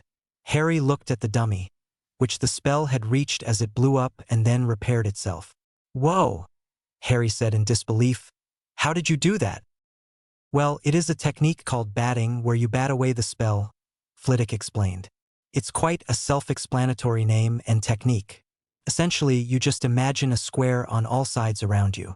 Whenever a spell gets within that box, you flick your wand and connect the tip of your wand to the spell, pushing a bit of magic into it. The end result should look as it did, where the spell goes flying in the direction you hit it. This can be useful when fighting multiple opponents, where you can redirect one person's spells into another person. I noticed that sometimes you were struggling to dodge or shield some of the spells that you could have batted away. There are some limits to what spells can be batted away. For example, the unforgivable curses and most elemental spells will require different techniques. But for most dark spells, you already know my thoughts on them. You will need to put in more magic than, say, a stunner." Harry had, of course, discussed dark magic with both Flitwick and his friends multiple times, and he realized that Flitwick was correct. Flashback. The first training session after the troll incident, Flitwick had told Harry to sit down at his desk, saying that he had something important to tell him. "So then, Master Flitwick, what was it that you needed to tell me?" Harry asked curiously. "Well, I wanted to talk to you a little bit more about your reasons for learning to duel. I know you want to be able to protect your friends and future family, but do you want to be an Auror or hit wizard? Do you expect to be attacked by a serious threat? Or is it just for fun and to protect people you care about?" Flitwick asked. "Well, I guess it is a few of those reasons. I definitely want to be able to protect my friends and future family. But I also enjoy dueling and the thrill that comes with it. Then there is also this ridiculous boy who lived thing. I know that the world isn't perfect and that not all of Voldemort's followers are in prison. They may want to get revenge for their master. But," Harry paused and took a deep breath, "I feel like the most important thing to me about learning to duel is just the fact that I want to be the best wizard I can be so that my parents will be proud of me when I see them again. I understand that there are different ways to be a great wizard, but I feel like most of the greatest and most knowledgeable people are able to fight anyway. So learning to duel and then about any other subjects that interest me is the path I will take. Flitwick looked at Harry before saying, "Those are some good reasons. Now that I know you are capable and responsible, I want to talk to you a bit more about the magics you will need to know if you wish to be able to fight someone properly. And when I say fight, I mean fight to kill someone who is on the level of you-know-who." "Why do you call him that, Master?" Harry asked. "You are a powerful wizard. What makes you refer to him in that way?" "The terror he caused at that time. He was on another level compared to me, even though I never fought him directly," Flitwick said. "But he's gone now. There is no reason for you to be afraid of him anymore." "You're right, Harry. Voldemort is gone now," Flitwick said with only a small shudder. "I have nothing to fear from him. But anyway, what I need to know is whether you are willing to use magic that is commonly considered dark. I need to know if you are prepared to kill someone to protect others, as you did with that troll." Harry paused and stared at the table for a moment before muttering, "Yeah, I would kill to protect my friends." He took another deep breath before continuing, "That troll taught me one thing. I guess it's just hard for me to think about something like that at this age. I know that if I fight people who followed the Dark Lord, I would need to kill them to prevent them from hurting others. But I'm not sure about using magic that would leave a negative impact on me," Harry concluded. "That is a good thing, Mr. Potter. There are certain types of magic that leave lasting effects, like the constant use of dark magic. But for someone like you, who uses neutral magic as well, and only occasionally employs the Ministry's definition of darker spells, there will be no issues. I don't think I'm making much sense right now, Harry, but if you give me some time to lecture before we start our regular session, I hope to enlighten you more about magic and its potential impacts." By now, Harry looked very interested and said, "Please continue. If there is something important to know about magic, then I want to know it." "Showing your inner Ravenclaw, Harry," Flitwick said with a grin. "Anyway, I would like to explain some common misconceptions about dark magic that the Ministry of Magic holds. According to the Ministry, many types of magic are considered dark, such as combat spells, the Unforgivables, and other obscure magical arts like rituals and blood magic. Do you understand so far?" Flitwick asked, and Harry nodded. "The thing is, most of the things I just listed aren't truly dark," Flitwick continued. "The only thing that makes something truly dark is either putting a negative emotion into casting the spell, like with the Unforgivables, or the sacrifice of other living beings or their humanity in rituals. I understand that, initially, the Unforgivables were used medically and had positive applications. However, the way they are used by dark wizards involves true hatred or a desire for someone to be killed, tortured, or controlled. When used constantly, this leaves a stain on the user's magic, which influences their personality and behavior. So essentially, the only truly dark magic is the type that requires a sacrifice of other people or parts of their humanity, or that has a lasting negative impact from repeated use. Now, there are a few differences between some spells, such as the Bonebreaker and the Killing Curse. For one, the Bonebreaker harms someone while the Killing Curse kills them. However, the Bonebreaker will not leave lasting effects on the user's magic, as it is technically a neutral or gray spell due to the lack of an emotional component required for its successful casting. Flitwick took a deep breath, noting that he still had Harry's full attention, and continued, "I previously mentioned that the Unforgivable curses were once used for good. I wanted to use them as examples to show why the intent of the user matters more than the spell itself. The Killing Curse was originally a medical spell used by doctors to end the suffering of terminally ill patients painlessly. The Cruciatus Curse was used to treat people who had no feeling in their nerves but is now used for torture. The Imperius Curse was created by an Auror for use in hostage situations to prevent harm to the hostage. I tell you all this to emphasize that it is not about the spell but the intent behind its use. I could just as easily kill someone by levitating a boulder over them and then dropping it as I could by using a cutting curse on their neck. While killing is not ideal, in some situations where your enemy is fighting to kill, you should return the favor.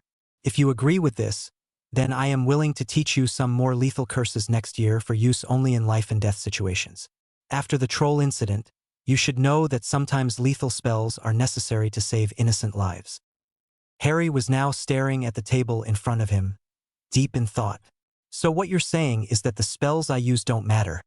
It's just how I use them," For example, if there is a group of people trying to kill others, then killing them before they can harm others is better than stunning them and letting them be revived to continue killing people, Harry said thoughtfully. Although that is a good way of thinking if you truly want to win a battle against multiple opponents. I am just trying to say that the spell you use doesn't matter as long as it doesn't leave a lasting mark on your magic through excessive use. It is far more important to use the spell with good intent, Flitwick explained. Perhaps we should cut our lesson short for today. It seems you need time to think deeply about this. Maybe you should discuss it with your friends and other teachers to get their perspectives as well. Harry absent-mindedly said, "Yeah. Goodbye, Master." After returning to the den, he explained what had happened in their training session, which sparked an intense debate. Over the coming hours, many points were made, and many biases were reconsidered. Initially, Hermione and Hannah were the most opposed to dark magic, with Hannah having prejudices from her parents and Hermione having read about it in numerous books. However, with Neville, Daphne, and Susan explaining it based on what their parents and guardians had told them, it became much easier to understand Flitwick's perspective. In the end, Harry's explanation of Flitwick's points was enough for them to accept that the intent behind a spell is the most important aspect. End flashback. So, for example, a dark cutting curse requires more magic to cast than a stunner. The general theory is that the dark curse uses more power in the first place, but arithmetically, it is also because the darker spells focus more on causing harm than a stunner. Are you ready to try? Flitwick said before immediately sending a stinging hex at Harry. After ducking under the spell, Harry said, "Hey, give me some more warning next time." "You're meant to be batting it away, not dodging," Flitwick said, then sent 2 more hexes. The lesson continued in this manner for the next hour until an exhausted and sore Harry was sitting down and panting in a seat in the dueling room. "Oh man, I am so sore," Harry said. "You made a lot of progress, though. I feel like you'll do better with the dodging next lesson. Next time, I'll set them in a line in front of you, and we'll see how that helps you improve." "Why didn't we do it that way in the first place?" Harry said, exasperated. Flitwick looked at Harry and said sternly, "It's always better to practice in the worst possible situation so that when you're up against 3 opponents in a line, it will be easier than you expect. If they are spread out, it will be harder than the way you practiced." "I guess that makes sense," Harry said. "But couldn't we have at least started off with them all in a row initially? At least the first time, so I could get used to it?" "I guess we can do that. Every time you survive 20 minutes with them in a line, we'll spread them out until you can survive 15 minutes before increasing the difficulty for one of them. Once they're all on the highest setting, we'll add another dummy," Flitwick said. "Hopefully, this will allow you to work your way up to higher difficulties faster." Line break. The next Sunday morning, Harry was running along the lake with Neville as they chatted when they saw the groundskeeper out and about. Harry said to Neville, "Hey, want to go and introduce ourselves?" while signaling to the large man. As Neville took note of his large size, he tripped on his step and said with a small stutter, "Sure, why not?" As the 2 boys slowed down and walked toward the large man, they waved, and Harry said, "Hello, I'm Harry Potter, and this is Neville Longbottom." The large man then said, "Hello, you two. I'm Rubeus Hagrid, but everyone calls me Hagrid. What are you two doing out here so early?" he asked. Neville responded, "We're trying to stay physically fit so that we can do well in our dueling." "Well, that's quite good of you too. I'm sure both your parents would be proud of you for doing that," Hagrid said with a smile. "Did you know our parents?" Harry said excitedly. "Could you tell us some stories about them?" "Oh, of course I knew both your parents, and I'd be glad to tell you some stories about them," Hagrid said. "Please come inside. I'll get you some tea." "Thanks, Hagrid," Harry said with a smile. As the 2 boys walked inside the little hut, Harry noticed some Daily Prophet articles still on the desk from September. Harry said to Neville, "These are old news, aren't they? I wonder why Hagrid still has them." "Yeah, the break-in was ages ago. We could ask him, I suppose, but I don't think it's that important anymore," Neville said. As Hagrid walked back with some huge cups of tea in hand, he said, "So, who wants to hear some stories about their parents today?" "Definitely," Harry said excitedly. "Yeah, me too," Neville said. Over the course of the next half hour, Harry and Neville listened to Hagrid talk about Harry's parents and how Alice and Frank were good students who helped him out occasionally. Finally, Hagrid said, "Blimey, you lot should probably head to the castle for breakfast before you miss it completely. Feel free to come back at the same time next week." After sharing a brief look, Harry said, "We'll be back, maybe even bringing more people if that's all right." "Of course, the more, the merrier. See you then," Hagrid said as the boys walked off. Harry said to Neville, "Let's go to the den after breakfast. Maybe we can do some practice before training with Flitwick this afternoon. I think we will be mostly learning how to duel in our lessons, so I'll try to teach you some spells that we can use in the Denver." "That sounds good. But when will we start our own private lessons?" Neville asked curiously. "I think we should talk to Susan about this before lunch, once everyone else is gone," Harry said thoughtfully.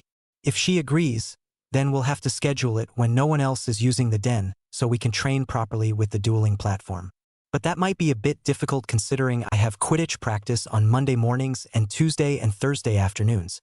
But I'm sure we can manage at least once a week." Anyway, I'm starving. "Let's get to breakfast with the girls now." As the two boys sat down at the Ravenclaw table, they exchanged customary greetings before Neville asked, "Are you guys excited for our training this afternoon?"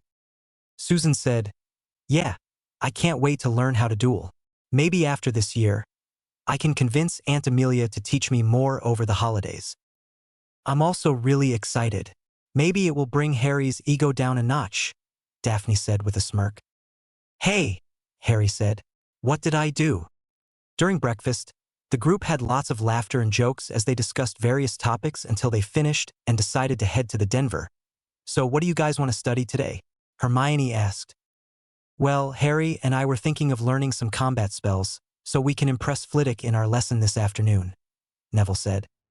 "That's a great idea," Susan said. "But what about the people who aren't going to Flitwick's lesson? What will they do?" "Well, they could try learning some healing magic for when we get injured practicing our dueling," Harry suggested. "They could do this whenever we practice dueling because if we want to do well, we'll need to practice a lot." "That's a great idea, Harry," Hermione squealed. "I'll have to talk to Madame Pomfrey about getting some books here permanently. Maybe she would even teach us if we go to the hospital wing. Let me make a schedule." "Whoa, Hermione. Slow down," Harry said with a laugh. "But you need to remember that others will be learning as well, and they might want a say in what they're doing." "Sorry. I just get so excited. Anyway, Hannah, Tracy, do you two want to come to the hospital wing with me to ask Madame Pomfrey to teach us?" "Yeah, sounds good," Tracy said. "Yeah, let's go," Hannah said. "We'll see you guys at lunch." "So, what are you going to teach us, Harry?" Susan asked excitedly. "Well, it depends a bit on what we're learning with Flitwick. If he's teaching us new spells, then we'll be dueling together and working on essential dueling knowledge at this time. But if we're focusing on how to duel, dodge, aim, and all of that during his lessons, then I'll teach you some new spells. However, if we really want to excel, it's important to practice more than just once a week with Flitwick and probably once a week with me. We have a professional-grade dueling platform here, and we should use it at least twice a week outside of lessons, even if you're just working on your aim because no one else is free," Harry said. "But for now, I'll teach you enough spells so you can at least put up a small fight." He looked around, seeing that everyone was taking this seriously and ready to learn. "All right then. First we'll start off with the disarming charm. The incantation is Expelliarmus, and the wand movement is just a point and shoot." Harry then spent the next couple of hours teaching them basic offensive spells that could be used in duels, along with the weakest shield charm Lux Scutum charm that most of them struggled with initially due to the power requirements. Once Harry taught his friends the spells he had planned, he decided to end the lesson. "All right, guys, we should probably go to lunch now so that we're all ready for Flitwick's lesson." "Good idea, Harry. I'm starving," Daphne said. "Hey, that was our line," Neville said, gesturing to Harry. "Too bad," she replied with a smirk. "Susan, can you stay behind, please? Neville and I wanted to talk to you," Harry called out. After everyone else left, saying they would see them at lunch, Harry and Neville sat down and invited Susan to join them. "So what's this about?" she asked curiously. "Well," Harry said, "Neville wants to learn some more dangerous magic, He thinks that Death Eaters might become a threat in the future, and he wants to be able to fight them like his parents did. I thought you might want to do the same since you were similarly impacted by the Death Eaters in the First War. That does sound useful, Susan said thoughtfully. But what would you be teaching us? Well, I'm not quite comfortable teaching strong offensive magic to first years. There's also the fact that I don't think you'd be powerful enough to perform some of the more advanced spells, Harry said thoughtfully. But I thought you said we were among the more powerful in our group, Neville objected. And you are, Harry said calmly. But the fact is that our entire group is first years, so being more powerful than them doesn't make you strong enough to learn these spells. I'm not trying to flex or anything, but I am much more powerful than both of you. I don't mean you won't both be powerful in the future or even that you aren't now. Look at you, Neville. You're doing so much better than at the start of the year. But I could probably break both of your shields with just 1 or 2 blasting curses, whereas it would take both of you at least 5 minutes to break mine. Will you teach us at least one more powerful spell if we can break your shield in less than 5 minutes? Susan asked. If we can break it down in 5 minutes using the Bombarda Hex, then we're clearly more powerful than you think and deserve to learn a spell. If we can't, then it's no harm done. At worst, it will be some good practice with one of the new spells you just taught us. Susan rationalized. Harry thought about it for a moment and found that Susan's explanation was sound. All right, he said. I'm willing to do this on the condition that you both stop casting as soon as I say stop.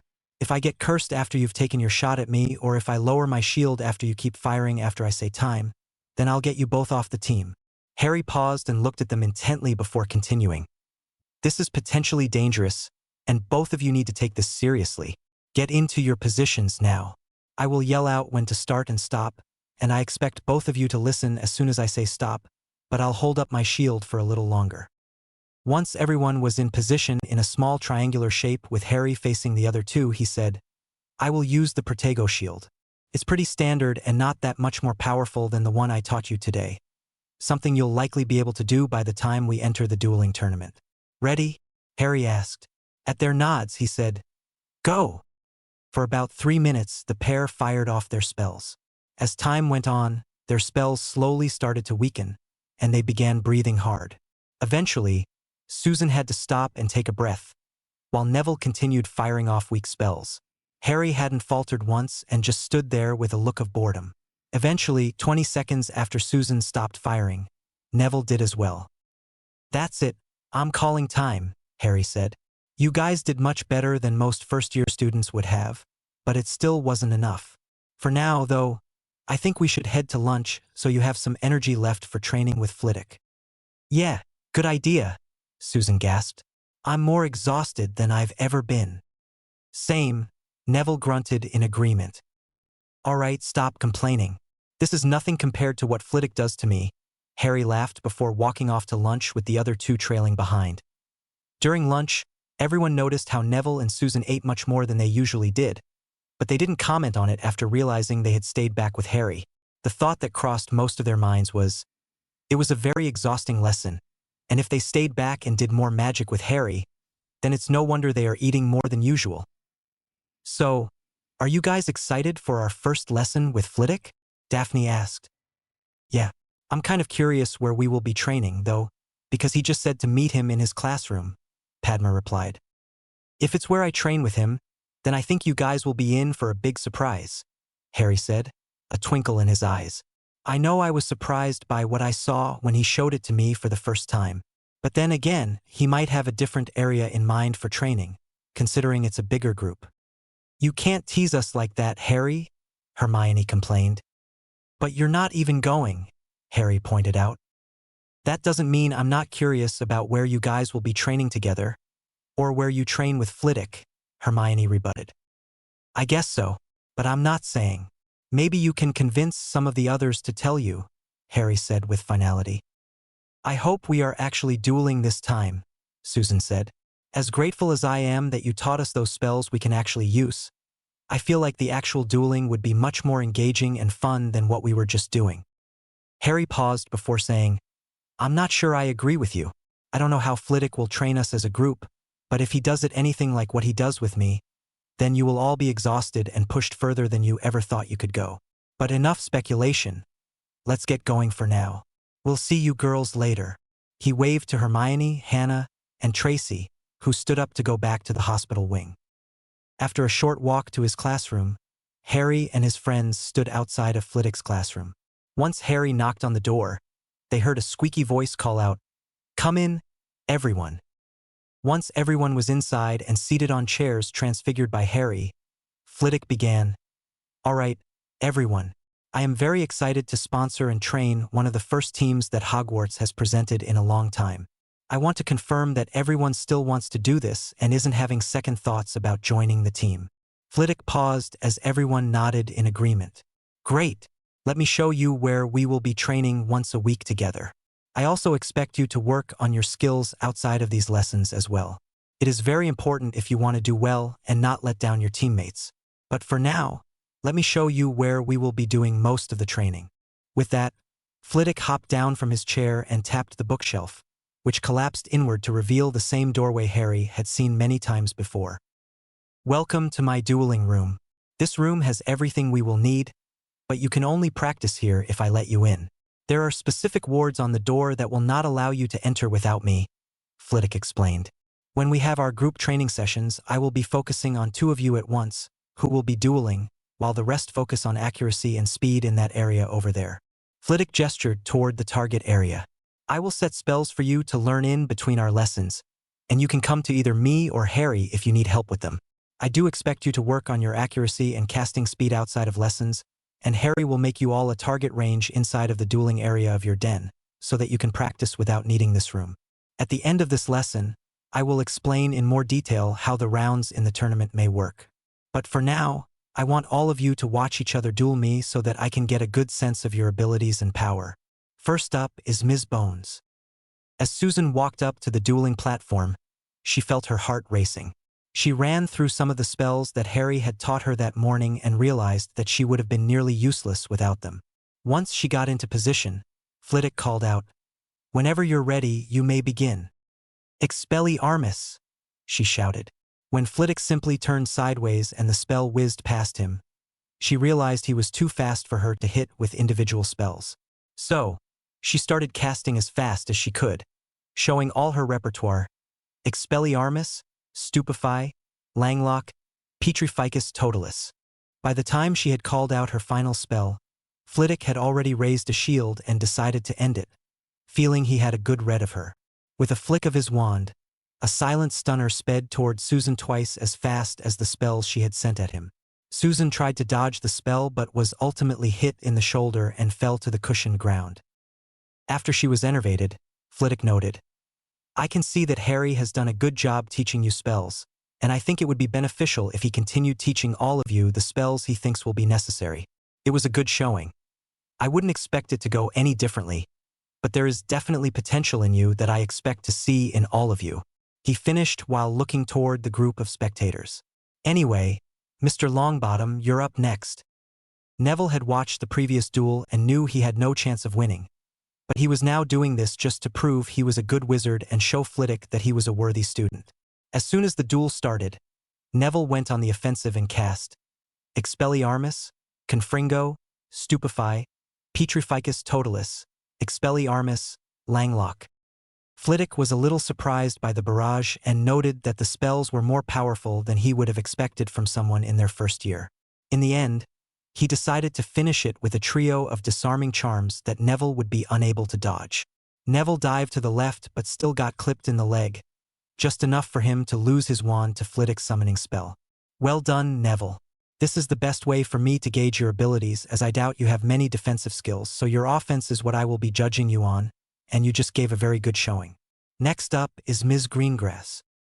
As Flitwick signaled to begin, Daphne immediately started casting, but with a slightly different goal than the others. She knew she wasn't quite as powerful as Susan and Neville, but she was creative and had found an affinity for ice-based magic when experimenting. She pointed her wand at the ground around Flitwick and said, "Glacius Expulso." Flitwick responded with some highly controlled flames that melted the ice beneath his feet and then neatly sidestepped the banishing charm aimed at his chest. "Well done," he called out. "Nice and creative," which is necessary when going up against more powerful and experienced opponents. In the end, Daphne's duel lasted about as long as the others. It only took 2 more spells from Flitwick before she was on the ground and unable to move. "Next up is Ms. Padma Patil," Flitwick called out. As soon as the duel began, it was clear that Padma was struggling with offensive spells, as they were quite slow and easy for Flitwick to dodge. In the end, he fired off a disarming charm, and surprisingly, Padma cast a Protego charm. Everyone paused for a moment. While it was clear the shield was weak, Harry knew it was probably the strongest one that most of his friends could manage. It seemed she was more defensively aligned than the others. It only took 1 more spell before she collapsed and found herself wandless. Flitwick said, "Marvelous work. We might make you the defensive specialist in any group duels." "Thanks, Professor. It took a lot of work," Padma said shyly. Now, Ms. Parvati Patil. While most of the group thought she would be more defensively aligned like her twin, Harry wasn't so sure. He had seen her spells fly faster than the others, and her accuracy while casting at speed was impressive for someone who didn't train specifically for it. Once both duelists were in place, Parvati cast quickly and accurately, Stupefy Expelliarmus, Petrificus Totalis. Flitwick was surprised by her speed and accuracy and had to cast a Protego charm to stay in the duel. It was clear that her defense was her weak point when she fell after she couldn't dodge a stunner. "And last but not least, my apprentice," Flitwick said. Most of the group was a little surprised that he would be dueling Harry. They knew he was more powerful than them by several orders of magnitude, and some had seen him practicing his speed and accuracy, which was much better than theirs. They wondered why he would be dueling Flitwick when it was likely he already knew Harry's skill level. For those of you who might be wondering, this duel is to help you understand what you should aim for. It might not be possible for some of you to cast powerful spells, but it is clear that you have the potential to be great duelers by being creative, fast, and accurate. I will ask you to stand behind the wards over there for your protection, Flitwick said, gesturing to a small viewing area that they assumed was warded. Once both duelists were in place on the platform, Flitwick smirked and said, "Ready to be defeated in front of all your friends?" The students in the viewing area gasped when Harry replied, "Ready to be beaten by your apprentice in front of your students." At once, both of them fired off spells that collided in the middle. This didn't stop either duelist, though. Both kept casting. The student spectators were amazed at the speed of the spells each was firing off. With the opening volley of spells done, Harry stopped casting regular curses and charms and started using some transfiguration. He noticed that the platform had been chipped away in some places and saw that there was enough rubble for his plan. With an elaborate wave of his wand, he created 3 spears and banished them at his mentor while also summoning 2 small ravens to dive-bomb Flitwick from above. Flitwick conjured a small wall to block the spears and sent it toward the birds. One of them managed to dodge the wall, forcing Flitwick to use a reversing spell on the bird, which changed it back into a small rock. As both took a breather, Harry held his holly wand behind his back, and with a small wave, he created a small snake and cast the disillusionment charm to make it invisible. After a brief pause, Flitwick broke it and began casting charms on Harry, using enough speed that Harry had to use both his wands to conjure shields and bat the spells away. By this stage, the two had almost completely forgotten about their audience, who were watching in awe. "I had no idea it was possible to use 2 wands at once," Padma said. "It's incredibly rare and something that we should not spread around, so Harry can decide when he wishes to reveal it in a duel. It just might save his life," Daphne said wisely. "I imagine it could be the deciding factor in a duel," Neville commented. After this quiet conversation, they all saw that Harry was now casting spells from both his wands at the same time, and if the colors were any indication, they were very different spells. The students could see that although Flitwick looked far from done, he was feeling the strain of blocking and dodging twice as many spells as one usually would when facing a single opponent. Eventually, the spectators heard Flitwick gasp in surprise as he felt his legs getting wrapped up by something he couldn't see. It took just one flick of his wand to vanish the conjured snake, but the damage had been done. A cutting curse had hit his shoulder, and blood was now dripping down his arm. "Well done," he congratulated. "That's the first time you've hit me. It might be time for me to step up my game a bit." Harry knew that he had been holding back in terms of speed, power, and spell variety, but even he was shocked by the barrage that came at him after Flitwick's comment. There were stunners, bone breakers, cutting curses, and more, all cast with the same speed and accuracy. Harry had no reprieve and knew he couldn't last long. But he decided to do his best, valiantly blocking, dodging, and batting away various spells before inevitably being stunned and disarmed. The viewers were stunned into silence by the end of the duel when Harry finally fell to the ground, stunned and bound. After reviving Harry and dealing with their injuries, Harry and Flitwick made their way over to the spectators, and Flitwick said, "That is something you should be aiming for. I know that all of you have different strengths, but I also know that all of you have family magic that you didn't get to use, and all of you have the potential to do what Harry just did. For the rest of this lesson, I will show you some drills that I have Harry do every lesson, and I hope you will practice them outside of our lessons as well so that you can improve quickly. At the end of this lesson, I will explain a bit more about what the dueling tournament will look like and some potential strategies we can use throughout the various rounds. But for now, follow me," he said, gesturing to the accuracy range that Harry was very familiar with. "I will have Harry set something like this up in your den so that you have somewhere to practice if you have the free time. But please make sure you do it for at least 15 minutes twice a week.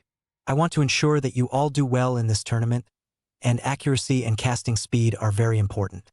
For now, Harry, you already know how to use this, so I will just have you duel 3 of the dummies on their medium level with only 1 wand. That should be challenging for you, and I doubt you will be able to defeat them before I show these guys what they should be working on," Flitwick stated. Over the next half hour, the group learned about common drills they should perform as often as possible throughout the week so that when Flitwick was with them, they would be prepared. Occasionally, the group would hear a few explosions and muttered curses coming from where Harry was dueling. As Flitwick finished, he told the group, "Come on, let's see how Harry is faring. He has come a long way since he first started and should be able to defeat these dummies, but it is difficult since they don't tire like he does. Anyway, it seems he is about to finish up." The group walked over and saw an exhausted Harry fighting a dummy that had a couple of cuts on its arms and legs, firing off spells at a rate faster than most of them could manage. Eventually, after a few spells were traded, Harry batted back a cutting curse and followed up with a blasting curse that destroyed the dummy. He collapsed as he saw the dummy repair itself and then returned to the storage area. "How does the dummy repair itself?" Padma asked. "Well, there is a small room that contains all of the materials the dummy is made from. This means that whenever it is sufficiently destroyed or a specific rune is pressed, it will repair itself using those materials so that it does not become structurally weaker than it would be when new," Flitwick explained. "I'm sure all of you will become familiar enough with the dummies in the coming months. Anyway, I want to talk to you in a bit more detail about some potential strategies we can use in the tournament. Harry, come on over here," he called out to the boy, who was struggling to his feet. "Coming, master," he mumbled. Once all of the students were seated in the viewing area and facing Flitwick, he began. "So the first thing you will all need to know is the various types of duels that will happen in the tournament. Normally, in the World Tournament, there are 6 rounds, each knockout. In each round, there is one type of duel used for all participating teams. There are 64 teams in each tournament, with most schools putting forth a team and some individuals who have formed their own teams filling in the rest. There are 4 different types of rounds to be decided between. The first is a 1v1, where each player is given a rank. The lower the number, the better the duelist, and the first battle is between number 6 on each team. Once one person loses, the next number comes in from the team of the defeated. Sometimes number 6 can defeat 6, 5, and 4, or sometimes number 3 will win for the team, but it varies. In this example, you would want to put your strongest duelist last to maximize your chances of defeating the already weakened opponents on the other team. The second option is a 2v2 battle. Each person on the team is put into pairs, and those pairs will once again be ranked and put in order. The lowest ranks will go first, then the next, and finally the last. It is essentially the same principle as the 1v1, but in pairs. The next option is a 3v3. This one is slightly different, as the trios are seeded and will battle their opposite seeds on their own. If each team has 1 win and 1 loss, the 2 winning trios will then fight to see who wins. The 6v6 is essentially a free-for-all, but in this case, the fighting area is larger, with more lifelike terrain that you can use for cover. It is also likely that it will come down to the stronger fighters. "So what you're saying is that in most cases it will come down to Harry?" Daphne objected. Does that mean our training is useless and we're just there to soften them up? Of course not, Ms. Greengrass. It's just as likely that Harry won't get to battle in the 1v1s, as the first seed is last to battle and the rest of you may have already defeated everyone. That shouldn't be something you worry about. It's about being the best you can be and defeating as many of them as you can, Flitwick explained. But for now, I don't think that's something you should be concerned about. In a couple of weeks, you will see just how much you can improve with hard work. We will continue our practice on Sunday afternoons unless a Quidditch game is on. In that case, we'll skip that week. However, I encourage you to still train in your den that afternoon. For now, I would like you to learn the Bombarda Curse and the Protego Charm. If you need help with either, you can come to me or Harry, but please be careful. The Bombarda Curse can be dangerous, and I don't want any of you using it on anyone else unless in a dueling situation, he finished seriously. But for now, I believe it's nearly dinner. Off you go. As the group walked out of the room, they talked excitedly about what they had learned and how amazing Harry's duel with Flitwick had been. It was very exciting to watch. I never thought I would see spells moving so fast, Padma exclaimed. I wonder when we'll be able to do that? Daphne asked. It might take you a while if you don't practice as much as I did, Harry responded. But I guarantee that if you put in the work, you will be able to do it within a few years. This is going to be awesome. I might even try to convince my aunt to teach me some family magic so that I can duel even better, even if some of it might not be legal in a dueling tournament, Susan explained. That's a good idea, Neville said. I reckon my gran would be okay with it now that I've shown her I'm not a failure. Stop talking like that, Neville. Remember that belief is key with magic, and the more you speak like that, the more likely it is to come true, Harry said passionately. But I don't think I'll be able to access my family grimoire to learn from until I am an adult or emancipated. There was a grim silence for a moment before Susan said, It's fine, Harry. I'm sure you would still be able to beat us anyway. Let's talk about more exciting things, like Quidditch in 2 weeks, Harry suggested. Oh right, you're playing against Hufflepuff, right? Padma said. Yeah, Harry replied. Neville had a mischievous smirk on his face when he said, So then, Susan, who will you be hoping will win? After being put on the spot, she froze for a second. Harry took this opportunity to tease her, saying, You wouldn't betray me, would you? While looking at her with fake hurt in his eyes. Of course not, Harry, but I do want my house to win the Quidditch Cup, Susan said. My heart, Harry exclaimed dramatically while clutching his chest. Oh, toughen up, you big idiot. You'll be fine, Daphne said, slapping him on the shoulder. It'll be fine. I'm a bit nervous, but I've put in the work with the team, and I'm sure we can play well. It just depends a bit on the Hufflepuff team, who I'm sure will play well too. Anyway, let's head to the den for a bit before dinner. I want to get some homework done before going further ahead on Transfiguration because I'm struggling with the Duff-to-Pillow one, Padma said. I'm sure Hermione can help you with that, Harry advised. I have some new charm spells that I need to practice before our next lesson. All right, let's go. I'm sure the rest of us can find something productive to do before dinner, Neville stated. As the group made their way to the den, they spent the next hour doing their homework before the 3 girls who had been with Madame Pomfrey came back, chatting excitedly. Hey girls, how was it? Harry asked while sitting on the couch in front of the flickering fireplace with a thick tome in his lap. Hermione walked over and flopped down onto the couch beside Harry before saying, I never realized how much of a taskmaster Madame Pomfrey was. As soon as we expressed interest in learning how to be healers, she was so excited and rambled on about how rare it was for students to want to be healers, let alone first years. Then when we said that we were serious about it and wanted to do this for our entire time here, she started muttering about what she should teach us. It took her about a minute of writing things down before she began explaining what we would be learning. So what did you end up learning in the couple of hours you had? Harry asked. Hermione took a breath before explaining. We mostly focused on how to diagnose issues. By that, I mean we learned some basic diagnostic charms that should help us figure out what charm we need to use. The reasoning that Madame Pomfrey gave was that certain charms work better for certain injuries. For example, an uncommon healing charm like Vulnera Sinenter works best for major injuries with a lot of bleeding. This charm would be best to slow the bleeding but would likely leave a scar that would need to be fixed, depending on whether dark magic caused the injury, as it almost always leaves a mark unless there's a very skilled healer performing the counter curse. A smaller charm like Episki is better for smaller gashes or even fractured bones and will leave no mark if performed by even a moderately skilled healer. That makes sense. But did you enjoy it? And do you think you will keep doing it? Harry asked. Oh yes, it was great, Hermione assured him.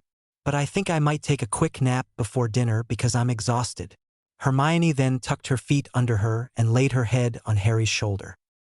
Harry looked down at her with a fond smile before going back to his book on advanced charms.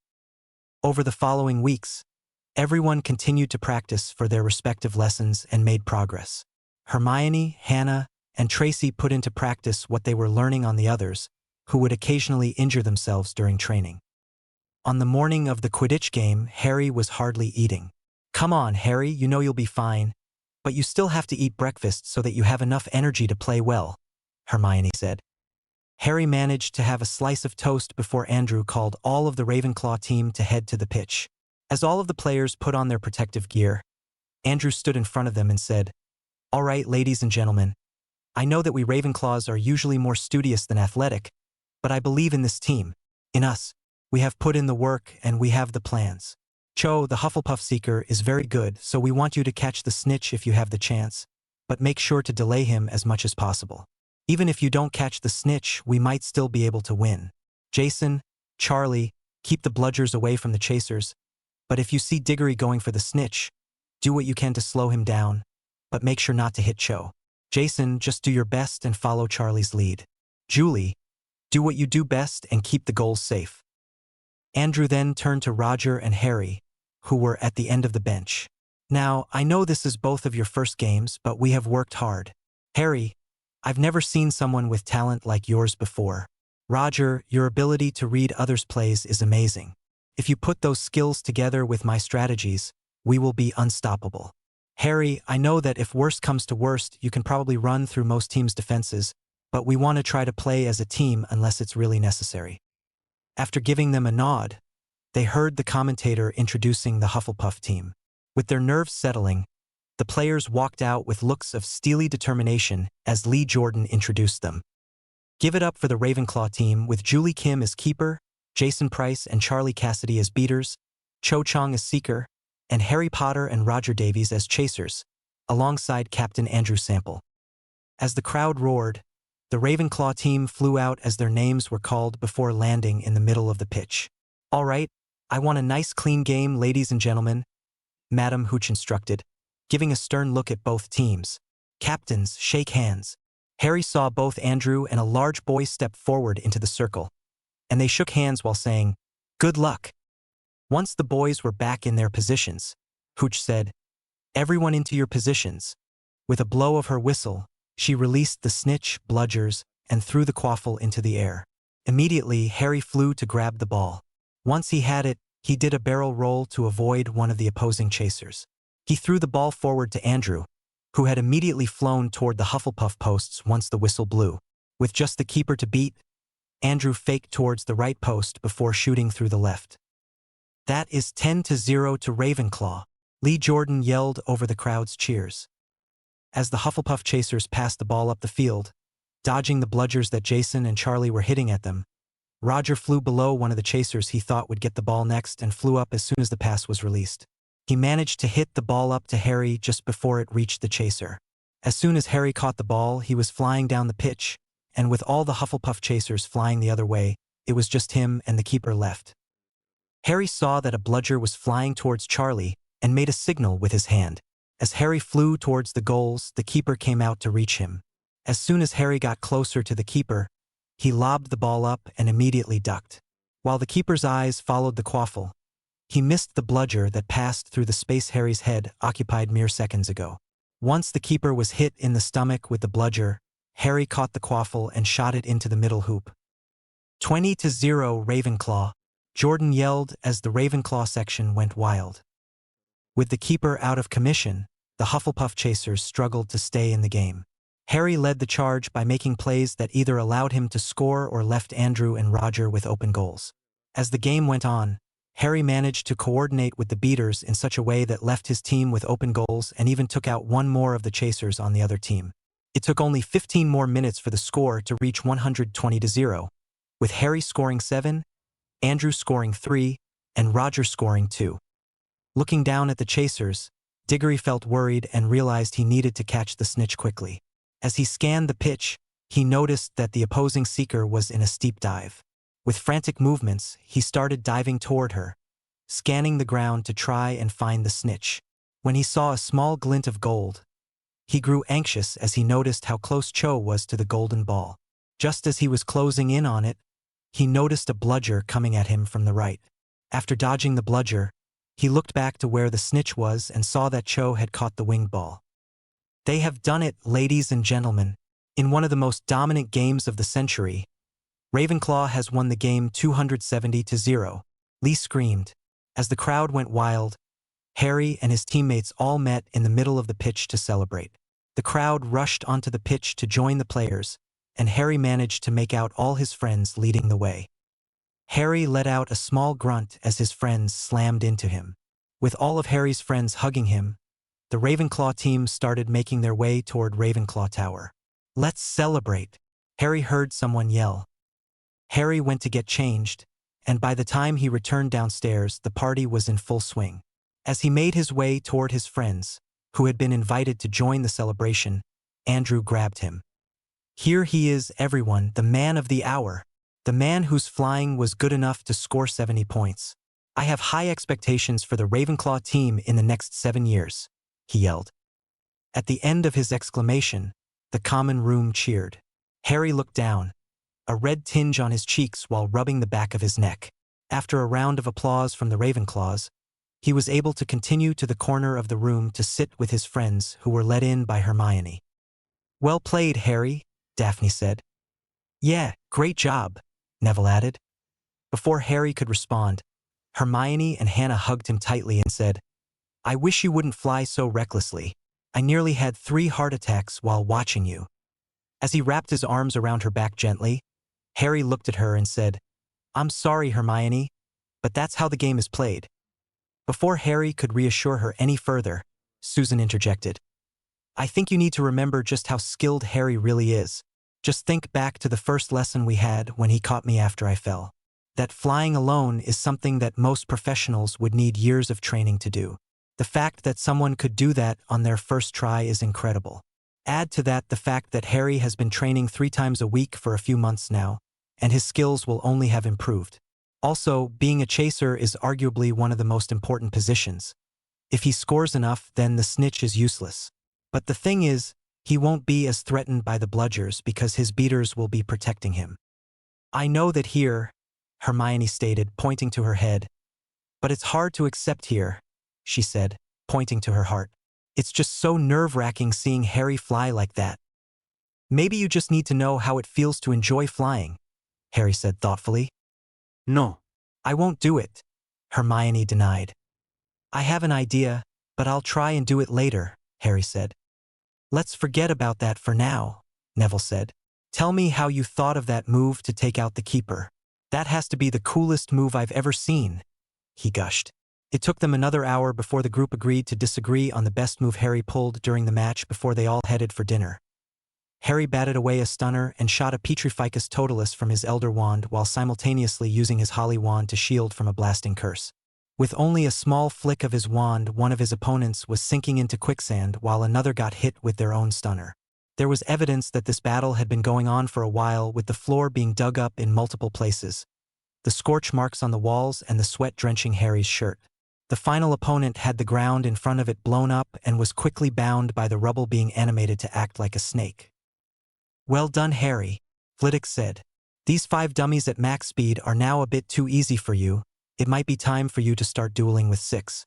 I think that it is time for you to practice your magical senses with the dummies." "All right, I'll set them up," Harry mumbled. With a wave of his wand, 4 dummies were set up in a line. With another wave of his wand, the setting was changed so that they would fire 2 spells per second, which was their middle setting of difficulty. As soon as Harry put on the blindfold, Flitwick yelled, "Go!" Immediately there were 3 spells that were launched at him, and with another half-second delay another spell came at him. Harry shielded the first 3 and batted away the next. As the barrage of spells continued, Harry started moving around the dummies. The dummies were also moving around as they were shooting so that they could always fire spells at Harry. This meant that Harry had to keep sensing the buildup of magic from all around the platform, and the exercise slowly got more difficult as the exercise went on as the dummies spread out more. In the end, Harry lasted for 10 minutes while displaying incredible acrobatic skills while blindfolded to dodge the spells. His shields were also lasting for longer, and his batting of spells was even more accurate. Harry found that when he would hit the spells into another dummy that they would pause for a second, which gave him a bit of breathing room. This helped Harry to also work on his accuracy when batting spells. It had been a couple of weeks since his first Quidditch match, and there was only 3 more weeks until the Yule break. After his training with Flitwick, they sat down to talk as they usually did. Instead of talking about Harry's parents or what they would do in the next dueling lesson, this time Flitwick brought up the team dueling. "So Harry, how are you feeling about the team dueling tournament?" Harry paused for a moment to think about his team. He knew that Neville was becoming quite the powerhouse. Daphne was quite skilled with the water and ice-based spells along with some other basic elemental spells. Susan was doing well with incorporating transfiguration into her dueling strategy, while Padma and Parvati were becoming an incredible duo with Padma's knowledge of defense strategies and Parvati's intensity with her casting. "I think that we are doing pretty well. There might be some weaknesses and we haven't properly been able to practice in a 6-on-6 battle, but it's going pretty well. I just wish that we had some other people to practice against to see how our teamwork is going," Harry explained. Flitwick paused for a moment before saying, "I might be able to help you with that. I know of a few older years who might be able to give you all a good challenge. Because they are older and probably more knowledgeable, I might give you a 4 versus 6 and I might hop in to slow you down if it's clear that you are too much for everyone, but I'm not so sure that I'll need to do that, so that it is a bit more even, as you could probably stop most of them in a 1 versus 3. "That sounds really good. I think that the practice would be good," Harry said. "I will bring them to the next team dueling lesson. Don't tell the others so that they can't prepare for it," Flitwick stated. "It will be a good lesson in adaptability for them." "Can I get any hints on who they are?" Harry asked. "Well, you know at least one of them from your Quidditch team, another is an opposing player, the third is probably your biggest opponent as she wants to become an Auror and is a 7th-year student who is quite skilled. The last member is someone else who has performed in numerous dueling tournaments, and while he hasn't won any of them just yet, he has gotten to at least the semi-finals in each of the tournaments he participated in. He is also a Quidditch player. Be warned that it is only the 2 eldest ones that have had any actual training for dueling, and the younger 2 might not be as much of a challenge, but I still think that with their knowledge they will give your friends a good challenge," Flitwick explained. "I don't think that helped much, but I'm sure that my friends will put up a good fight against them while I attempt to hold you off," Harry said. "Anyway, I'll have to see you later. I said that I would meet up with the others for a bit of dueling practice before dinner." Once Harry walked into the den, he was greeted with the sight of Susan and Neville dueling it out. The others were spectating and Hannah was cheering for Susan, saying, "Go Susan! You can beat him." As Harry snuck over to the other spectators while trying not to distract the duelists, he said softly, "Neville win this." The girls turned around in shock at Harry's sudden arrival and candid statement. "What do you mean?" Daphne asked. She had been watching the duel, and Neville was struggling to deal with Susan's transfiguration of objects which she would banish at him while adding some hexes or jinx in her barrage. Look closely at Neville. He is playing up how much he is struggling so that Susan continues to use transfiguration. He is naturally more powerful and Susan will slow down long before he does. Just consider how much more power-intensive transfiguration is when compared to Neville blowing them up or throwing in a shield.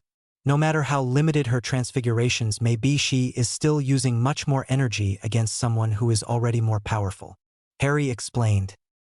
The others looked slightly more closely at the duel. They noticed the sheen of sweat on Susan's face and how Neville was just breathing slightly deeper than usual. The way that Susan's spells seemed to be moving slower and her transfigurations weren't lasting as long. "You're right," Daphne said. "Susan is being baited and Neville will probably strike soon." As the spectators looked on, Neville began a barrage with Stupefy, Petrificus Totalis, Expelliarmus. The chain might have taken him much longer than Harry would have to cast it, but the power behind the spells was enough to break Susan's weak shield and left her frozen in place and disarmed. "Well done," Harry called out. "But now, Susan, explain why you lost." This had become a habit Harry had ingrained in them to help understand their weaknesses, to improve individually and understand what weaknesses they would have to cover when dueling as a team. Once Susan was able to speak again, she took a deep breath before explaining, "I shouldn't be using transfiguration against someone who is more powerful than me, as he could just outlast me easily. I should have changed up my strategy once I realized that Neville was not as exhausted as he was acting. Maybe added in some elemental-based spells, which would mean that Neville would have to defend in a different way." "That's correct," Harry agreed. "Now what about you, Neville? What could you have done better?" "I should have put her down earlier. She was already exhausted for a little while once I fought back properly. I could have made a mistake or gotten unlucky in that time, so I should have put her down before I had the chance to make a mistake like that," he explained. "Good. Now I think that it's time for you guys to work on your team dueling. The teams will be Neville and Daphne versus Padma, Parvati, and Susan. I understand that Neville and Susan are already tired, but sometimes you'll need to duel while already tired, so I think that this will be a good opportunity for both of you. Tracy, Hannah, and Hermione, maybe you three should move back a bit and get ready for some basic first aid. I expect that there will be a few cuts and maybe a broken bone that might need healing. Standard dueling rules, and once you are disarmed or incapacitated in such a way that you can't get out of it on your own, then I will be taking you out of the area so that you don't get caught by a stray spell," Harry explained. "Go!" Immediately, Daphne and Neville fired an explosive curse at the ground in front of their opponents. With the cloud that surrounded them, they then sent 3 stunners each into the cloud. Once the cloud cleared, they saw a flickering blue shield that looked as though it was barely holding on. As the shield dropped, Susan and Parvati sent their own stunners and disarming charms at the pair. Daphne and Neville dodged in opposite directions, and Daphne shot a glacius spells at the ground the trio were still standing on, while Neville shot a banishing charm from the opposite direction. As Susan turned to Daphne, she slipped on the ice and was stunned quickly. When Harry had levitated her over to the viewing area, Padma had already shielded Neville's expulso and shot her own disarmor off in response. Parvati had also turned to Daphne and tried to overwhelm her with spells that would have been much more effective if Daphne had not put up a weak shield to stop the first few before dodging the rest. On some unseen signal, Padma and Parvati turned around to change opponents. Neville took it in stride and sent a barrage of spells at Parvati, while Daphne struggled to adapt and sent one more spell at Parvati before being caught by a Petrificus Totalis and falling to the ground. After being clipped by a banishing charm from Daphne, Neville then caught her with a stunner and she fell to the ground. At this stage, Neville's shirt was soaked with sweat and he was breathing heavily, while Padma was only breathing slightly harder than normal.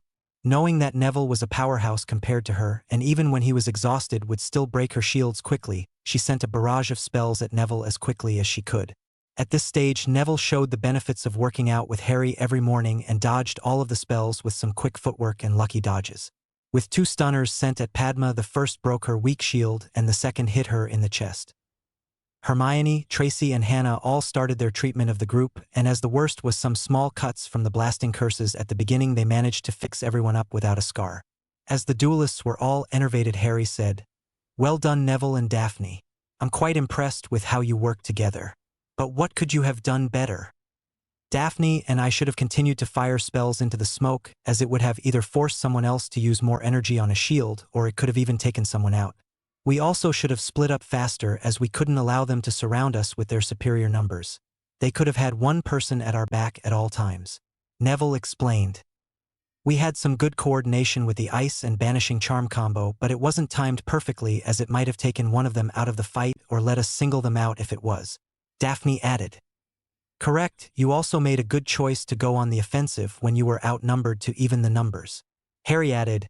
"Susan, Padma, Parvati, what could you have done better?"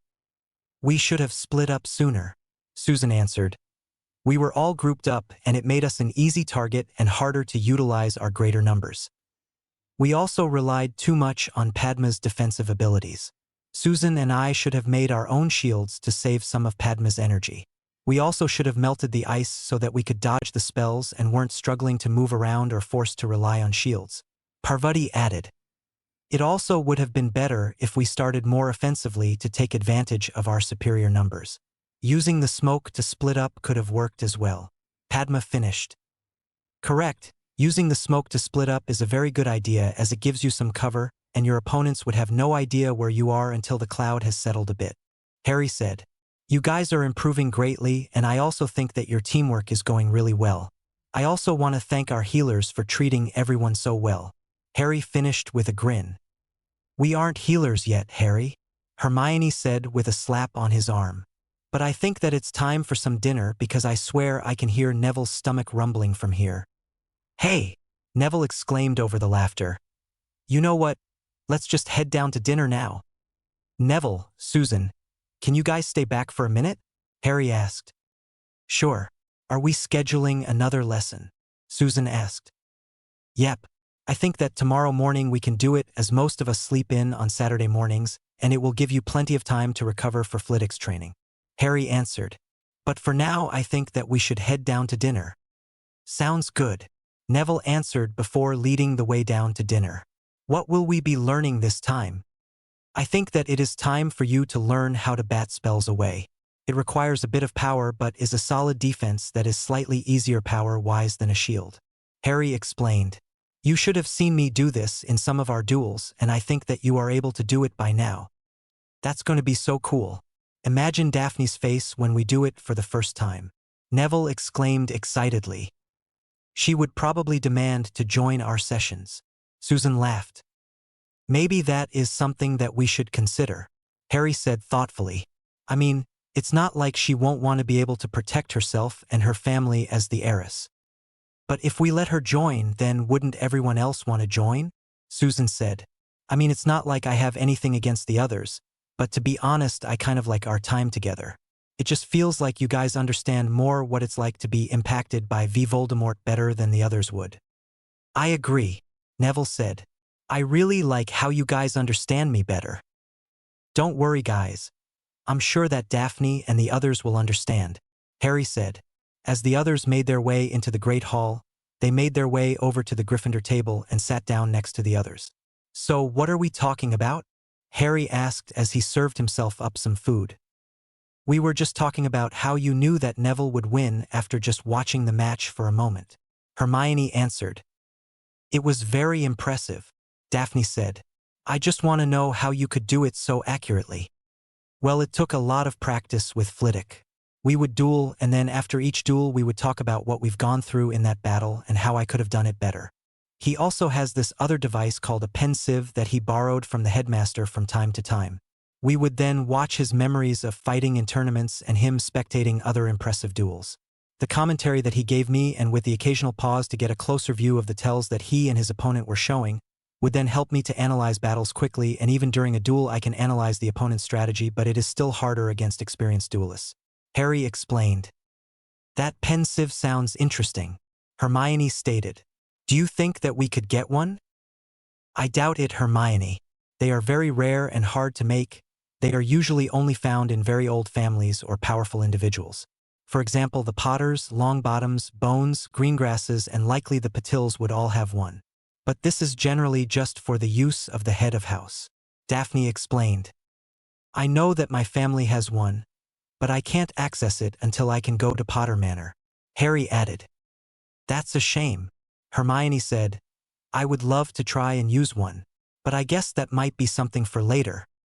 Well, now that Hermione has satisfied her curiosity, Susan started with a grin. What is everyone else doing in the holidays aside from the dueling tournament? We will be going back to India, but we will meet you both in France for the dueling tournament, Padma said. We'll probably just be hanging out with our family though, Parvati finished. I will probably just be going to the ministry ball at Christmas and hosting our family ball on New Year, Daphne said. I'll be going to both, said Neville. Same, added Susan. I'll just be hanging out with my family. I wish I could go with some of you guys, Hermione said a bit dejectedly. Don't worry, Hermione, the balls are really boring anyway as there is so much focus on politics. You would probably not enjoy it very much as most of the stuck-up purebloods would ignore you or treat you like you are worse than them. Daphne consoled. What about you, Harry? I'll be staying with my family and the balls.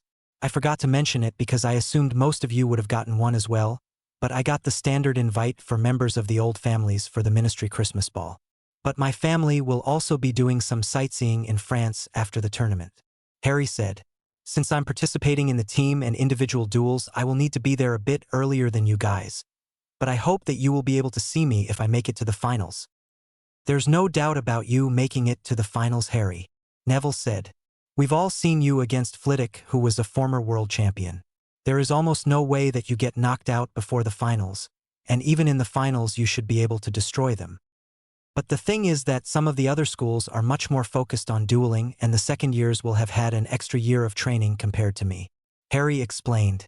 They might also have some techniques that I've never seen before because of their other education compared to me.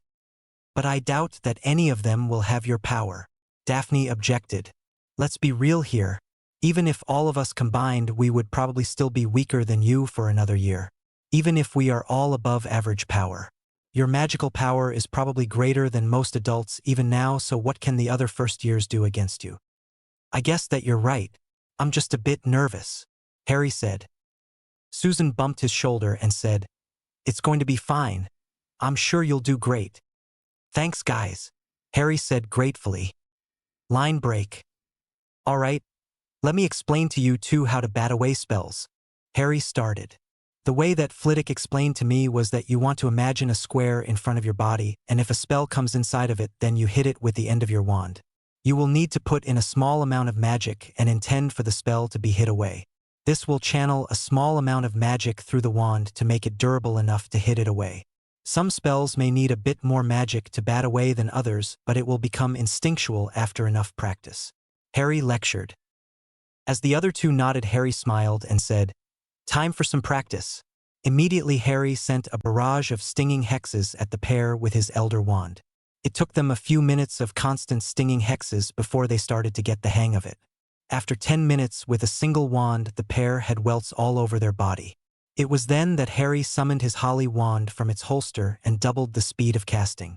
He only continued with this for 1 minute, but by the end of it both Susan and Neville were lying on the ground panting. With sweat dripping down their brows, Susan and Neville struggled to push themselves up. The pair helped each other up and limped over to the chairs that had been set up to view the dueling area.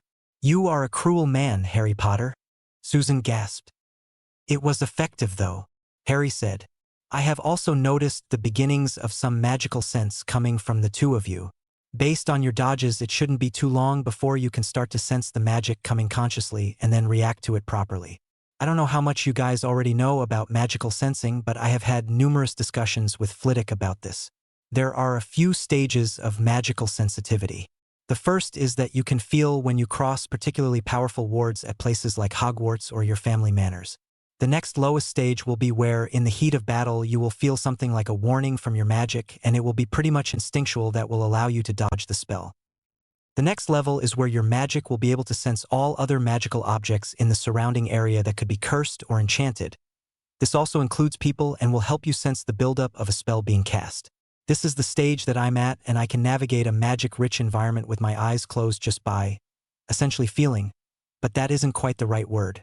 It's hard for me to explain to someone who can't feel it. The next level will allow for me to feel the intent behind a spell. For example, if I can't dodge the spells coming at me, I can then know for sure that I can get hit by the spell that will have the lowest effect on me. While I know that some of the spells are determinable by color, some of them look similar, so it's better to be sure. The next one will allow for feeling the intent behind a cursed object, which is important for many curse breakers. The final level is one which allows for you to sense wards in very high detail. This requires lots of practice to understand fully what information that your magic gives you, but it will help take down wards and understand their intent. Harry explained.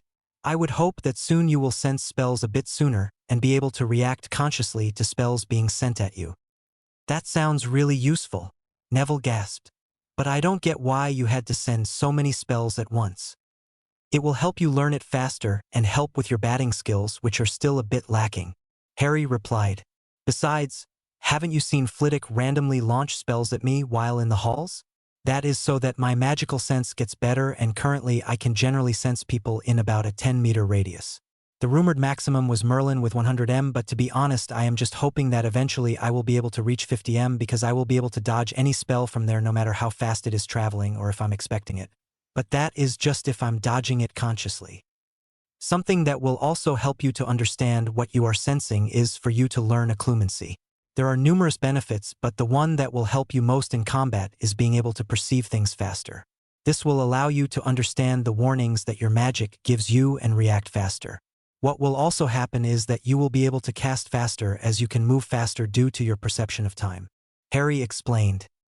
I've just got the basic mind shields from occlumency, so I don't think I'm there just yet. Susan explained. Yeah, same. Neville agreed. Do you guys have enough books to get to the 7th tier of occlumency? Harry asked curiously. No, I am being tutored by Auntie, who is about a 5th level, I believe. Susan replied. My gran had just taught me the basics, but has promised to teach me more over the holidays, because she didn't think that I could do it before. Neville said. Oh well, I am learning from books, and Flitwick has said that once I have reached the highest level that I can go on my own, that he will help me as he is a 5th level and can get me up there. Harry said. I will also get some access to the books in my vault once I can get emancipated and have access to my family vault. That's a good idea, Harry. But when can you get emancipated? Susan asked. My auntie said that it was very rare for minors to be emancipated. Well, it is just because of the fact that I am the last of my line, and while there are more families that I am the head of, I don't want to expose them just yet, but because I am the last of the most ancient and most noble house of Potter, I am able to be emancipated when I turn 13 because of a last of line clause. Harry explained. Oh, that makes sense, Susan said. But it's also kind of sad that it's necessary. Does that mean that Neville could do the same? No, he can't actually, because of the fact that both of his parents are technically still alive, and his gran is the regent, which means that he isn't the last of his family and can't get emancipated. Oh well, I guess that on that depressing note, we should probably meet up with the others in the library because you guys know how Hermione is when we are late. Susan finished with a grin. Line break. As the group was walking and talking excitedly towards Flitwick's classroom, Padma wondered aloud, I wonder what we are going to do in this lesson. This led to some speculation from the group, but Daphne noticed that Harry stayed suspiciously quiet and asked, You know what it is, don't you? Normally you will throw out some wild theories to throw us off and make us nervous, but now you aren't doing that.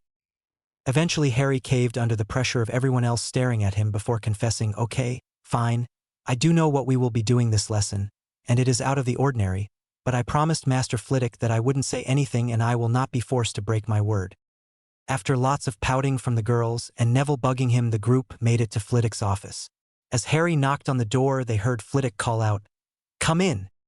As the group walked into the room, they noticed that there were other students here. What are they doing here, Professor? Susan asked.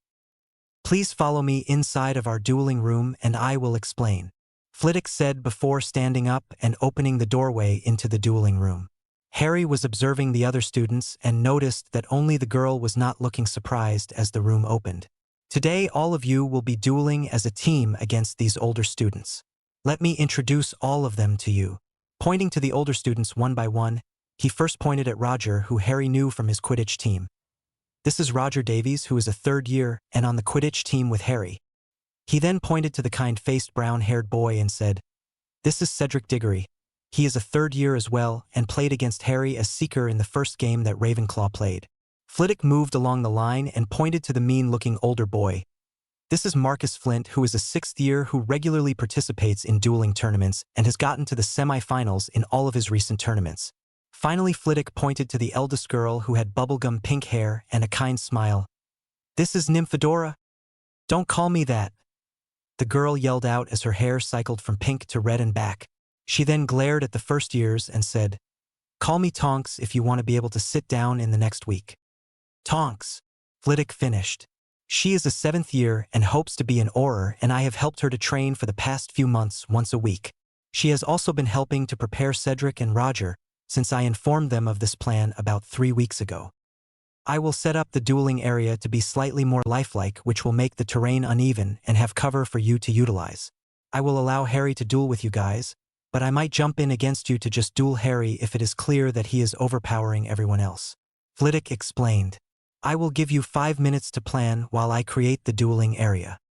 Immediately the group of 6 first-year students huddled up and began to plan. Alright, so we know that Tonks is likely the biggest threat with Flint a close second. Daphne summarized. I think that if we set Harry on Tonks, then Susan and Neville could probably take on Flint, while me, Padma and Parvati could probably take out Cedric and Roger quickly. Then we could gang up on Flint before taking on Tonks together. That's a good plan, but to be honest, I think that alone there might be a chance that Padma and Parvati could probably take on Cedric and Roger together because of their teamwork. So Daphne, I think you should start with the twins, but if it looks like with their teamwork they can take on Cedric and Roger, then you should switch to Flint because I think that he would be a larger threat. Harry added before turning to Padma and Parvati before saying, "How do you two think that you will fare against those two?" After sharing a quick glance, both nodded and Parvati said, "We should be fine with our teamwork. Just a quick reminder to all of you that these students will be more powerful than all of you, except possibly Neville with Cedric and Roger. So save your energy and capitalize on any mistakes that they make. Susan, your transfiguration might help, but don't waste too much energy on it. Daphne, you need to prioritize your enemy, but use the environment to your advantage, and make sure that you utilize your elemental spells effectively. Neville, you will likely have to take the brunt of Flint's attacks, but make sure to dodge or bat away spells if you can, as it is less energy intensive. All right, everyone, come on over," Flitwick called out. Both huddles of students came over to the small professor, who began talking and said, "First years you will start on this side, other students you will start on the other side. When the whistle goes off you can start to move. The edge of the area you can duel in has a bright red line, so if you cross it or get knocked out then you will be eliminated. Standard dueling rules in regards to spells and getting knocked out if you are stunned or incapacitated in a way that you cannot get out of on your own. And if anyone is seriously injured, immediately send up sparks, and if you hear the sound of a gong, the battle ends immediately, and if anyone continues to cast spells, then you will be in detention for the rest of the year." He finished with a stern look. Once Flitwick finished speaking, the group of elder students went to the other end of the field, while the younger groups split up into their groups on this side of the dueling arena.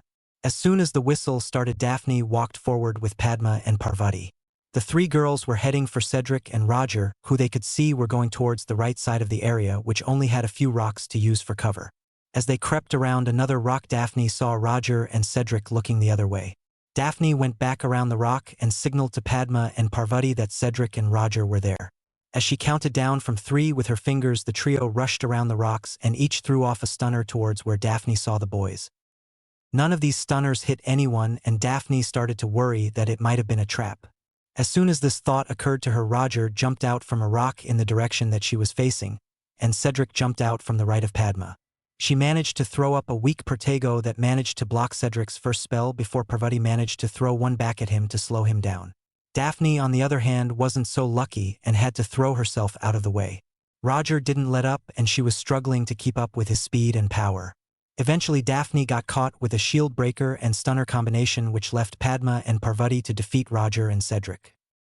While Cedric was struggling against Padma and Parvati's teamwork, Roger had a moment to breathe and take stock of the situation. He noticed that Padma had a very solid defense that Cedric couldn't break through while still defending himself from Parvati. Roger thought that Cedric had another minute in him before he would be exhausted, as he couldn't stand up to the 2 first years. As Roger started to send spells at Parvati from behind, her final blasting curse managed to knock Cedric over. Padma, with some quick thinking, realized that she wouldn't be able to take out both of them, so she took one final shot at Cedric with a stunner, and Roger managed to stun her from behind just after she sent the spell. In the end, it was a slightly exhausted Roger who was left standing when Flitwick managed to get the other students out of the way and into the viewing area with some quick summoning and levitation charms.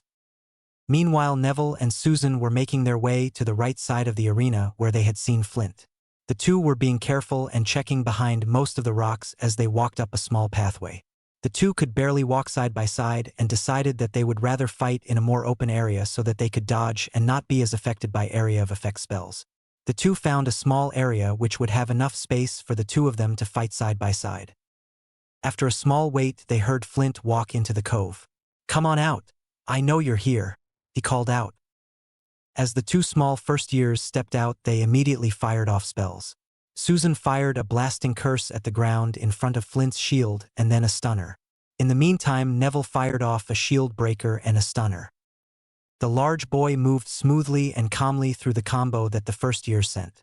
His shield blocked the smoke, and as soon as he lost sight of the first years, he stepped to the side, and once he saw the 2 stunners pass through the space that he was moments before, he shot off a blasting curse in the middle of the first years and managed to force them to dive for cover. With the two first years separated, it was a bit harder for Flint, but he thought to himself, I just have to keep the boy pinned down because he is more powerful, and then I can tire out the girl. Once she is tired, a bit of transfiguration would be very hard for them to stop. Susan tried to use some small bits of transfiguration to banish ropes and other objects at him, while Neville continued to barrage Flint with blasting curses and stunners. While Flint was struggling to hold his own against the variety of the attack, he noticed that after a minute Susan was already slowing down from the energy-intensive attack. As he noticed that, he started mixing in some transfiguration into his attack and conjured some animals to attack the first years. With Neville taking the brunt of the animals, he was struggling to destroy them before they made it to him, while Susan was still struggling with Flint's spells. All of a sudden he noticed something that made him smile. He saw Roger standing behind them, and he looked ready to fight another battle.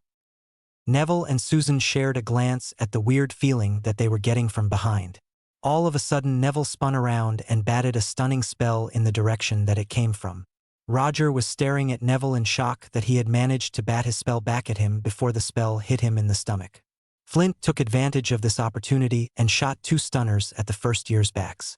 Neville and Susan attempted to dodge the spells, but they were both caught by the follow-up spells and fell to the ground.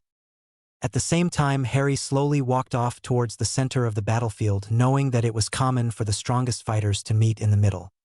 He was walking along calmly, but with his magical senses straining for any sign that Tonks was waiting for him. Eventually Harry and Tonks met in a large clearing with trees scattering around them in a rough circle. Without waiting, Tonks shot a stunner in Harry's direction. Harry didn't even draw his wands and just twisted his body to the left. Tonks started to send a barrage of spells at Harry at around 3 spells per second. While spells were moving faster than the spells that the dummies would fire at him, and would be much more damaging if they hit, Harry was still able to dodge them with relative ease. "Come on, Tonks. How are you going to arrest the bad guys if you can't even hit them?" Harry teased. Tonks practically growled before throwing more dangerous spells at Harry that would significantly damage him. The area behind Harry was destroyed with only one tree still standing, but it looked like it was on its last legs. Harry then drew his Elder Wand and started to bat some of the spells back at Tonks. This significantly slowed Tonks' casting speed as she was having to dodge and block her own spells. "Fight back, will you?" Tonks exclaimed angrily. "Stop treating me like a joke." Harry then summoned a branch from behind her, which swiped her legs out from under her and caused her to fall down. "Damn it, I know that you could have stunned me after that. You're still treating me like I am not worth anything," Tonks yelled. Her hair began to cycle through colors as her anger spiked. After another minute of sending spells at Harry, she started to use some transfiguration. In response to this, Harry started to destroy her creations with her own spells. Seeing this was not effective against Harry, Tonks started to use elemental spells. She started off with an Aguamenti and followed up with a Glacius. Harry used a controlled incendio on the ground around him so that he was still able to move without slipping. Tonks then followed up with a Ventus, which stirred up the dust from the explosions around Harry. With a wave of his wand, Harry pulled up a curved wall of earth that allowed the wind to blow the dust around him. When the wind settled, both fighters looked around the destroyed battlefield and noticed that Flint was looking at them from the edge of the grove. "That was more impressive than I expected from a first-time Potter," he grunted. "You might be worth my time after all." As soon as he got near Tonks, the two shared a glance and started to barrage spells at Harry. While the spells were flying at Harry, all of the knocked-out contestants looked on in shock. While Cedric and Roger couldn't comprehend just how good Harry was, his friends had all seen him dodge more spells from both the dummies and Flitwick. They were listening to Flitwick commentate on the duel about what they were doing well and what they should be doing instead. "See how Harry has just been dodging Tonks spells for a while and countered her elemental or transfiguration spells. He is conserving energy because he knew that although he could take on Tonks quickly on his own, he would likely need to face others after her. This way Harry can take down Tonks using less energy, as she will already be weakened, and hopefully his opponent would already be weaker due to fighting his teammates." Flitwick lectured. Tonks, on the other hand, should have tried to conserve energy as she was struggling to breach his defense, and he is already more powerful than her. Roger exclaimed, "Wait, is Harry more powerful than Tonks already? I knew he was powerful, but Tonks is pretty powerful for a 7th year and Harry is still in his 1st. He is in fact far more powerful than her, I would have put him closer to my level of power at the start of first year based on the intensity of his lumos. But I would say that after all of the training he has done so far, he is definitely my equal, possibly starting to get more powerful. Tonks is also quite powerful, especially considering she is 17 and has almost certainly gone through her final magical maturity, but I would be surprised if she reached my level of power within 5 years. It would not surprise me though if she reached it within 20 or so years, but I would not expect for her to surpass me by any significant margin. There are very few people who would have been able to stand up to Tonks and Flint casting together who weren't professional aurors or duelists. Luckily for Harry, he was one of them. The pair were casting very quickly for students, but their teamwork was lacking and it was clear that the two had different strategies that didn't quite merge properly. Flint was casting lots of curses, hexes and jinxes as quickly with as much power as he could. But Tonks was trying to use her elemental spells to make it harder for him to dodge. While the pair's strategies wouldn't oppose each other, without proper communication and teamwork, they would not be able to stop Harry. Harry, for his part, was having a great time. He had found a love of dueling through his lessons with Flitwick, and this was one of the best duels he had in a while that wasn't against his teacher. He was dodging in such a way that to the spectators it seemed as if he was gliding along the ground. When Tonk's spells would come along, Harry would fire off a counter-elemental spell that would neutralize her spell. This combined with his magical sense to tell where spells would come made his defense impeccable. The speed of spells coming at him was noticeably faster than the dummies, but their rate of fire was about the same, and from all of his practice with them, he was not struggling. He eventually started to find a rhythm to Flint's casting: stunner, shield breaker, cutting curse, blasting curse. This pattern meant that after each blasting curse there was a small break in his casting. This pause allowed for Harry to bat back the blasting curse at the ground in front of Flint. This was close enough that he knocked Flint off balance for a second. It was just long enough for Harry's stunner to slip through his hasty shield and hit him in the chest. Tonks knew that she wouldn't win at this stage, but she decided that she would still put on a show. She yelled out "Incendio." Harry waved his wand and a wall of water rose from the ground to stop the blast of fire that came at him. Harry then shot out a Ventus spell at the cloud of smoke that filled up the battlefield. As Tonks felt the scalding hot steam hit her in the face, she covered her face with her arm as she yelled out in pain. Harry shot a stunner at her as soon as he could see her silhouette and hit her dead in the chest. As soon as the cloud cleared, all of the spectators cheered at Harry's victory. Harry enervated Tonks and healed her of the minor cuts along her arms from flying debris.